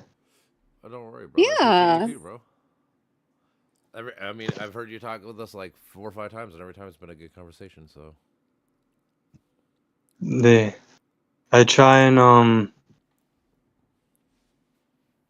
I don't want to sound full of myself, but I know that's a bad way to start a sentence. But I try and bring a perspective to people that they might not have thought of sometimes, and it's through my own personal experience. So I mean, that's all you can give us. So I mean, that's authentic perception of things instead of being inauthentic and fucking trying to tell people what they want to hear or whatever the fuck it is, yeah. Because that's all you can do. I mean, it's like I was telling someone the other day, like I'd rather have someone give me a harsh truth than a good lie. It sucks hearing the truth sometimes, but you know what? It's the only way you can get better as a person. Yeah, I've been what I would say taking a hard look in the mirror recently. I wrote a poem. I forget what it's called. Oh, where hope is least expected. Mm-hmm. And that one was just. It's about What's that? I would say, is it about where you find hope? Kind of story. It's the name is more of a general nod to our blind spots, and there's hope there. Okay, that's pretty dope. But I wrote my page bio is just there is often hope where you least expect it, and then I named the poem after that. But the poem is about like me noticing things that I do, and for better or worse. Okay, yeah. basically like a self-reflection kind of story. Yeah, self-humbling almost. Mm-hmm. Yeah, man, that's which important. That's very important. Yeah, it's like we said, trying to know what you don't know, which is not as hard as it has to be. Honestly, I don't. Like I Or, said, I don't think it's hard. Like in the sense of like, I think we all know it, but like I said, it's facing it. That's the hard part. Like I said, it's the shame, the doubt, the fear, the whatever about yourself. It's hard for fucking people to do that, which I get because I'm part of it too. Like, yeah, I get that too. I think everyone does. That's the thing. It's pretty universal. I think like those kind of things. We don't. Yeah.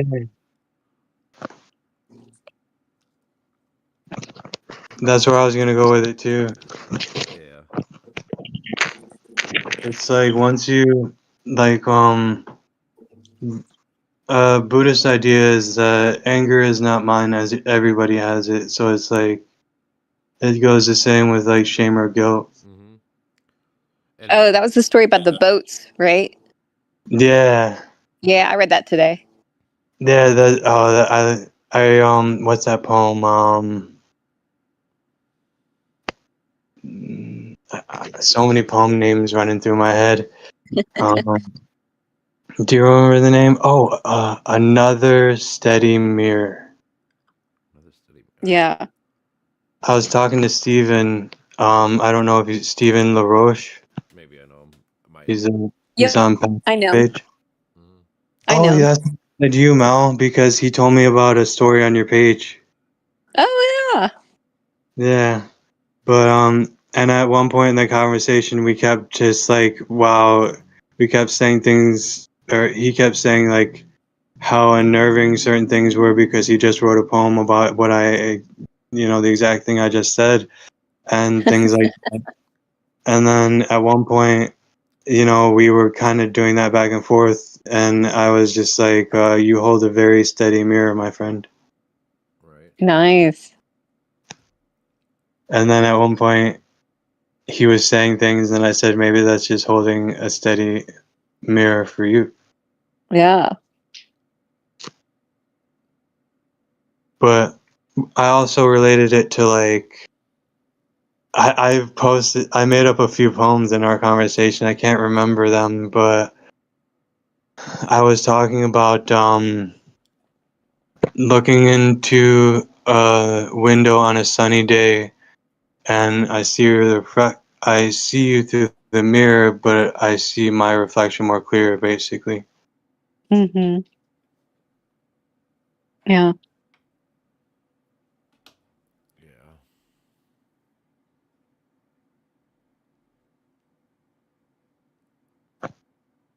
But keep on jamming that stuff because I see myself in that too because like I like to write like poems especially, and I'm way more effective in writing that stuff than ever articulating myself. Yeah, it's like a different language. Mm-hmm. Yeah, I just do better writing it out. Yeah, it's like the real timeness of talking with people doesn't afford for a lot of space for me to get the exacting word. I'm trying to describe it. Poetry is like not having to perfectly describe what you're thinking, but it's like it's basically just art, Mm-hmm. Yeah, it's usually a banger. Like I'm usually pretty happy with what I come up with, but in real time, it's clunky. Oh, do you ever read it out loud? No. It's like, for me, it's like making music. It's like when you say something out loud, you hear it better in your head if it reads better out loud, if that makes sense. Yeah, it does. And that's how it's like once I start reading things out loud that I haven't, it's like, oh, I can switch this around and switch this around. Yeah.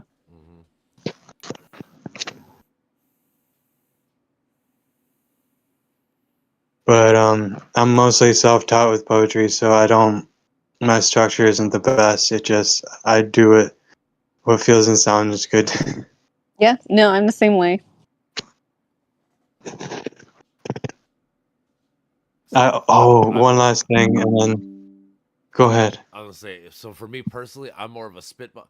I always tell people I should get better at like recording myself or like doing something because I'm more of like a spur of the moment. I'll say things and then I'll try to like think about it later. I'm like, shit, I can't remember what I said, but it was really smart or cool or funny or whatever the fuck, and I forget it a lot. So I got to get better at writing shit down. I tell myself this all the time, but I just never do. If I may, there's a Google Keep Notes app. I don't know if you have Android or a Mac, but yep. I have. You have Mac? I have a Android. I've used it a few times. Like I said, I just got to get better at doing it. Like I said, because I probably used it like 20 times. I know I've thought of way more things than that. Just. I email myself. Do you? Nice. Yeah. Wally, were you talking about Google Keep Notes? Yeah. Or Notes. Nice. Whatever. That's what I use. Yeah, I love it. One last thing I wanted to say about poetry, and then I think I might go. I was writing poetry on this app, but you have to post comments before you write them. And I wrote a mini poem, just like short, like one sentence or something. And this guy messaged me back a poem sentence, and then we went back and forth about 3 times, 6 sentences in total, and we made a poem, and I posted it. We didn't plan it. We just started communicating through poems. That's dope. Right. I dig it. I'm way more effective in poems than I am in real life. Yeah. I think I am too. Yeah, you might be a fellow romantic. Yeah. I definitely romanticize philosophy. Mm-hmm. Oh yeah. But yeah, it was good talking to you guys. Yeah, it's cool because I'm a new friend with you on Facebook, and it was cool to put it all together. Yeah, it really was. Yeah. Oh yeah. And I know Wally, and I always enjoy talking to him. Hell yeah, dude. Like I said, this is like the 4th, 5th time I've talked to you, and every time it's been a pleasure. Like I said, we always have great conversations. Yeah. It's nice talking to like-minded people who are similarly different. Sure, that's exactly that's what it is too, though. I mean, like I said, that's what I'm saying. Even when you're talking about like, well, this is just my life. I'm like, yeah, but it's a perception that I didn't have. You know, like I didn't grow up like you. So like when you tell me about shit, like I said, it's one of those. It's gonna help me grow now because I can take these things and try to equate them to like the knowledge that I've already had. You know, it's got to think like that. You know. Yeah. That's what I love. Me too. But so hold on, Mel, quickly. What would you recommend I go do if you had one day in LA? Okay. So, are you a person that you want to see the sights, or do you want to have experiences? I'm more of an experienced guy. Okay. I mean, my bias, I love comedians, so you have to see the Comedy Store because it's where so many people have launched. Actually, now that you mention that, I should see who's like headlining that day because I've gone to a couple comedy shows, and yeah, some of them are fucking great. Yeah, because it's the house that Mitzi built, Mitzi Shore. Mm-hmm. I mean, Pauly Shore's mom. Yeah, I've heard of this place. I mean, like I said, it'd be cool to see it. Actually, that'd be fucking sick. Actually, yeah, I mean, you walk in and there's just they have just the photo, that all like probably agents have of them, and they'll sign it, because they've been there, and yeah, so that's top notch. Beverly Hills Hotel, maybe. Okay. So yeah, I'm gonna you know, say, like, so our, but yeah, so our you're first day there, we're like, the hotel thing I got is like probably like 2 blocks away from like the Walk of Fame. nice. So I mean, I'm kind of gonna be right in that area. So the other thing I Yeah. was thinking about doing was that the Griffin Observatory. I think that would be dope. Uh-huh. Yeah, that's not too far. Mm-hmm. So Yeah, that I actually haven't done, oh, you haven't done that but one? Okay. nope. But yeah, I mean, there's so many stars on the Hollywood Star Yeah. Let's see. Promenade. Yeah. Nick Kroll will be there the day I'm there. That's actually he's pretty cool. I like him.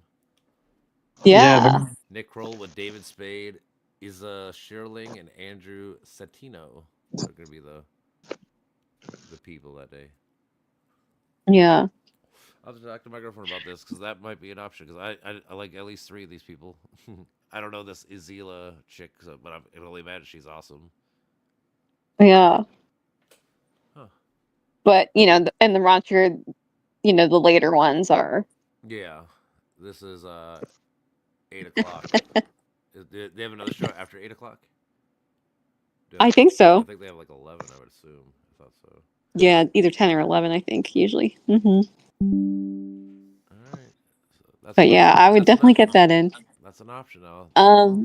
Yeah, but I mean, just being on Sunset and like going past the Rainbow or the Roxy or.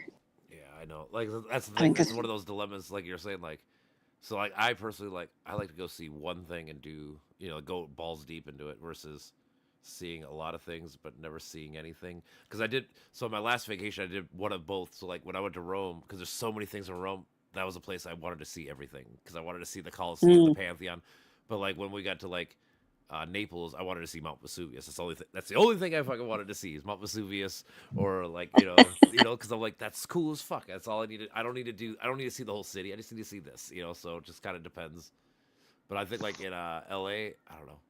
I kind of want to see everything, but I also want to go like I said, I kind of want to take a tour of like I was thinking of that I was thinking the observatory, or I was kind of thinking of the China Theater where they do all the movie premieres and shit. I think that would be kind of well, you'll see the Chinese theater and Dolby Theater when you're on that Stars Promenade. Yeah, because it's right there. I'm talking about going to actually watch a movie and going in. Like I'm saying, like how like instead of like that was one of the options. Like I said, I was thinking about doing the Griffin to go see the stars, or go and see a movie at the place, or they see all the movies. And that's the thing. It's so many things to do. It sucks. Yeah.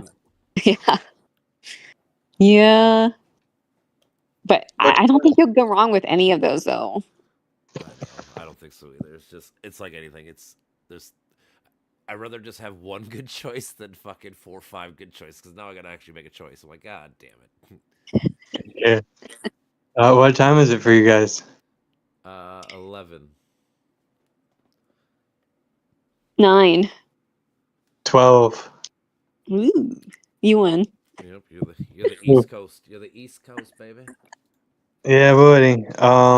But yeah, it's been worth it staying up until 12. I don't do it that often.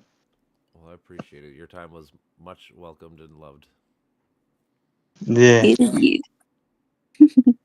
All right. All right, brother. It was good talking. You too, brother. Peace. All right. Good night. Good night. Good night. So yeah, like I said, that's just my dilemma. It's too many good choices. That's the thing about going to some of these places. It's too many things to do. And you're central? Where are you? I'm by Brandon. I live in Minnesota. Minnesota. Oh, I've been through. Okay. What part of Minnesota? Oh God, Mall of America country. Oh, okay. Yeah. Well, Mall of America. It's funny because I live here. I've only been there like 3 times.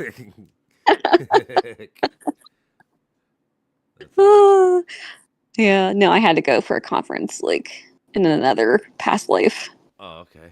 But I took a train I was in Pennsylvania, from Pennsylvania to Minneapolis, St. Paul. What's that, like a 15-hour plane or train?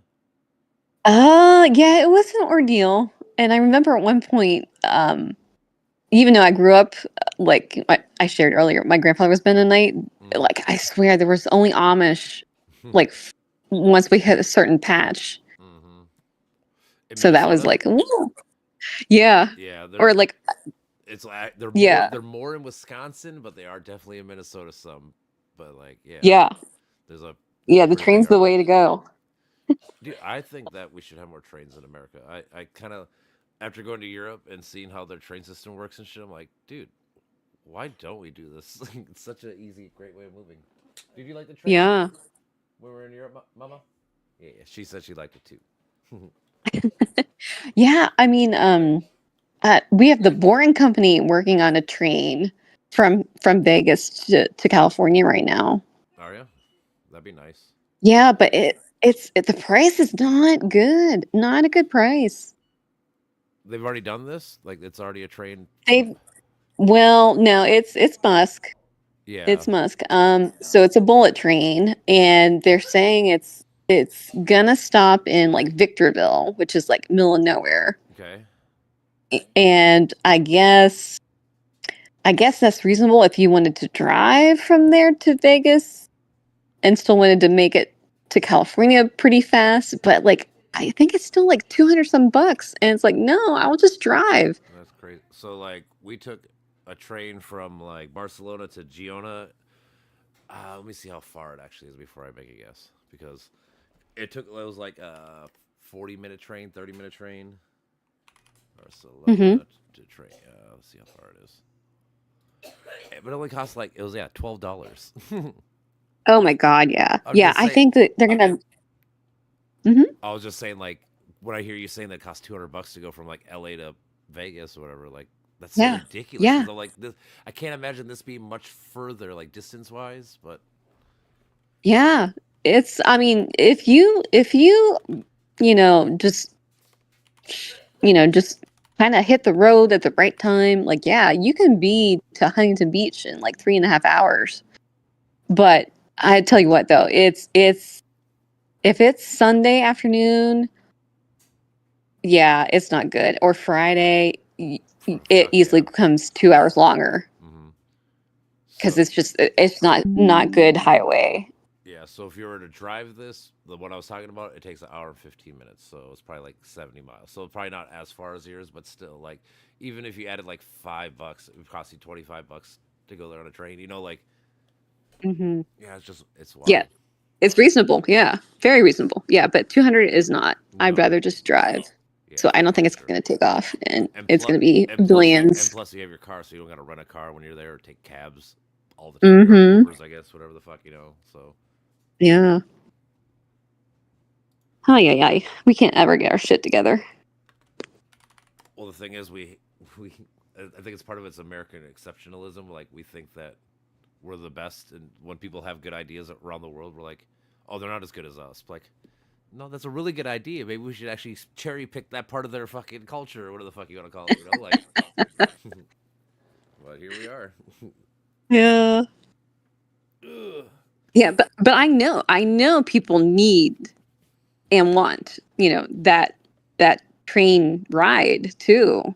That's the absurdity. Well, again, it's one of those, if you can get like 200 people on a train, you know how much traffic, less traffic you're going to have, and, for the earth, for the emissions, like all these things, like it's probably a net positive to do, even if it costs you a bunch of money up front. It's one of those, like, I always feel like, especially in America, like we hate paying money up front for long-term gain. Like if we don't see gains right away, we don't want to put money into it. And that's it's a silly way of thinking that we do. Yeah, I think that's going to be our demise, if you ask me. Like, we're not good at the end goal, the end game. Yeah. But yeah, other people in the world are, though. Yeah, I mean, that's where I get back to, like I was saying earlier, about, like, everyone keeps talking shit about the East or the West or whatever. It's like, why can't we just blend these two? Like, if these people have great ideas, let's take that idea. And if these people have great ideas, let's take those ideas and make the best version of it, instead of being, it has to be all this or all this. Like, and I feel like that's a lot of the thinking problems that we're having. Everyone has to be so extreme on everything, instead of just trying to find, like, there's positives in a lot of things. Like, let's just take them. You know, I kind of equate it to like food. Like, you know, like America has the best food per se, in a sense, because we have every culture's food. We pick the parts of the Latino food we like. We like pick the parts of the Chinese food that we like. We pick the parts of like Arab food that, you know, and we made it ours. You know, but they're not our ideas. Like we cherry picked them off all the other food that they brought over. You know. Yeah. So. Yeah, but then they get mad at us too because we made it a melting pot, but it's not really reminiscent of authenticity or like they're authentic too. It's like just like no, it's now morphed. Well, yeah, it's Americanized. Yeah, for sure.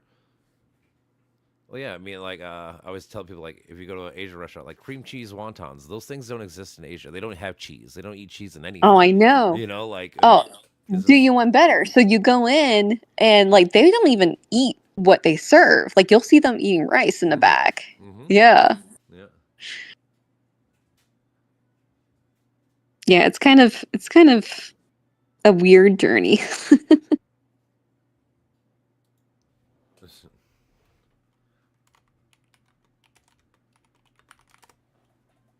Well, it is what it is. Well, I am fading big time. Yeah, me too, kind of. Well, that's good. That's all right. We had a good long conversation today. Yeah, for sure.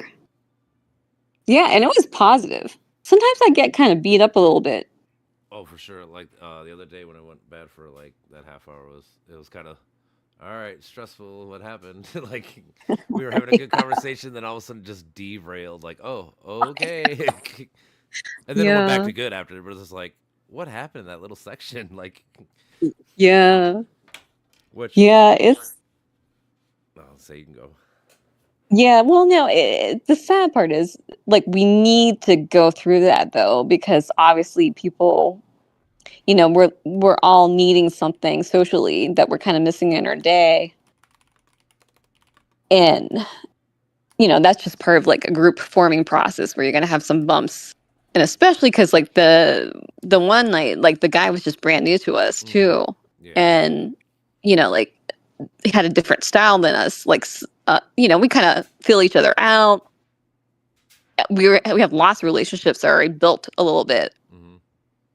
Yeah, so that was kind of really volatile. But I mean, yeah, it's interesting. Yeah, I mean, in the end, it was still good. It just, like I said, it had that like big bump in the middle where shit at the fan for like 30 minutes, and everyone's blood pressure went up for a second. Like, is this seriously what's happening? Like,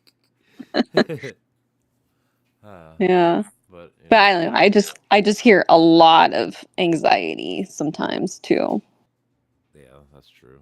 And like you're saying, when someone's new, like it's like a lot of things. Like it's hard to interpret if someone's being like sarcastic or serious or what. You know, because you don't know their tone of voice because you might hear it in someone else and that's what they mean. So you just kind of link the two, even though they're not necessarily the same, because again, they're different.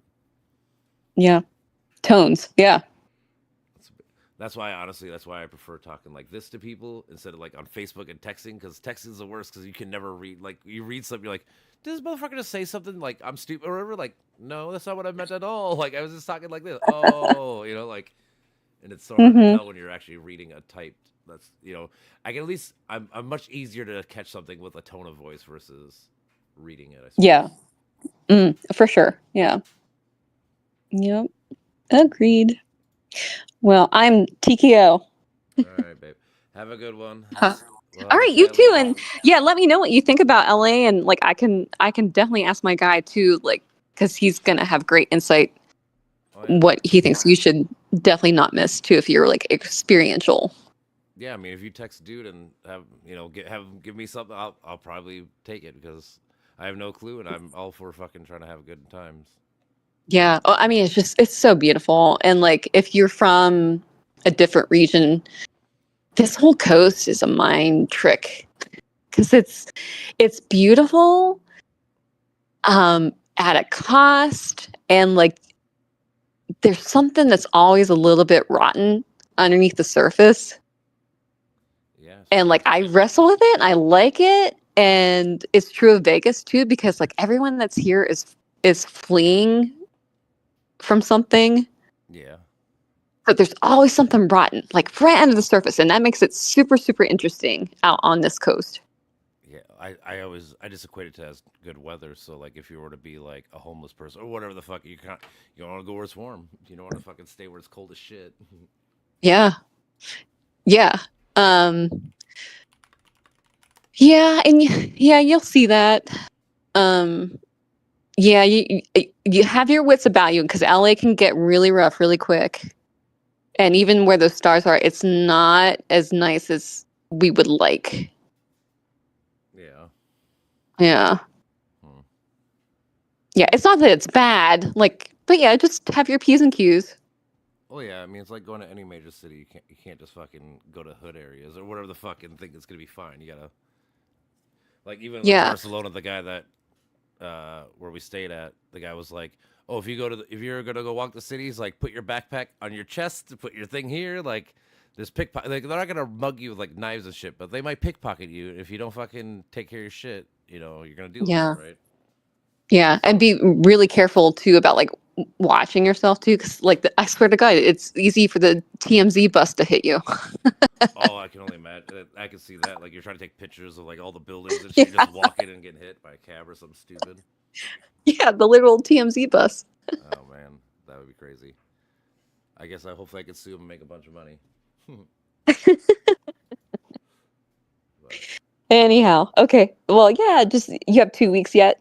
Yeah, we leave not this Sunday, but the next Sunday. Gotcha. Okay, I'll definitely have some good ideas for you.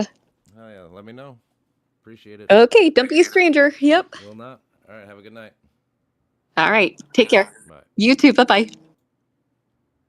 All righty then.